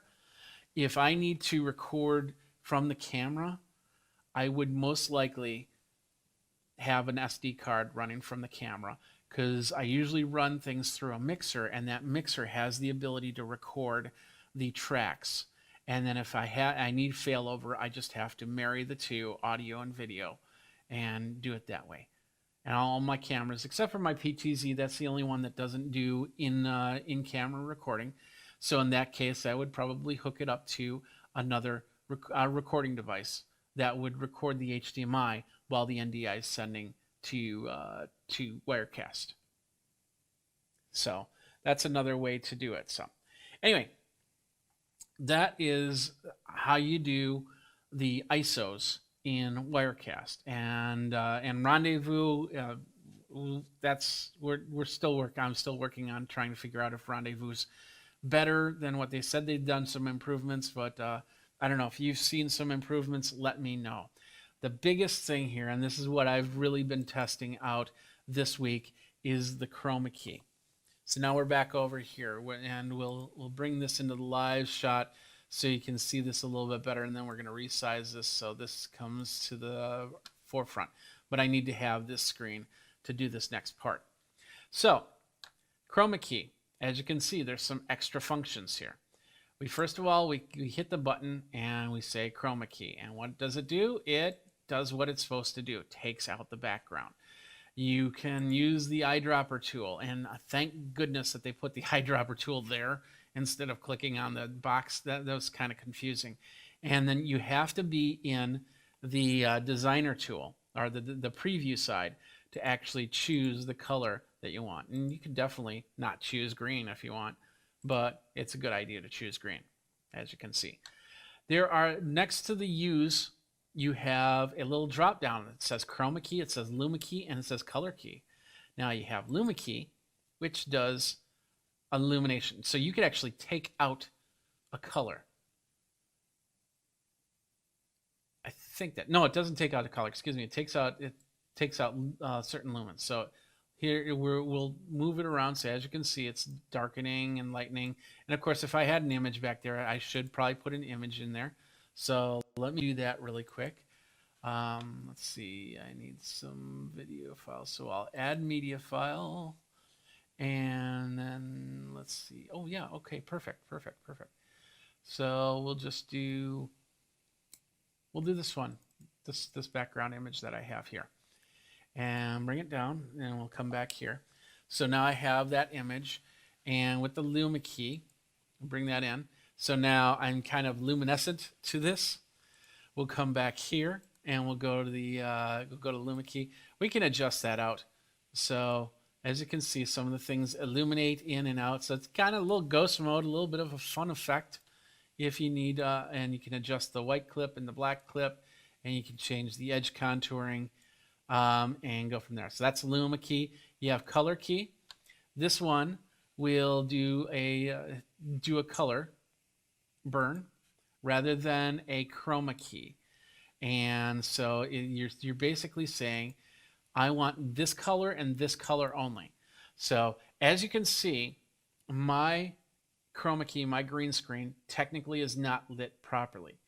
If I would have hit I should have been able to tap anywhere on this, and that whole background should be gone, simply because of the fact that that background should be as even lit of a screen as possible. And I'm working on that. So, but anyway, as you can see, so you can say, I want one specific color. You can even go like that. And then my forehead is gone. Where'd my forehead go? There's nothing in there. There's nothing in there. Anyway, so you can adjust the alpha clip, and there's two parts to this, and this is interesting. I don't know what it's called, before and after, but there you can create a range, and I've been playing with these ranges, and it does a pretty interesting job. Look at this. There I go. I am now pretty much transparent, so I could be ghosted right here just by my skin color. And that's not too bad. I mean, of course you don't have to do skin color. I know that's a touchy subject in this day and age, but let's do the shirt instead. Let's move on to the shirt. So we'll do that. And now anything with grays will be illuminated, luminescent. So you see my eyebrows are gone and my glasses frame is gone, but I can adjust this so things can come back. Let's see. Let's bring this over. There we go. There we go. I'm somewhat back, and now I'm somewhat gone. I'm somewhat back. And let's go the other way. There we go. I can be totally gone. So you have the color key, you have the Luma key, but you also have chroma key. And chroma key is what we use most of the time. Now, yeah, okay, I got to change the color back. So let's do that. Boom. There we go. Out of the gate, the default settings for chroma key do a great job. But it's not perfect because there's a lot of factors that are involved in chroma key. First one is the color of your clothing. I'm wearing neutral colors, grays, blacks, whites. The other day I was wearing a blue shirt, like a sky blue shirt, and that was affecting the color key. But the cool thing is, this has the ability now to really understand the difference in the colors. Now, I was also, the day that I installed beta, I was wearing a green shirt. It was an olive green shirt. It's actually my podcast shirt, where it says Sleepy Podcast, one of the shirts that I have for sale, and you can get on my merch page. Anyway, but even with my I have shorts on, and they're basically camouflage, and I stood up, and it completely ignored the fact that I was wearing the green, and it only worked on this chroma key back here. And that was really cool. So that means you can get away with some colors. You have to do some adjusting to get it all back in. The only issue that I have with the chroma key is that it is a single chroma key. So let's say you have you on one green screen and a buddy on another green screen, and it's got to be perfect for both, so it works for both. Because if you need to adjust slightly different for their chroma key as opposed to yours, then when you bounce back and forth, you'll have to adjust both of them. You can't adjust and then use it down the road. I don't know how to do that yet. And hopefully that's something that they'll work on for future releases, so you can do 2 or 3 scenes with 2 or 3 different chroma keys. Or if you're doing Unreal Engine, because lights go in different directions. I could go up and turn that light just a little bit to the left, and all of a sudden I'd have to redo everything. Now, the other cool thing about this is the bottom area. Right now we're seeing source, but watch this. I'm going to go alpha channel white and take a look at what happens here. Now, with alpha channel white, I don't know if that's probably dirt on screen. Yeah, it's dirt on screen.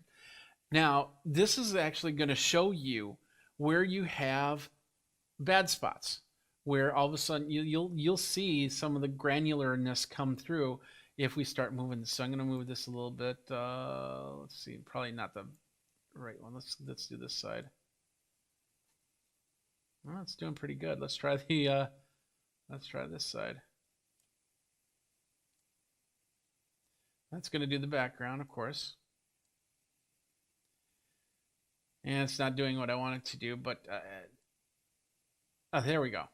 Let's do it that way. Okay, perfect. Let's bring this over a little bit. So now it's got that, and now we can see it washing out. But of course, now once we get to crisp lines, and it does a good job in moving at the same time, and I don't see any sparkly, like TV snow around the silhouette here. So I know that I've got a pretty decent chroma key to go into play with. Same thing with the alpha channel black. Now this is actually also pretty cool. So let's say you're doing something like you want to mask somebody's face or something like that. Look at that. I mean, you can't get any maskier than this. It shows their shape, but it's not the lighting effect that's doing this. This is the alpha mask. So now all I have to do is disguise my voice, and now you don't know who I am. That's a pretty cool little feature there. and works really well, as you can see. You can start doing the old Apple AirPod or iPod dances and stuff like that, or anything like that. So it's pretty cool. And I've just been really geeking out over these three options right here. But those two options are really to give you an idea how this chroma key is working. And so, like I said, the first one, I would go to color key. And I, of course, would choose a color and then try and bring myself into this right here. There we are, where I'm in it. Now I know that this chroma key is not properly lit. So now I can make those fixes. I can go to Luma key and see the same thing, and what needs to be brightened up, and then I can go into chroma key, and then everything will work even better than it is right now, and that's pretty cool. I'm really excited about that chroma key, and I know there's a lot of other people that are like that. Still has a little bit of work to do. One thing that I noticed is, I'm a good couple feet away from my chroma key, and that's in separating you from the chroma key is one very important factor. Another very important factor is to have what's called key fill lighting, backlights that shine light rather than have the reflection of the green screen fill onto you, because it'll reflect back off you, and especially with the bald head. So, and I see a little green halo that I haven't been able to get rid of. And that's one of those things. That's a super user thing, but you notice it. And if you have hair, if you have your hair nice and matted down and everything like that, it'll be perfect. But if your hair starts to wander, or you got frizzy hair or something like that, it'll be harder to remove the green from that. Especially if you're moving around, you're bouncing around like this and everything like that. So let's move this back over here so I can see me and you can see me, and I'm not looking like that. But anyway. Carender goes, "Hey Jeff, wow, I love your layout. Thank you very much. I work hard at it. I hope you can now bring comment on screen." Oh, yeah, actually I can. I choose not to because there's a lot of cogs going right now, and it's just tougher. So many are there. Okay, well, Carender, thank you very much for the comments there. I appreciate that very much. All right, I think that was all the features. Wasn't? Let me just double check before I go. Oh, and yeah, I closed that out. Nice. Let me see. Anything else that I need to talk about? So we talked about the chroma key, imported source connections. Oh yeah, improvements to Wirecast Go and the GPU on NDI sources. Oh yeah, the other thing is with the Mac, they have moved away from OpenGL architecture for Mac, and there's a thing on Mac called Metal. That's technically the comparable to OpenGL, and that's what they're now using on this, and that's supposed to reduce the process on this. In fact, well, I don't have this set up as a working model right now, but my understanding is I've had friends that I've already installed 13.2, and they've reported back that it's just an amazing difference between CPU usage before and after. So I will definitely set up some scenes and try some tests out on my MacBook and see how that works. But Metal is now what's helping with the graphics, helping with the process on this machine, and it's supposed to be a lot better. Let's see what else we got. Better connections. When you drop, once again, the transparency, it's still not working, but that's okay. And as you can see, the audio's on this, but on mine, for some reason, it disappeared on the PC. They updated NDI 4.5 and then switched from OpenGL to Metal on Mac OS. And then they updated the WebStream plugin, library VLC. So, I still have to test that, the WebStream plugin. I didn't normally use the WebStream plugin. It was never really something that I always like to do screen scrapes rather than do the website because I can control things a lot easier. And if with websites, a lot of these websites nowadays they have the automatic refresh feature, so you could get a web page looking put exactly in the spot that you need it to, and then it'll refresh, and then everything goes right back to where it was. In those cases, if I need an exact screen, and this is great because it can also take out all the box ads by doing that.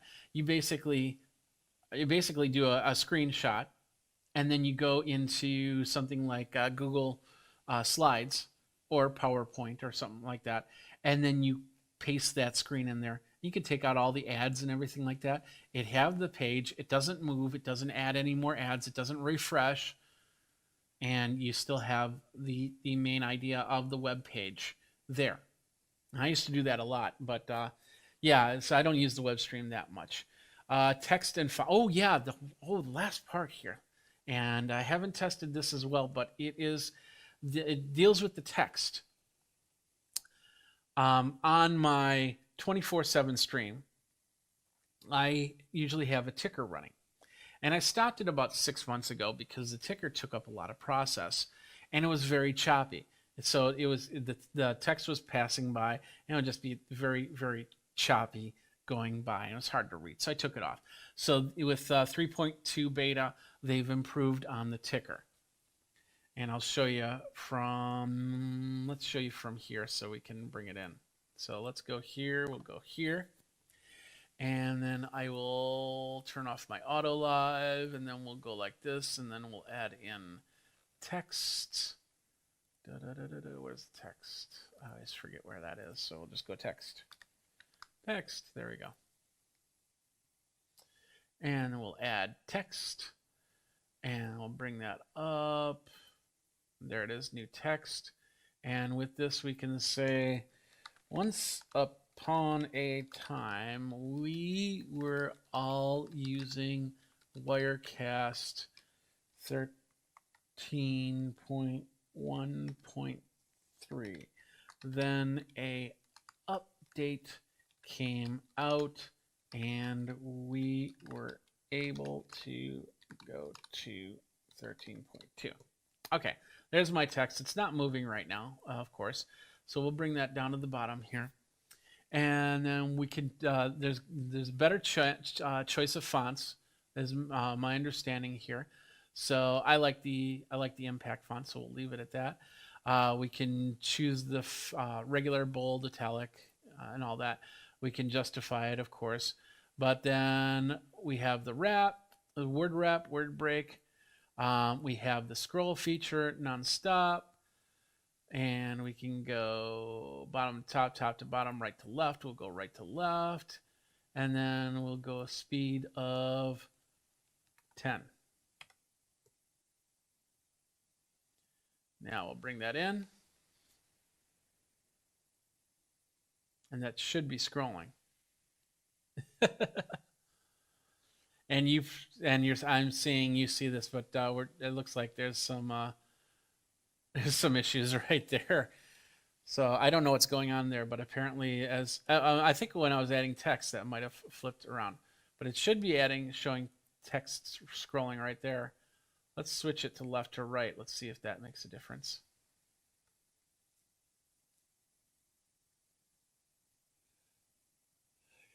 Carrinder is going, is the price of Wirecast the same? Yes, it's still $5.99 for the for Studio and $7.99 for the Pro with the $100 upgrade, I believe it is.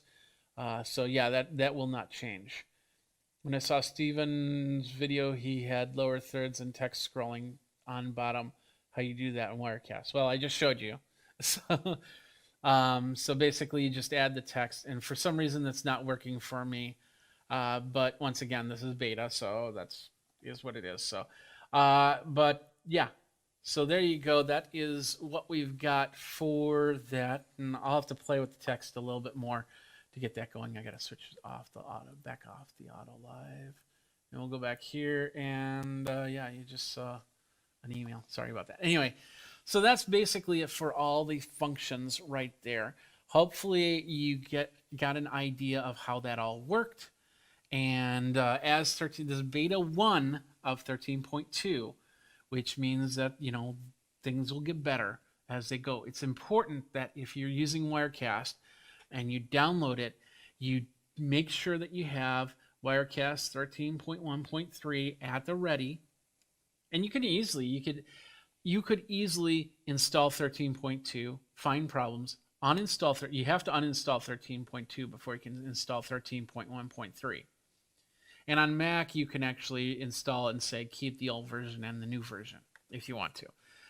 But you'll have to also be ready to start over. Just keep that in mind. You might have to start over on everything if there is a crash, if you decide to put beta software on your production machine. So if you can't afford to do that, don't do it. Simple as that. But so far looking pretty good. And of course, this is the first time that I've used these scenes with 13.2. We did see some issues as I was going. As you saw that little thing with the screen, I'm not sure what was going on there. It was like it was resizing the screen. So we had that, and yeah, that's pretty much it. So.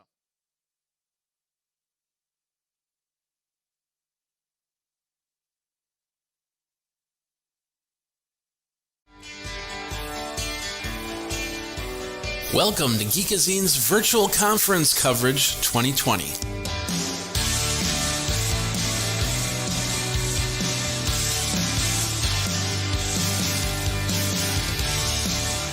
Today we have Stephen Tellamy. He's from Edit Share, and we're going to be talking about, these times, these unprecedented times, as the commercials say. And he's got some great information with his company, Edit Share. So let's bring you in. How you doing, Stephen? I'm doing very well. Well, as you say, within these weird times that we're in, doing good. All right, and of course, you're with Edit Share. Why don't you tell people about what Edit Share is all about? Yeah, so Edit Share, we kind of do, I guess, 2.5 things. Our predominant business is around video production storage, so high-speed scale-out storage that you can do all of your video editing, your post-production needs on it. We also have media asset management in our Flow product, and the half a thing is also what we would say is APIs. So we're very much about being an open ecosystem that allow people to plug in to our systems, to extend our storage platform, to extend our media asset management platform, and sort of glue those things together. So those are all of our kind of main points. And I think we can talk a bit about how those we're using each of those things within this kind of time where people are working from home and trying to produce their content from, weird remote production environments that they've not had to work in before. Absolutely. Like the production that's going on behind you. Are those shoes and a microphone? What's that? Yes, this is my home studio. So I actually also, as well as being CTO here at Edit Share, I'm also a media composer. So I write music for film and stuff. The shoes are actually our swag. So we should get you some actually. The little ones. Normally we'd walk around the trade shows with them. So NAB we would have had them out then. But of course we're all a bit virtual on that kind of sense. So yeah, absolutely. So all right, well, let's get into a little bit about Edit Share and what you want to talk about today. Yeah, absolutely. So I think something that's very exciting that we've just launched is our EFSV product. And this is an entire cloud-based product that allows you to get, working remotely, or actually as your mainline work very, very quickly. So we've been working on cloud environments for quite some time to extend beyond what we've been providing on-prem. So on-prem, you can buy our physical storage, our media asset management, and the EFSV product allows you to extend that into a cloud environment. And we've done that to allow people to very quickly spin up an instance in the cloud. We've been partnering with a number of people in the ecosystem, so people like Adobe, AWS, and we've built up our whole ecosystem so you can do all of your editing in a cloud environment. Okay. And what type of requirements do you need for one of these systems?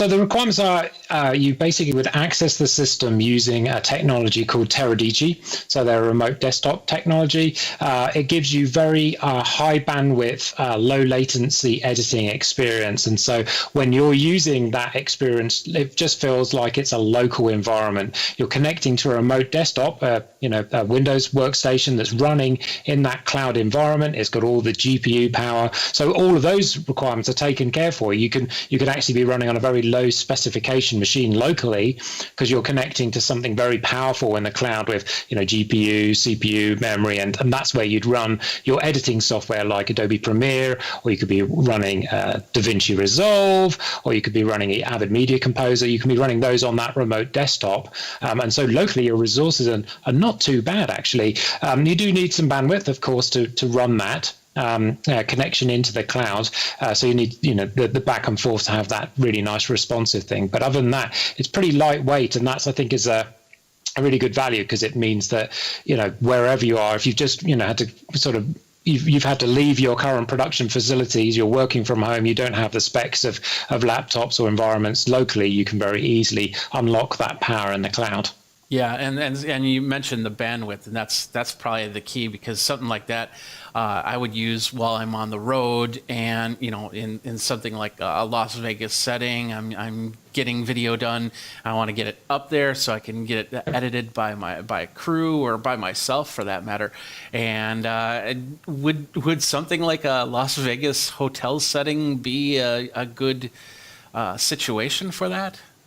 Potentially, yeah. I think it really depends on the kind of workflow that you want to do, and that's why we've got some really good flexibility in the end-to-end system. Getting your material first into the cloud is one part of it. So you can use some technologies such as Expedat or Aspira, these types of technologies, and so we've pre-integrated some of those solutions. It means that you've just been walking around the strip in Vegas, you've got some footage, you need to get it into the cloud very quickly, then you can just use those technologies to maximize whatever bandwidth you actually have in your hotel room, right? So if you've got a large amount of bandwidth, great, it's going to get up there very, very quickly. So using those types of tools gets your media into the cloud very quick.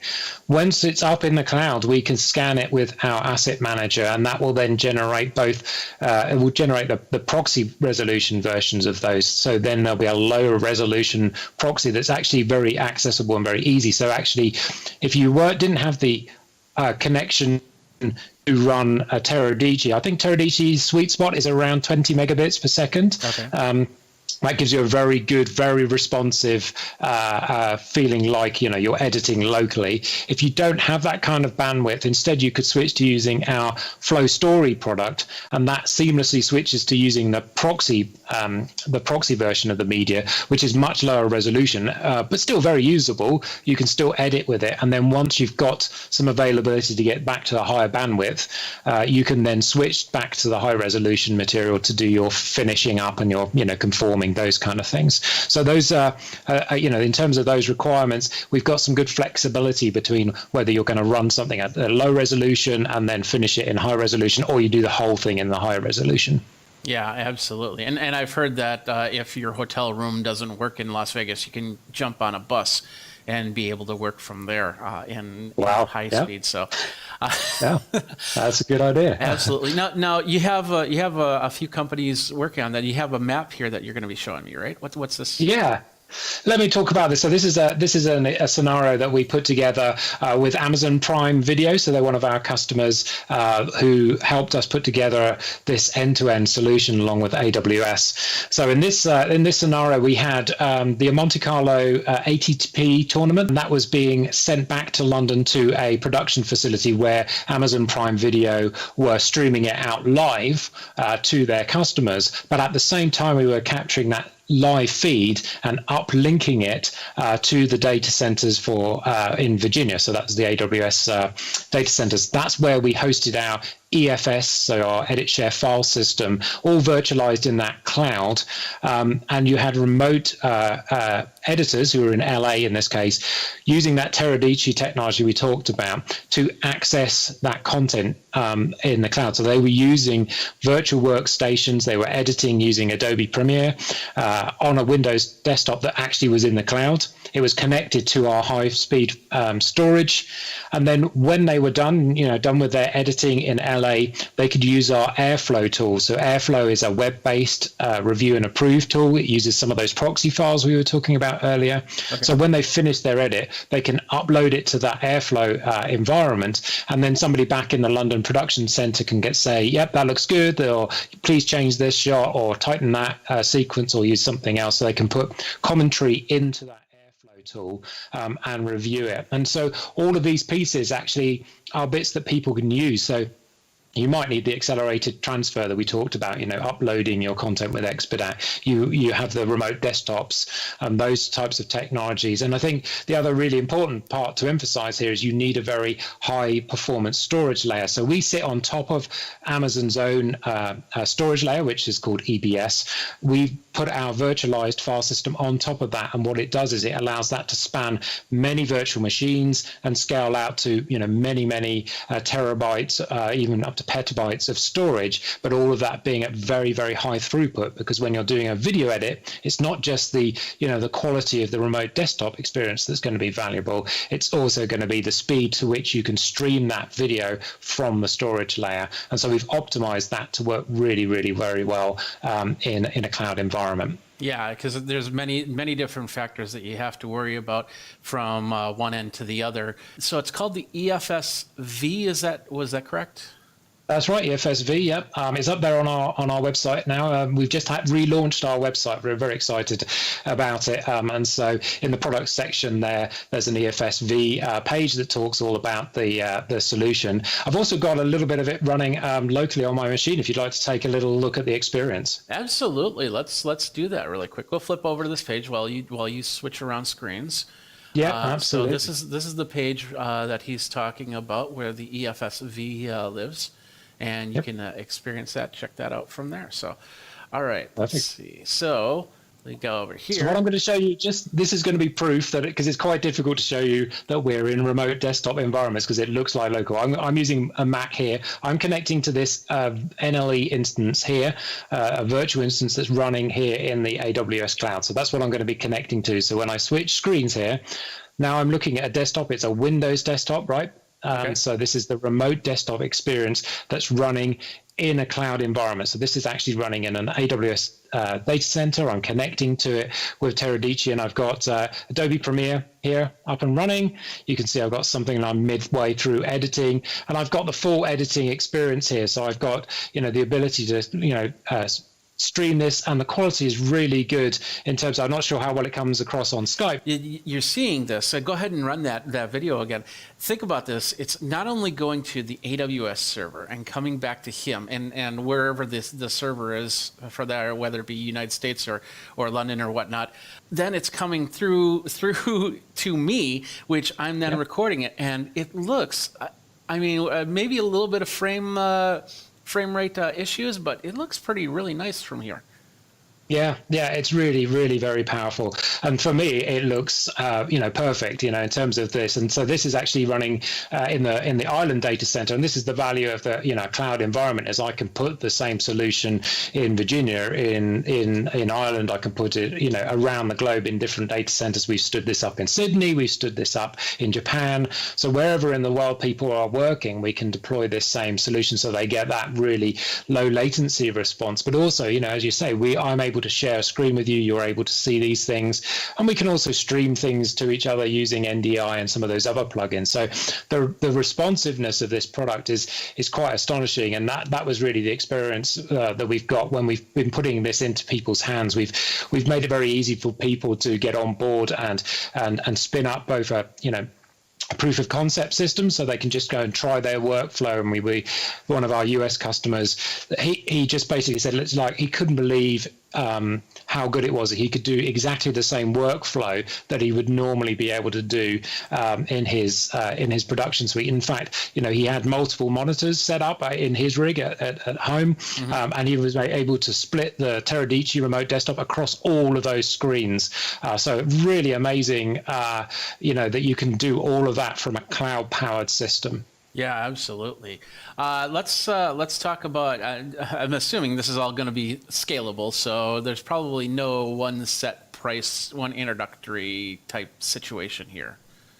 Sure, yeah. So we can the price can go from one point to another. So in terms of our kind of cloud offering, it starts at around $480 per month, plus then the AWS cost. If you combine the two, it comes to about $750 per month, and that gives you a starting system. But you can then obviously scale that up. So, depending on how much footage you want to be putting, how much editing, how many workstations you want to be running as well. So the great thing about a cloud environment is you can just spin them up and use them as you need them. So if you've just got an editor who needs to start working on a system, and they just need to do 2 hours of editing and then they're done, you can just spin up the workstation for that period of time and then shut it down, and you stop paying for it, which is a really good, powerful way of cost saving. So there's a lot of cost savings things you can do in terms of the overall system to give you a real flexibility of tailoring the system to the way you would like it to work. Wouldn't mind talking to you a little bit about our Flow product as well, because our Flow product is our media asset manager, and that Media Asset Manager is really helpful in terms of these remote production types of scenarios. And so I'm just going to switch screens as well, just to show you a little bit of what I was talking about, our Airflow, but I'll also talk a little bit about some integration we did with Zoom, which is really cool. So this is our web browser. So this was what I was talking about earlier when we were talking about Amazon Prime. They were using this online review and approve. And what I've got here is various clips that I've got imported into our asset manager, and I can see a whole bunch of information, metadata about it. I can preview this media in that proxy format, so it's not in the high resolution format, but in a lower resolution. So this is me now accessing this locally on my workstation, using this tool. So it's very easy for remote production types of scenarios. I can be doing an edit in high resolution somewhere somebody else where can be accessing the proxy versions of those and viewing all the clips and editing them and putting in markers. So you can see I can put in range markers, I can select stuff. So helping that editor out, choosing the sequences from all of the rushes that have come in, they can use this tool very, very quickly, and then they can then switch to either continue to use our edit share products, or they could switch to bringing that into Adobe Premiere or into DaVinci Resolve or into Media Composer. They can switch in between those kind of environments. And something that I was playing around with, because a lot of us are using these virtual desktop and virtual sharing things, was, what ways could we actually ingest media from those? So we use Zoom a lot. Here at Edit Share, we're doing lots of conferences, calls, lots of meetings, lots of knowledge sharing, been loads of great stuff that we've been doing. And we've been doing these external webinars also using Zoom features. And so I was kind of curious, well, could we make it seamless and easy for people just to go and select the content from Zoom and import it? So actually what I was showing on the screen there actually was all content that I've imported from Zoom using this ingest tool. So you can come in, you can pick all of the recordings that you've got in your account, pick which ones you want to ingest into our Flow tool, and then in the background it ingests all the media, it tags it up, and then it's all available for you to tag up, to use, and you can see all of that data here from Zoom. And then I can switch to an editing tool. So I've got this Flow Story, which is using the proxy-based workflows, and I can take all these things. So these are, all sorts of Zoom recordings that I'm skimming through. I've maybe brought in some clips, like some, nice intro clips, and then switching into, showing the Amazon console, and then other footage. So I can edit together all of these webinars into something that's a shorter version. And we're finding a lot of our partners are wanting to do this. They want a version of it, but they only want 10 minutes from the middle of the webinar where we were talking about some particular topic, or they want to translate it into their local language and just show bits of it. So providing people these tools, and what I'm doing, this was this proxy workflow I talked about earlier, where I'm pulling all of this directly from the cloud. So all this material is still in the cloud, but I'm working with it locally through those proxy resolutions. So this is a really cool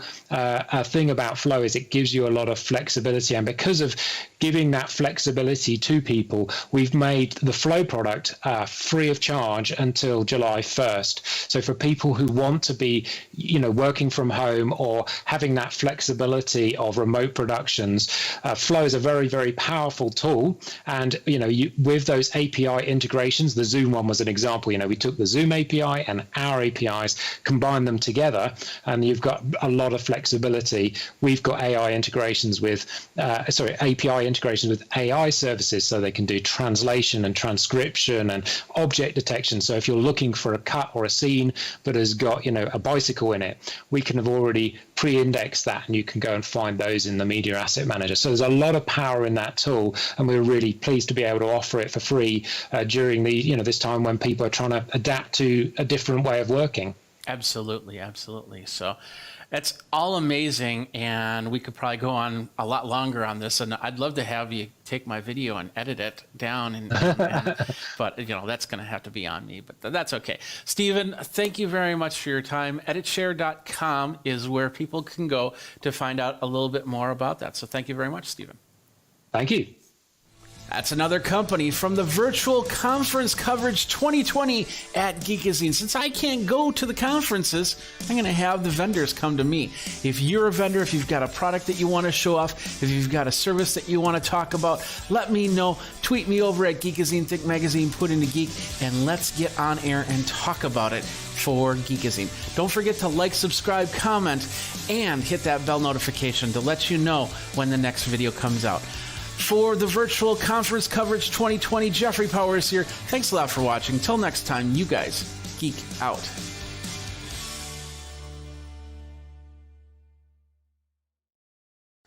All right, let's do this. Let's talk about Character Animator. This is a great program. If you use Adobe, let's flip here. If you use Adobe software, then this and you pay for the yearly version of the Adobe software, this becomes a part of the software that you get. So you get Photoshop, you get your Premiere Pro, you get your Illustrator, and you get Character Animator. And I've been on Character Animator ever since it was a beta. Back in 2016, it came out, and then I got Bell's palsy on this side, and I thought to myself, well, maybe I need to start doing animations and use it that way. And so I started playing with it, but then I just ran out of time, and then this side got better, and I was like, okay, I'm back to my videos. Of course, Bell's palsy affected me last month on this side of my face. It's a lot better now, but I still feel it. And so I wanted to come back into Character Animator and check it out, because it's being used for so many different things. Like, for instance, did you know that Character Animator is being used on episodes of The Simpsons and a lot of the new animation shows out there? It's just amazing what you can do with it. You set up a scene, and then you run through the scene, and you have your voice actors there, and they set up their faces on the camera, and it can even do facial turns and things like that. It's going to be a little bit choppier here, the way I have it set up, as opposed to how you probably see it on an episode of The Simpsons. But if you've also watched Stephen Colbert's Late Show with Stephen Colbert, that's what it is, then you've seen this as well, as they've taken the fake President Trump and they've animated it in the scene. And the funny thing about this is they did that when Character Animator was still in beta, and they were like, no, this is awesome. And I agree, it is awesome, because not only can I animate a character, I can also put my own look and feel to it. As you can see, look at this. There I am. I even have, look at this. I even have my Geekazine shirt right there. There's my Geekazine shirt. And my bald head, my goatee. I don't even have gray in my goatee. And even my background back there. Look at that background. And I can blur it out a little bit, so it kind of looks a little depth perception there. But as you can see, I'm talking, my mouth's moving, I'm moving my eyes, and my eyes are moving. I can set it up so it can blink, but I do have the buttons to make it blink or widen my eyes. And I know my glasses are affecting the way the eyes are going, but if I take my glasses off, then I can't see, and that's not good. So I got to put those back on. So you're seeing that happen, and then of course I can wink at you. So thank you very much. Thank you, thank you, thank you very much. Thank you. So, all right. So how did I do this? How is Character Animator going? Well, let's go over to the PTZ camera. Here's how I have it set up on my computer. Character Animator right here. I've got my character right there, and then I have the different characters, what they call puppets, on the left side, and you can actually load up different puppets. So I could flip between me and a different puppet. Let's do that really quick, and I might break things. So if it happens, it happens. But hey, let's give it a try. So we go to Window. We'll go to Welcome, and they give you a whole bunch of characters that you can play with. To begin with, let's go to the screen here. Whole bunch of characters you can play with, including balloons. There's a game, a chicken blaster game, but let's do this guy. This guy, I've wanted to see this guy in action. Or is that a new character? Oh, that's a new character. I'm sorry. Okay, well let's do the ninja guy then. He's pretty cool. So what that does, that'll actually bring the second character into play. And it's preparing it right now because I'm using a lot of process to do all of this, and so now it's preparing the scene. Now, as you can see on this side right here where I'm pointing is my face, and you set up the face. You got to use a camera that attaches via USB port. I've tried my Blackmagic camera and it doesn't work. It won't let me do that. But when I took a regular camera, I got one of my other Sonys, and I got it hooked up to the AverMedia card here, the 4K card, which connects up via USB, and now it controls my face. As you can see, there's little dots on my. You might not be able to see it too well, but there's little dots all around my face, and that's what controls it. Now, as you can see, I can take this character. Look at that. I'm moving the head completely around. So this is the ninja guy. I can take the arms and I can bring them up and I can bring them down. On this side over here, there is the ability to hotkey things, like they have a chop here. That's A. So if I go A, it's supposed to chop, but I'm probably I already have something else that's. Oh, what happened to his hands?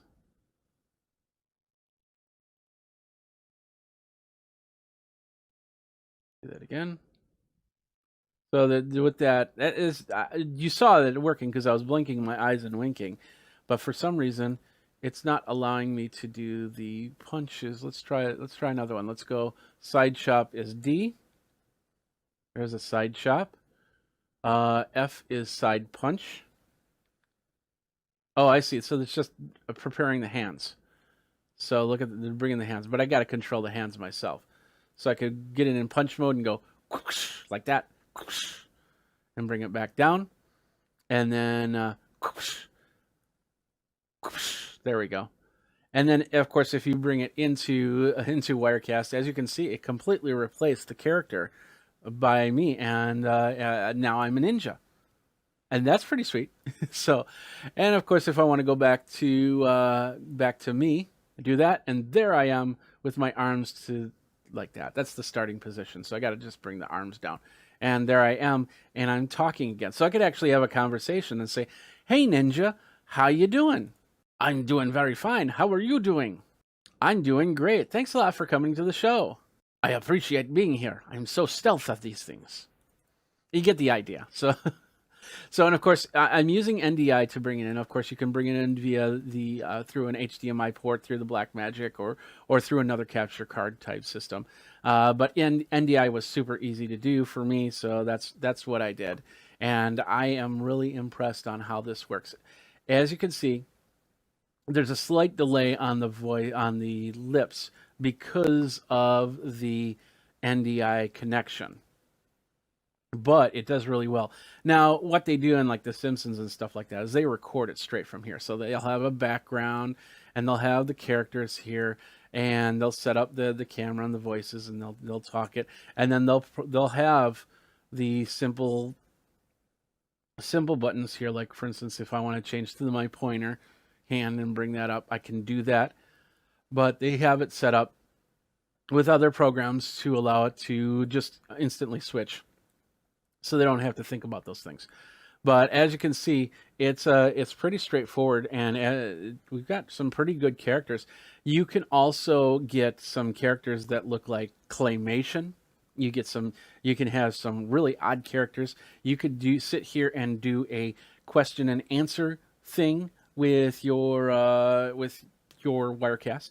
So, and once again, you don't need to be on. So if you have a really bad pimple day or something like that and don't want to show your face like this, you can show your face like this, and people go from there.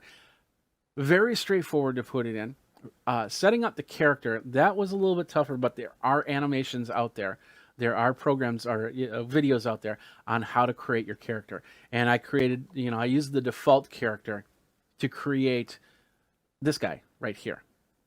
And they show you how to do it. You can do it in Photoshop or Illustrator, which if you have the plan, the Adobe plan, you get that as well, and you can make the changes. So I just took the default character, put Geekazine onto the shirt, and gave myself a beard and, of course, the skin color change, because I think that he had a darker tone to him. And, of course, you can add hair, and you can have the hair do different things. Like, for instance, I could have my beard as a separate sprite, which then can move around as I'm talking. So if I had like my long beard like I used to have, then that could be moving around. Or I could put a head of hair on me, and then if I shake my head like this, it'll basically shake my hair as well, and it'll have its own movement to it, which is really cool. And then once I set up more of these triggers, I can do more better things, like not only just point, but also, not only just point, but also make it so it moves up and does stuff like this and then goes back down. But I haven't gotten that far in my setup yet, and still learning on there. Plus, since it's doing hotkeys, I can also use the Stream Deck to also make help with my with using these, so I can have more movement into my hands. And I definitely want that, because right now I could flip my hand, this hand right here, but I got a problem with it and my hand disappears. So I will fix that, I promise you. Maybe, I don't know, we'll see what happens. But it's just kind of fun. I think I know exactly the problem here, but it's still kind of fun to watch that go. And I do have legs and feet in this character, but nothing's assigned to them. So as I grow this character out and build it up, I can do. If you've got characters set up in Character Animator that you want to send to me to use, I'm more than willing to use them and try them out and see how they work, and then bring them into my shows. And we can have a lot of fun with this, and maybe even make some shows or something like that. I don't know. We'll see what happens. I'm going to work more on this. I'm going to be doing some more live stream using the Character Animator and making some videos this way. So let me know what you want to see happen here and go from there. But that's basically Character Animator. What do you think about it? Would you use it? Do you have the Adobe product suite? Would you use that in your suite? Let me know by tweeting me over at Geekazine, geekazine@gmail.com. Let's go back over here because I like that and everything like that. But that's frozen. There we go. So that pretty much does it for this episode of Wirecast Pros. I hope you enjoyed it. I hope this has answered some questions. I forgot to say, hey, we do have some new members: Jason, Casey, Abdallah, Deb, Aman, Ed, Peter, Kenneth, Adam, and Martin. Thank you guys very much for being part of Wirecast Pros. Check me out at all these socials so you know how you can get a hold of me, because you definitely want to get a hold of me, right? Yeah, you do. Yeah, you do. So, all right. Well, thanks a lot for watching. We will see you next time. Until then, you guys geek out and Wirecast on, I guess. Take care. Hey everybody, Jeffrey Powers here from Geekazine. Today we're going to take a look at a very cool product from our friends over at IK Multimedia. It's the iRig Pro Duo IO. It's an amazing thing for some of you musicians, podcasters out there to do 2-channel recording on the fly. And we're going to talk about that next. Geek Tech Talk Live with Jeffrey Powers. Hey everybody, Jeffrey Powers here from Geekazine. Think Magazine, put in a geek. And you got me. And here we are. We're here in Studio B. It's been fun trying to get this all put together. Socials are right here, by the way, if you have any questions. I wanted to get this out to you today so you can see what this is, the iRig Pro Duo. It's an amazing product from our friends over at IK Multimedia. Now, first of all, before we start, I do have to say IK Multimedia gave me product to show off. They have not paid any sponsorship fees or anything like that. All opinions are of Geekazine, and we do have the review policies over here that you can check out if you have any questions. Technical support, I'll try and help a little bit, but your technical support should be done by IK Multimedia. These guys are awesome. They'll respond to any problem they have. And of course, they have a ton of stuff for the musician, whether you're doing keyboards or you're doing vocals or you're doing guitar. I was introduced to them first of all when I was started playing guitar, and they had this app called Amplitude, which allows you to create the perfect pedal board and set up from there.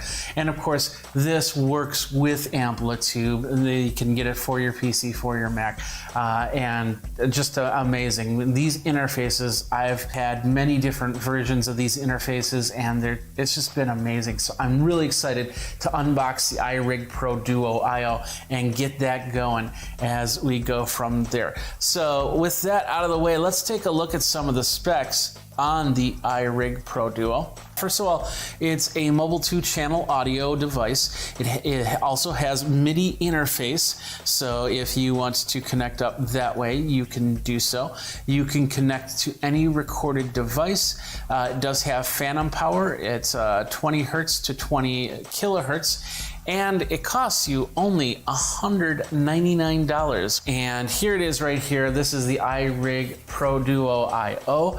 It is, as you can see, it's got 2 channels in. We've got 2-channel audio and audio adjust as we go. So, and of course, you can start learning your French by saying Interface mobile audio MIDI et tu Kenya. I think that's how you say that. My French friends are probably going, what are you doing, you crazy, crazy person, you. So anyway, we're going to monitor the chat. If you have any questions, let's go ahead and unbox this thing. There's many different cables in here, and it's important to keep the instructions and keep the cables close by in the box. Let's open up the box here. And this is what I mean. The first thing is you get this thing from IK. This is more than an instruction manual. Do not toss this, because it will most likely, as others do, have serial numbers in there inside here. And I'm not going to show you too much because if I got my serial numbers on here, your registered product information. Now, if you end up uninstalling this and reinstalling this, you want to have this product information close by. Plus, it's all QR coded, so you can just take a picture and download it. And then there's apps that you can download with this. So this is it's something you've got to keep. Here we go. We've got the iRig Pro right here in the bag. We'll just kind of do that. And there it is right there. Let's take a look at it a little bit more. To start with, we've got 2 dual. They're XLR and 1/4 inch inputs. So if you've got an instrument or you got a microphone, you can plug it into either of those. On the side here, we've got 48 plus 48 phantom power. We've got a volume control right there. And then we have a left and right out. So you can actually set up two monitors to this if you want to. So on the top here, we have a power source, which I think that's sold separately. We have what's technically a breakout cable, but there's going to be several different cables to that. And then we've got the MIDI in and out, and they look like 3.5-inch jacks, but the cables, you'll see them, it'll actually be a conversion cable to MIDI. On the side over here, we've got headphones, volume, and then a direct monitor, which you can turn on and off as you go from there. On the front face, we've got 2 dials to control the volume of each channel. And on the back is a area where you put in 2 AA batteries. In fact, the 2 AA batteries are right here. Let's go ahead and put those in right now. Now the battery life, my understanding is the battery life is pretty good on these. And of course, the DC power option, positive shield, negative tip, they definitely sell those as they go. So, all right, let's move on. Let's see what else is in this case right here. We got the plastic insert. We got a little box here. We'll just set that here and set that over here.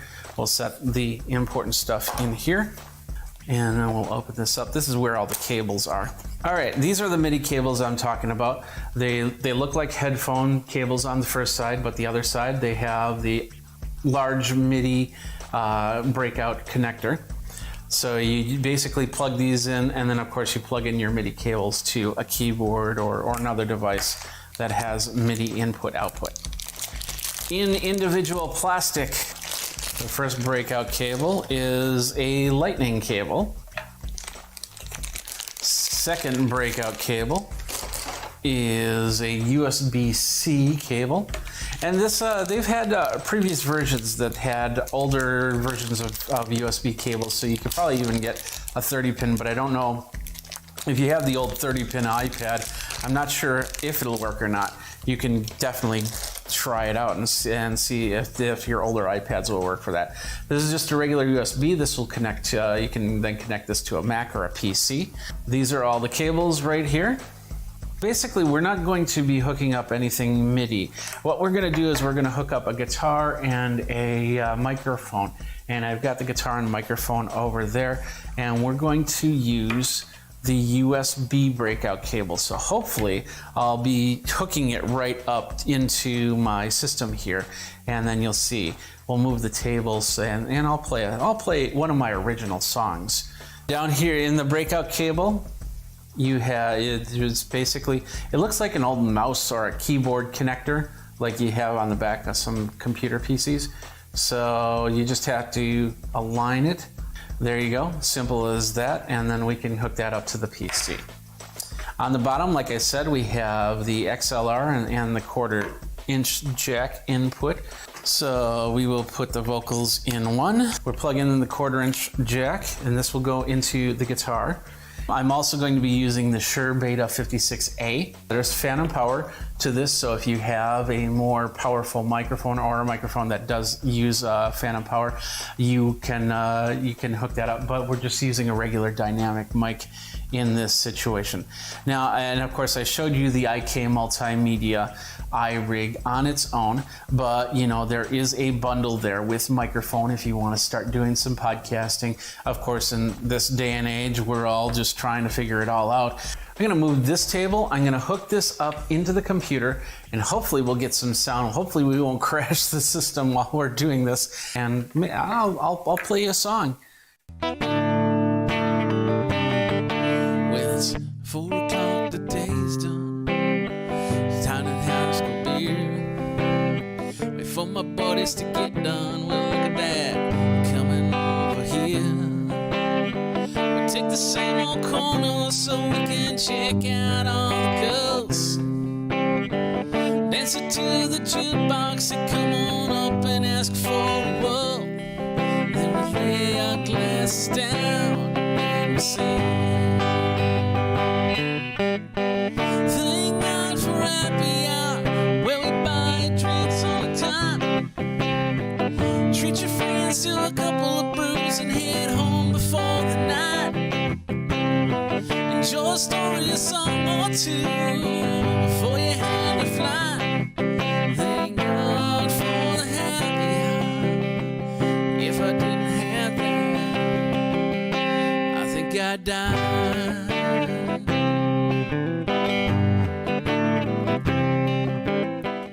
maybe I'll just play in the background. I can't wait to get this on my iPad to try it out with their software. I can throw it in there, use GarageBand and do some recording, 2-channel. And then I could actually send the gear over to my friend's house, and he could record a bass line and do some harmonies. And then send it out to somebody else who could do the drums, or maybe I'll come back and do the drums. I don't know. And then maybe we'll get guitars in there and keyboards and all that other good stuff. Have people from all around the world create tracks for your songs. That's pretty cool.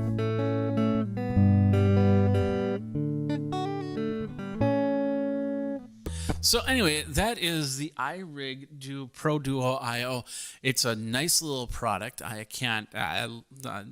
having fun with it already. I can't wait to get into a recording situation and do a couple songs, and of course do some live streams on there. I can plug it into the iPhone cable and hook it up. I don't need to use my system here. I can just do a straight up guitar and singing and just have some fun. And that's this episode of Geek Tech Talk Live. My name is Jeffrey Powers. Thanks a lot for watching. We got a lot more stuff. You got me in the socials. Think Magazine, Put in a Geek. And what do you use to do your recording, do your practicing with? Let me know. And tweet me over there. We'll talk and go from there. Until next time, you guys geek out. We'll see ya, and let's have some fun playing guitar.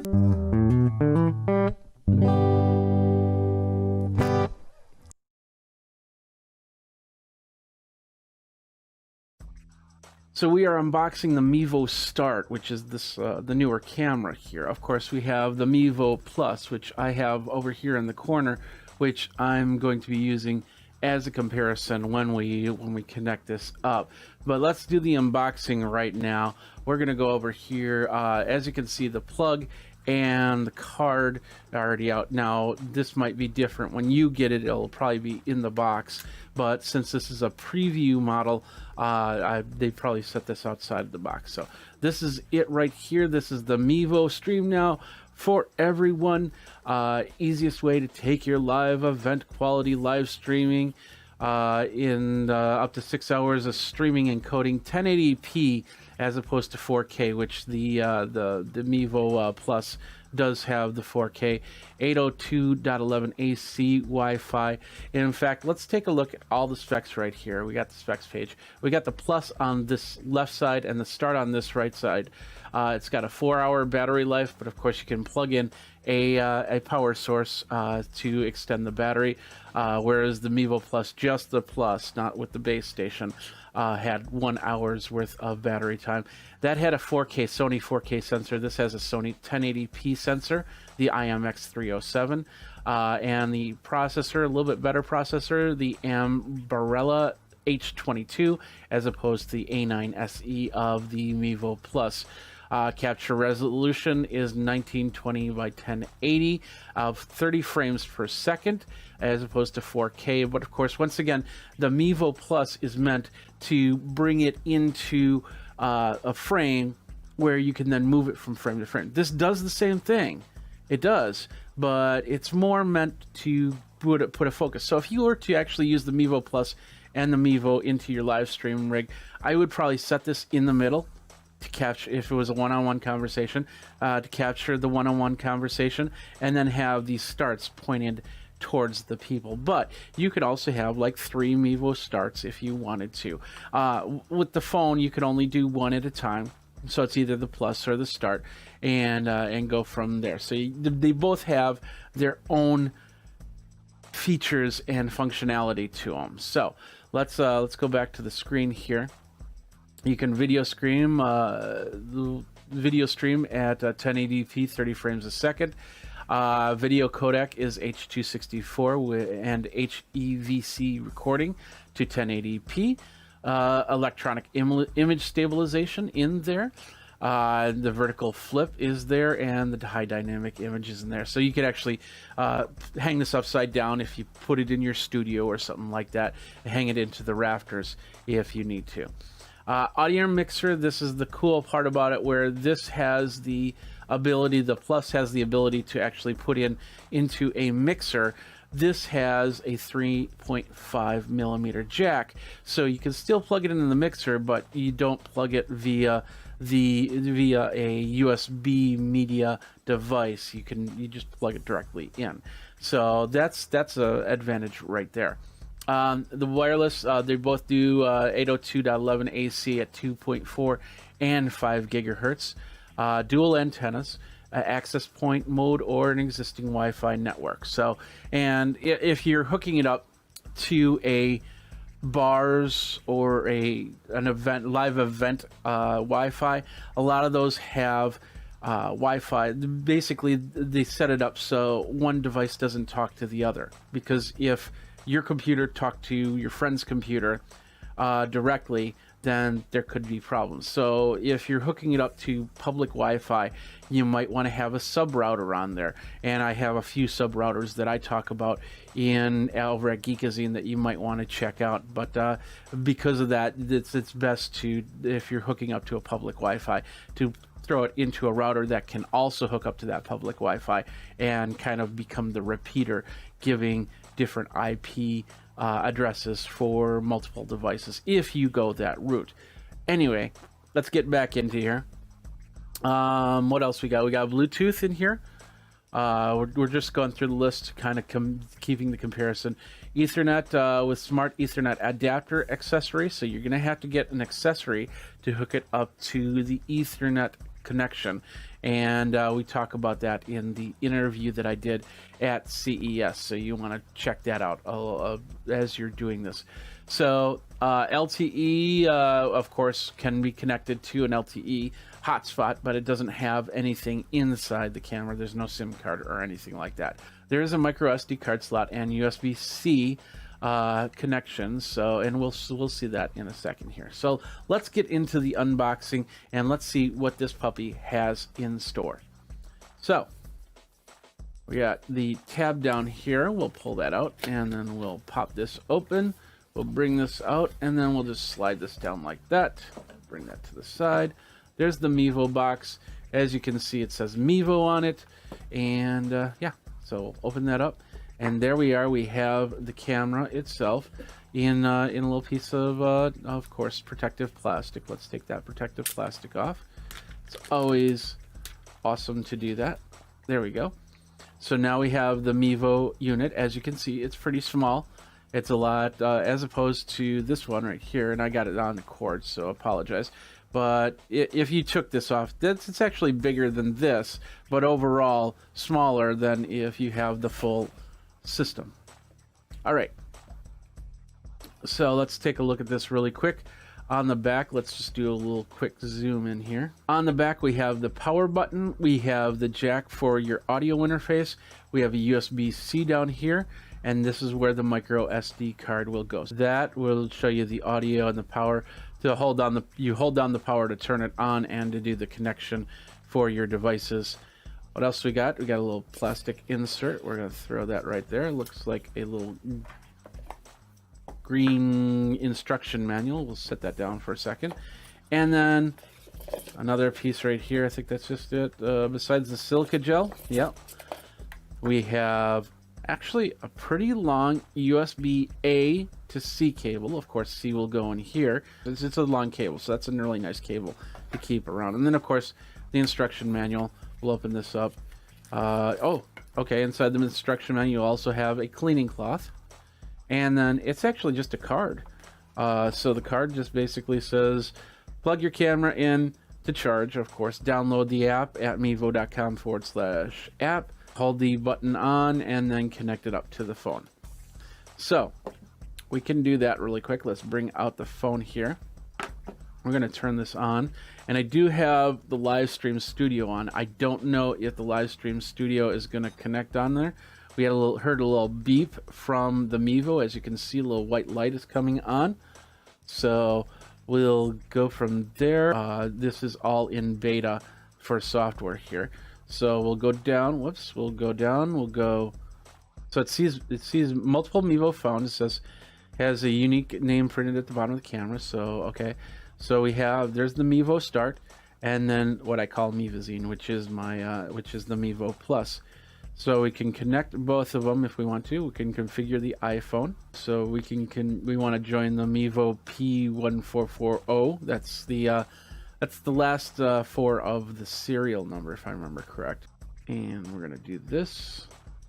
And there we are. Look at that. We're connected. Hi, how's it going?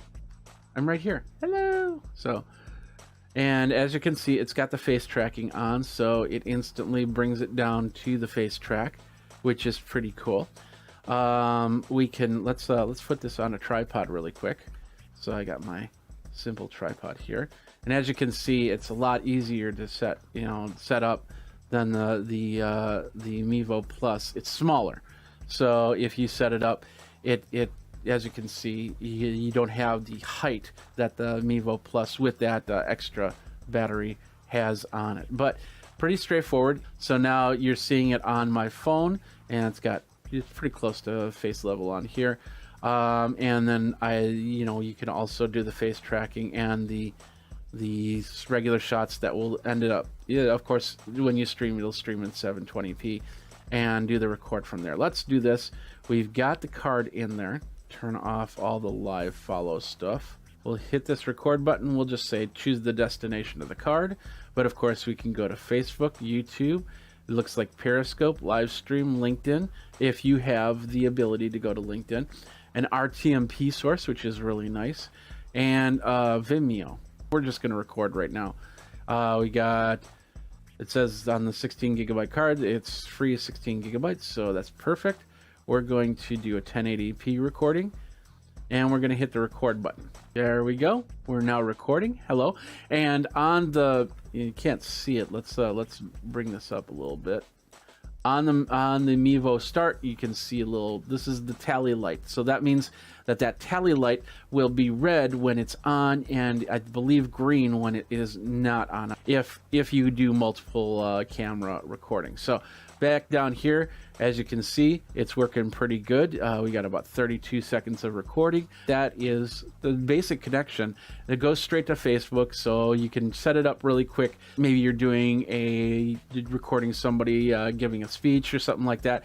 And the other cool part is I've got my Rode right here, my little Rode microphone, and we will just quickly plug it in, and then we'll turn this on. And now we're going to record it with the